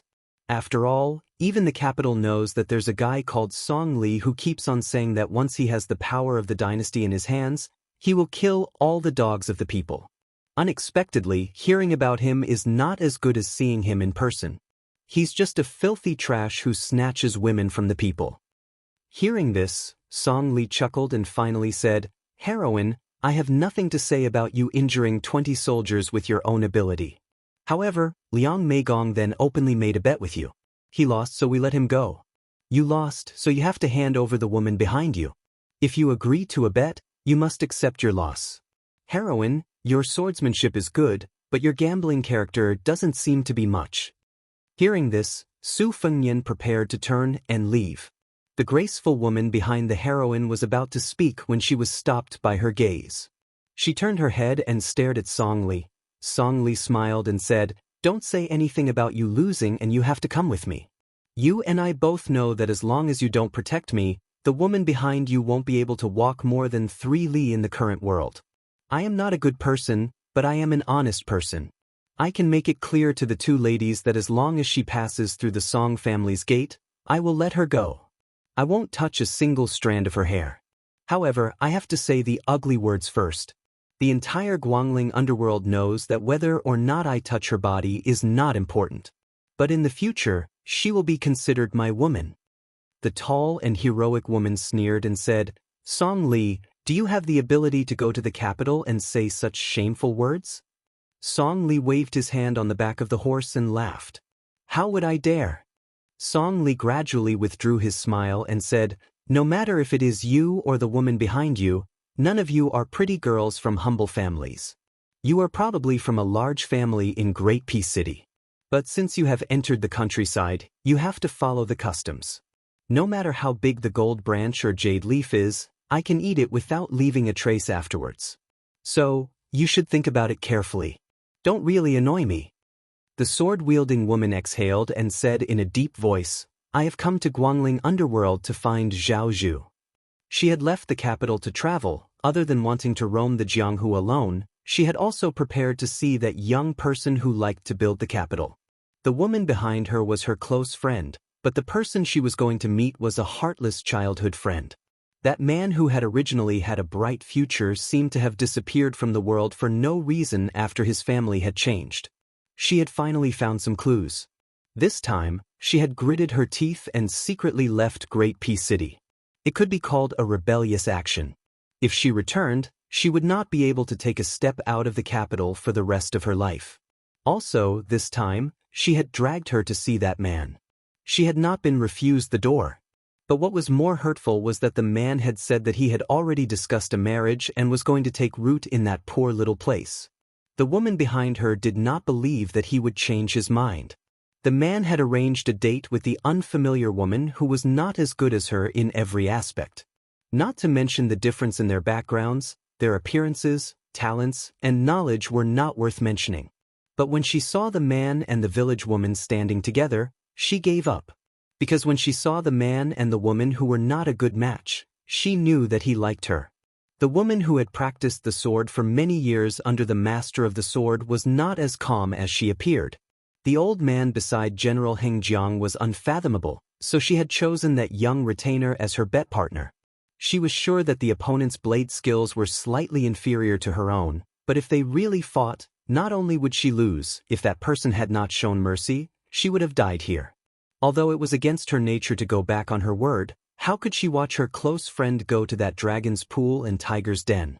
Just as Song Li himself said, once she crossed his family's threshold, she would lose her clean reputation. No matter what good would it do to have this surplus general of Guangling's local snake be hacked into 1,000 pieces, his property confiscated, and his ancestors exterminated? But she still did not want to reveal their identities. She was not willing and did not dare. Song Li stilled slightly, his eyes burning. Zhao Zhu, the heir of the king of Yanqi? She knew that it was not good and closed her mouth. There would always be men in the world who did not care about rules and liked a woman's identity more than her appearance. Great Peace City was the most virtuous place in the world, and also the most corrupt place. She had seen and heard too much about it. Some of the sons of noble families, who could not seduce any kind of beautiful woman, would target those women who were clearly old and lived in deep courtyards. They were proud of them and would privately meet with their friends to use them as a topic of conversation. They would compete to see who had the higher rank of the titled madam that they had tricked. She had heard that this group of scoundrels did not just view women with ebony scrolls as playthings, they even dared to seduce titled madams with jade scrolls and rhinoceros horn scrolls. Hearing the name Zhao Zhu, Su Fengyan, who had already walked a few steps, stopped in his tracks. He raised his hand and plucked a lush willow branch. Su Fengyan did not plan on going close, but he also did not want to stand by and do nothing.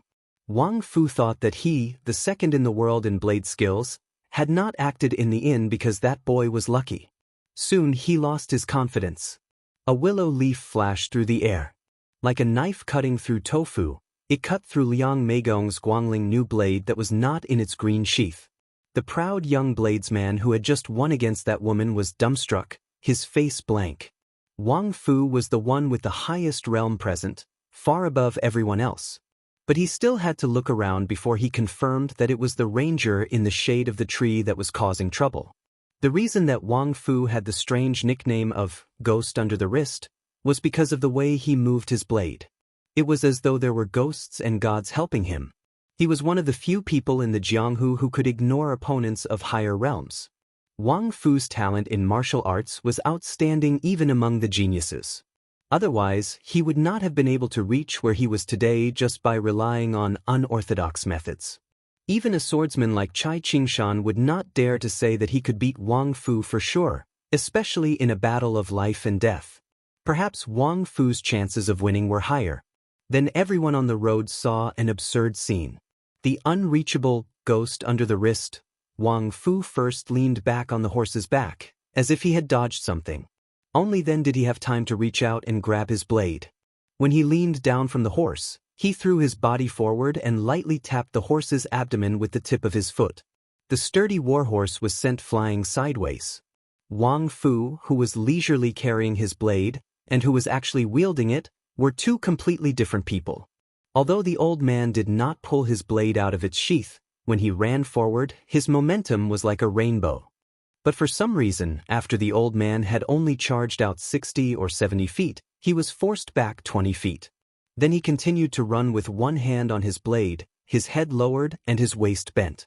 He did not walk in a straight line, but rather slithered across the sand like a snake.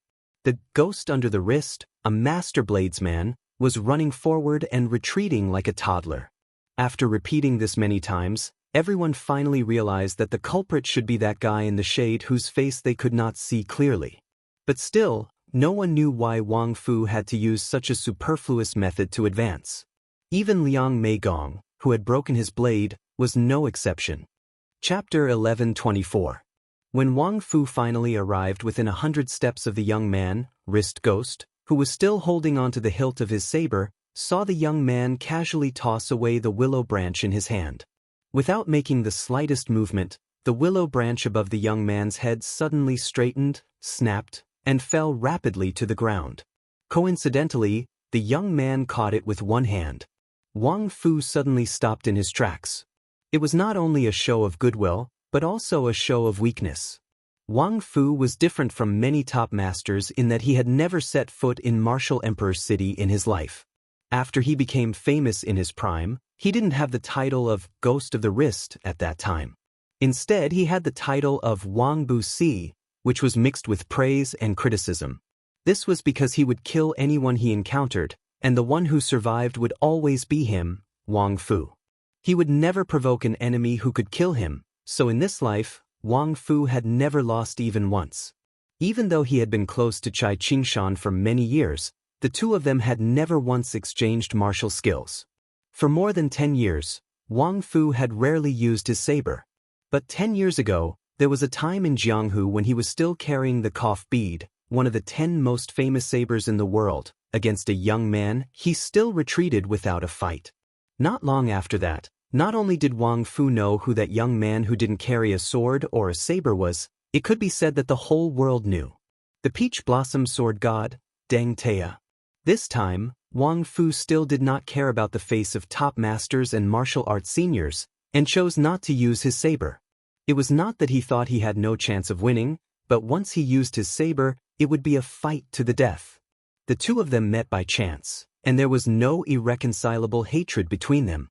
If he was facing Gu Jiantang, then the old man would have the impulse to fight regardless of life and death. After all, those who practiced the sword all wanted to climb over Dong Tai's mountain, and those who practiced the saber were Gu Jiantang. As for those who practiced martial arts in general, no one should have the wishful thinking of defeating Wang Xianji. Wang Fu did not believe that Wang Xianji only died at the hands of the young King Su. Wang Fu stood where he was, feeling a little depressed. There were too many young masters in Jianghu. Many of them had died at his hands, but they were like weeds that grew again when the spring breeze blew. The young master that he had underestimated earlier didn't push his luck either. Instead, he twirled the willow branch between his fingers. It didn't seem like he would take the initiative to shake hands and make peace. It was as if he was waiting for Wang Fu to take the initiative to attack.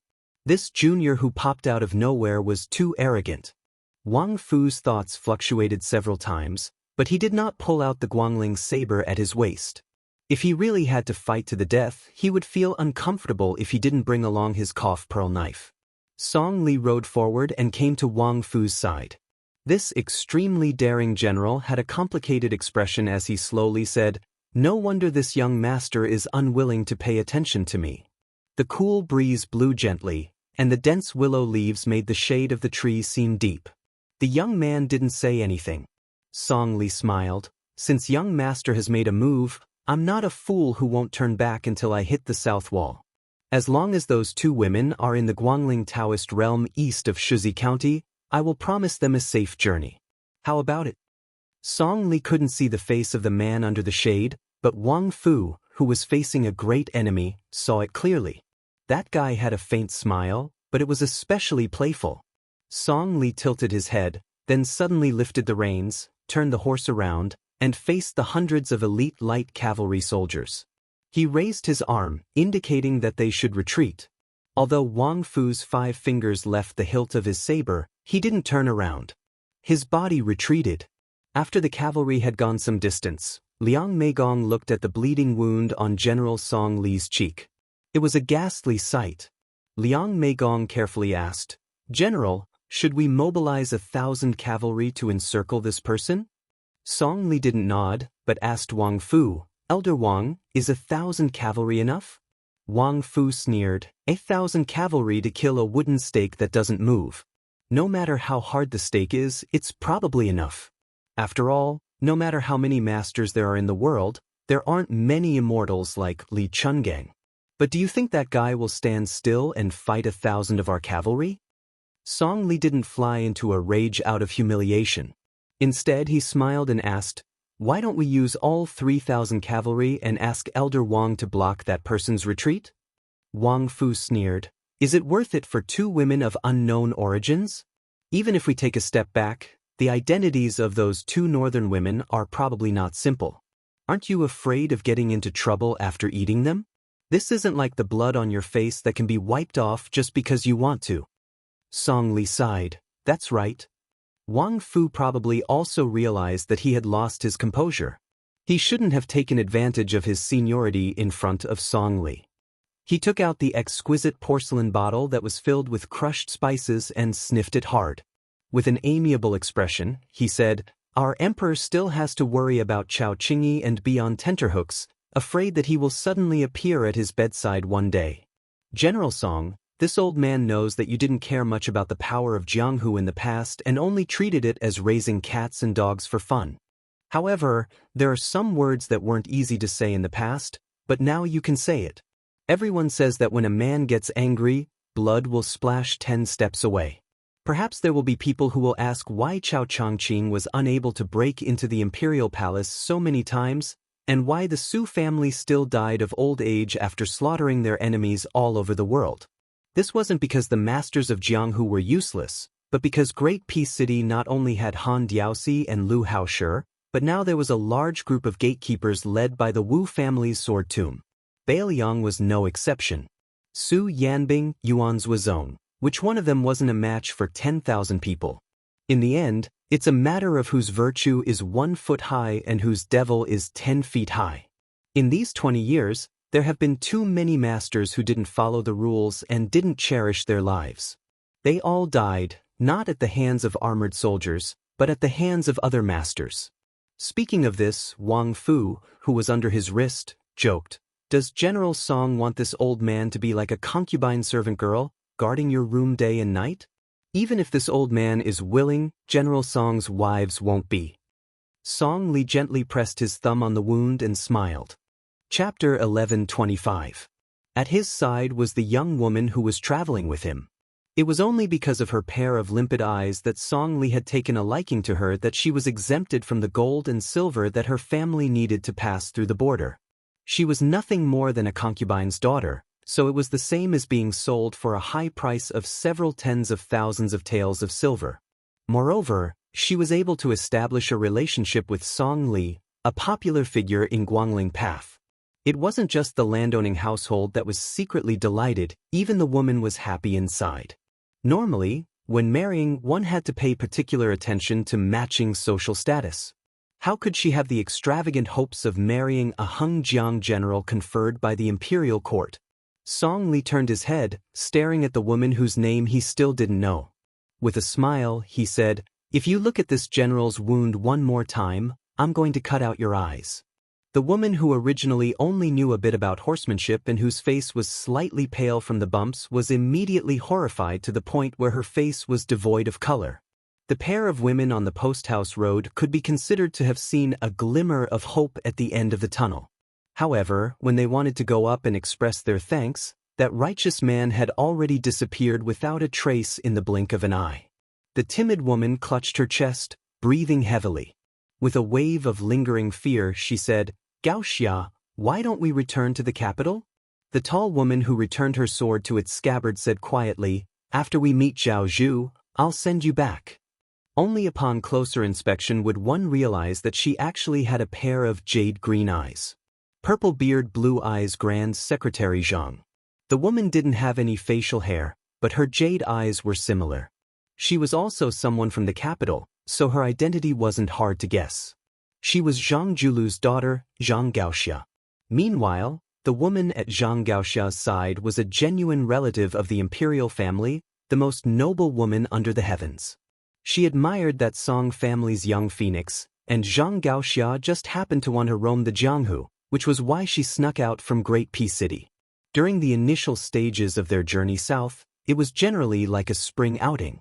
Occasionally, there were disturbances, but they were all dealt with by Zhang Gaoxia's sword arts. Before they entered Guangling Path, they even made a trip to Martial Emperor City to watch the excitement. Because after Wang Xinji left the city, Yu Groom's building, Huang Linya, and the other disciples also abandoned the city and roamed far away. Without anyone to suppress the experts in the city, at first, they didn't dare act rashly. However, when it was confirmed that Martial Emperor City had indeed become an ownerless land, there were people who began to stir up trouble. However, soon after, a cavalry army was stationed outside the city, only then did things calm down a bit. However, the inner city walls filled with weapons suffered a calamity. Even with the Wang family's old servant watching over them, there were still a few famed swords and blades missing every day. However, for the time being, not a single weapon inserted on the walls had been stolen. Zhang Gaoxia had brought her to the Martial Emperor City to relax, but also because she had to personally see the divine weapons on the wall. She practiced the sword, so she stood at the foot of the wall and observed for a full 2 hours, searching for those legendary ancient swords. On the top of the wall, there was the great sword of the Yellow Cottage, the thin sword of the Moth Fish, the sword of the Dongyue Sword Pool, the sword of Thrushimai that was hung by a pair of immortal couples 300 years ago, and the extremely inauspicious Break with June. There was also the strange, half-shoulder small-pointed sword of the Guanyin sect of the Southern Sea, and the swords of the 2 sword crowns of the Wu family sword tomb.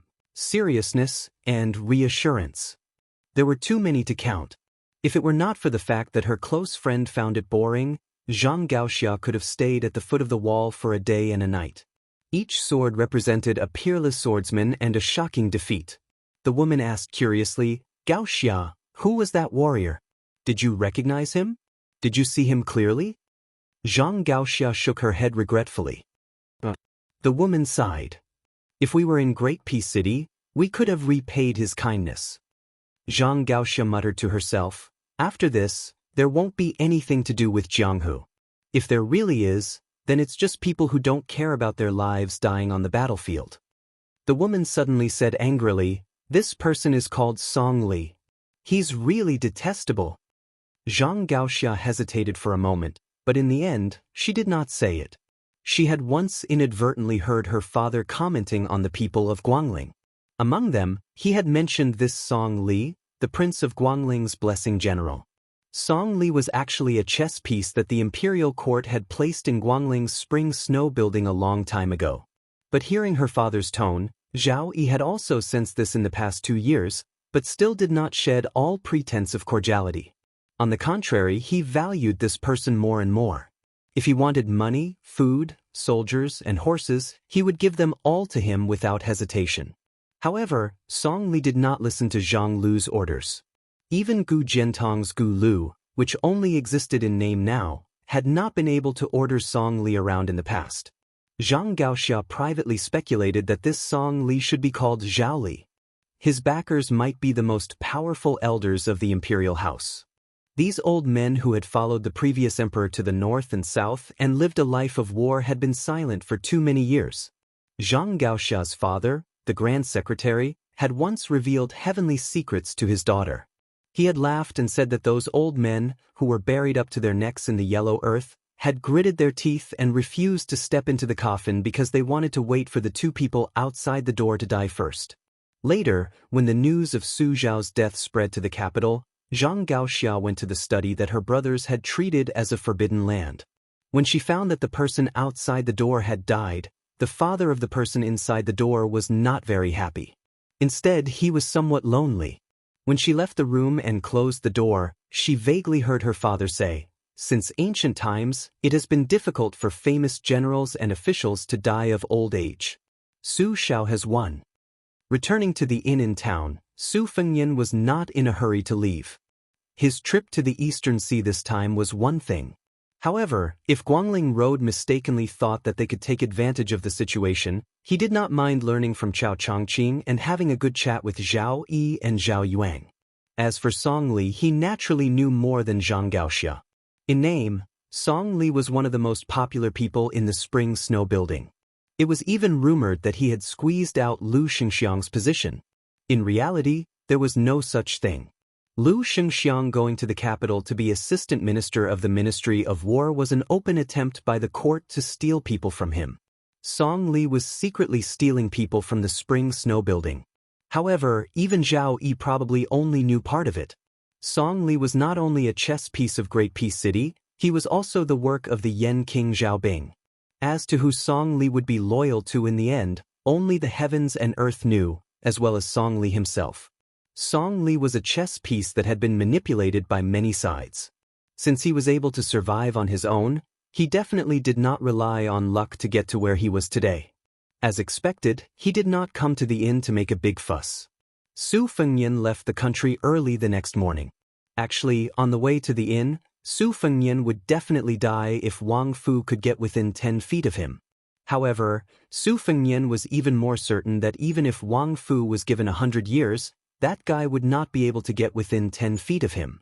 Because Wang Fu was not Gu Jiantang. The difference of one step was often the difference between heaven and earth. The carriage slowly approached the Eastern Sea. The sound of the tide gradually grew louder. Other than the relic sword box, the items that Su Fengyan wanted to take away from Martial Emperor City would shock the entire world.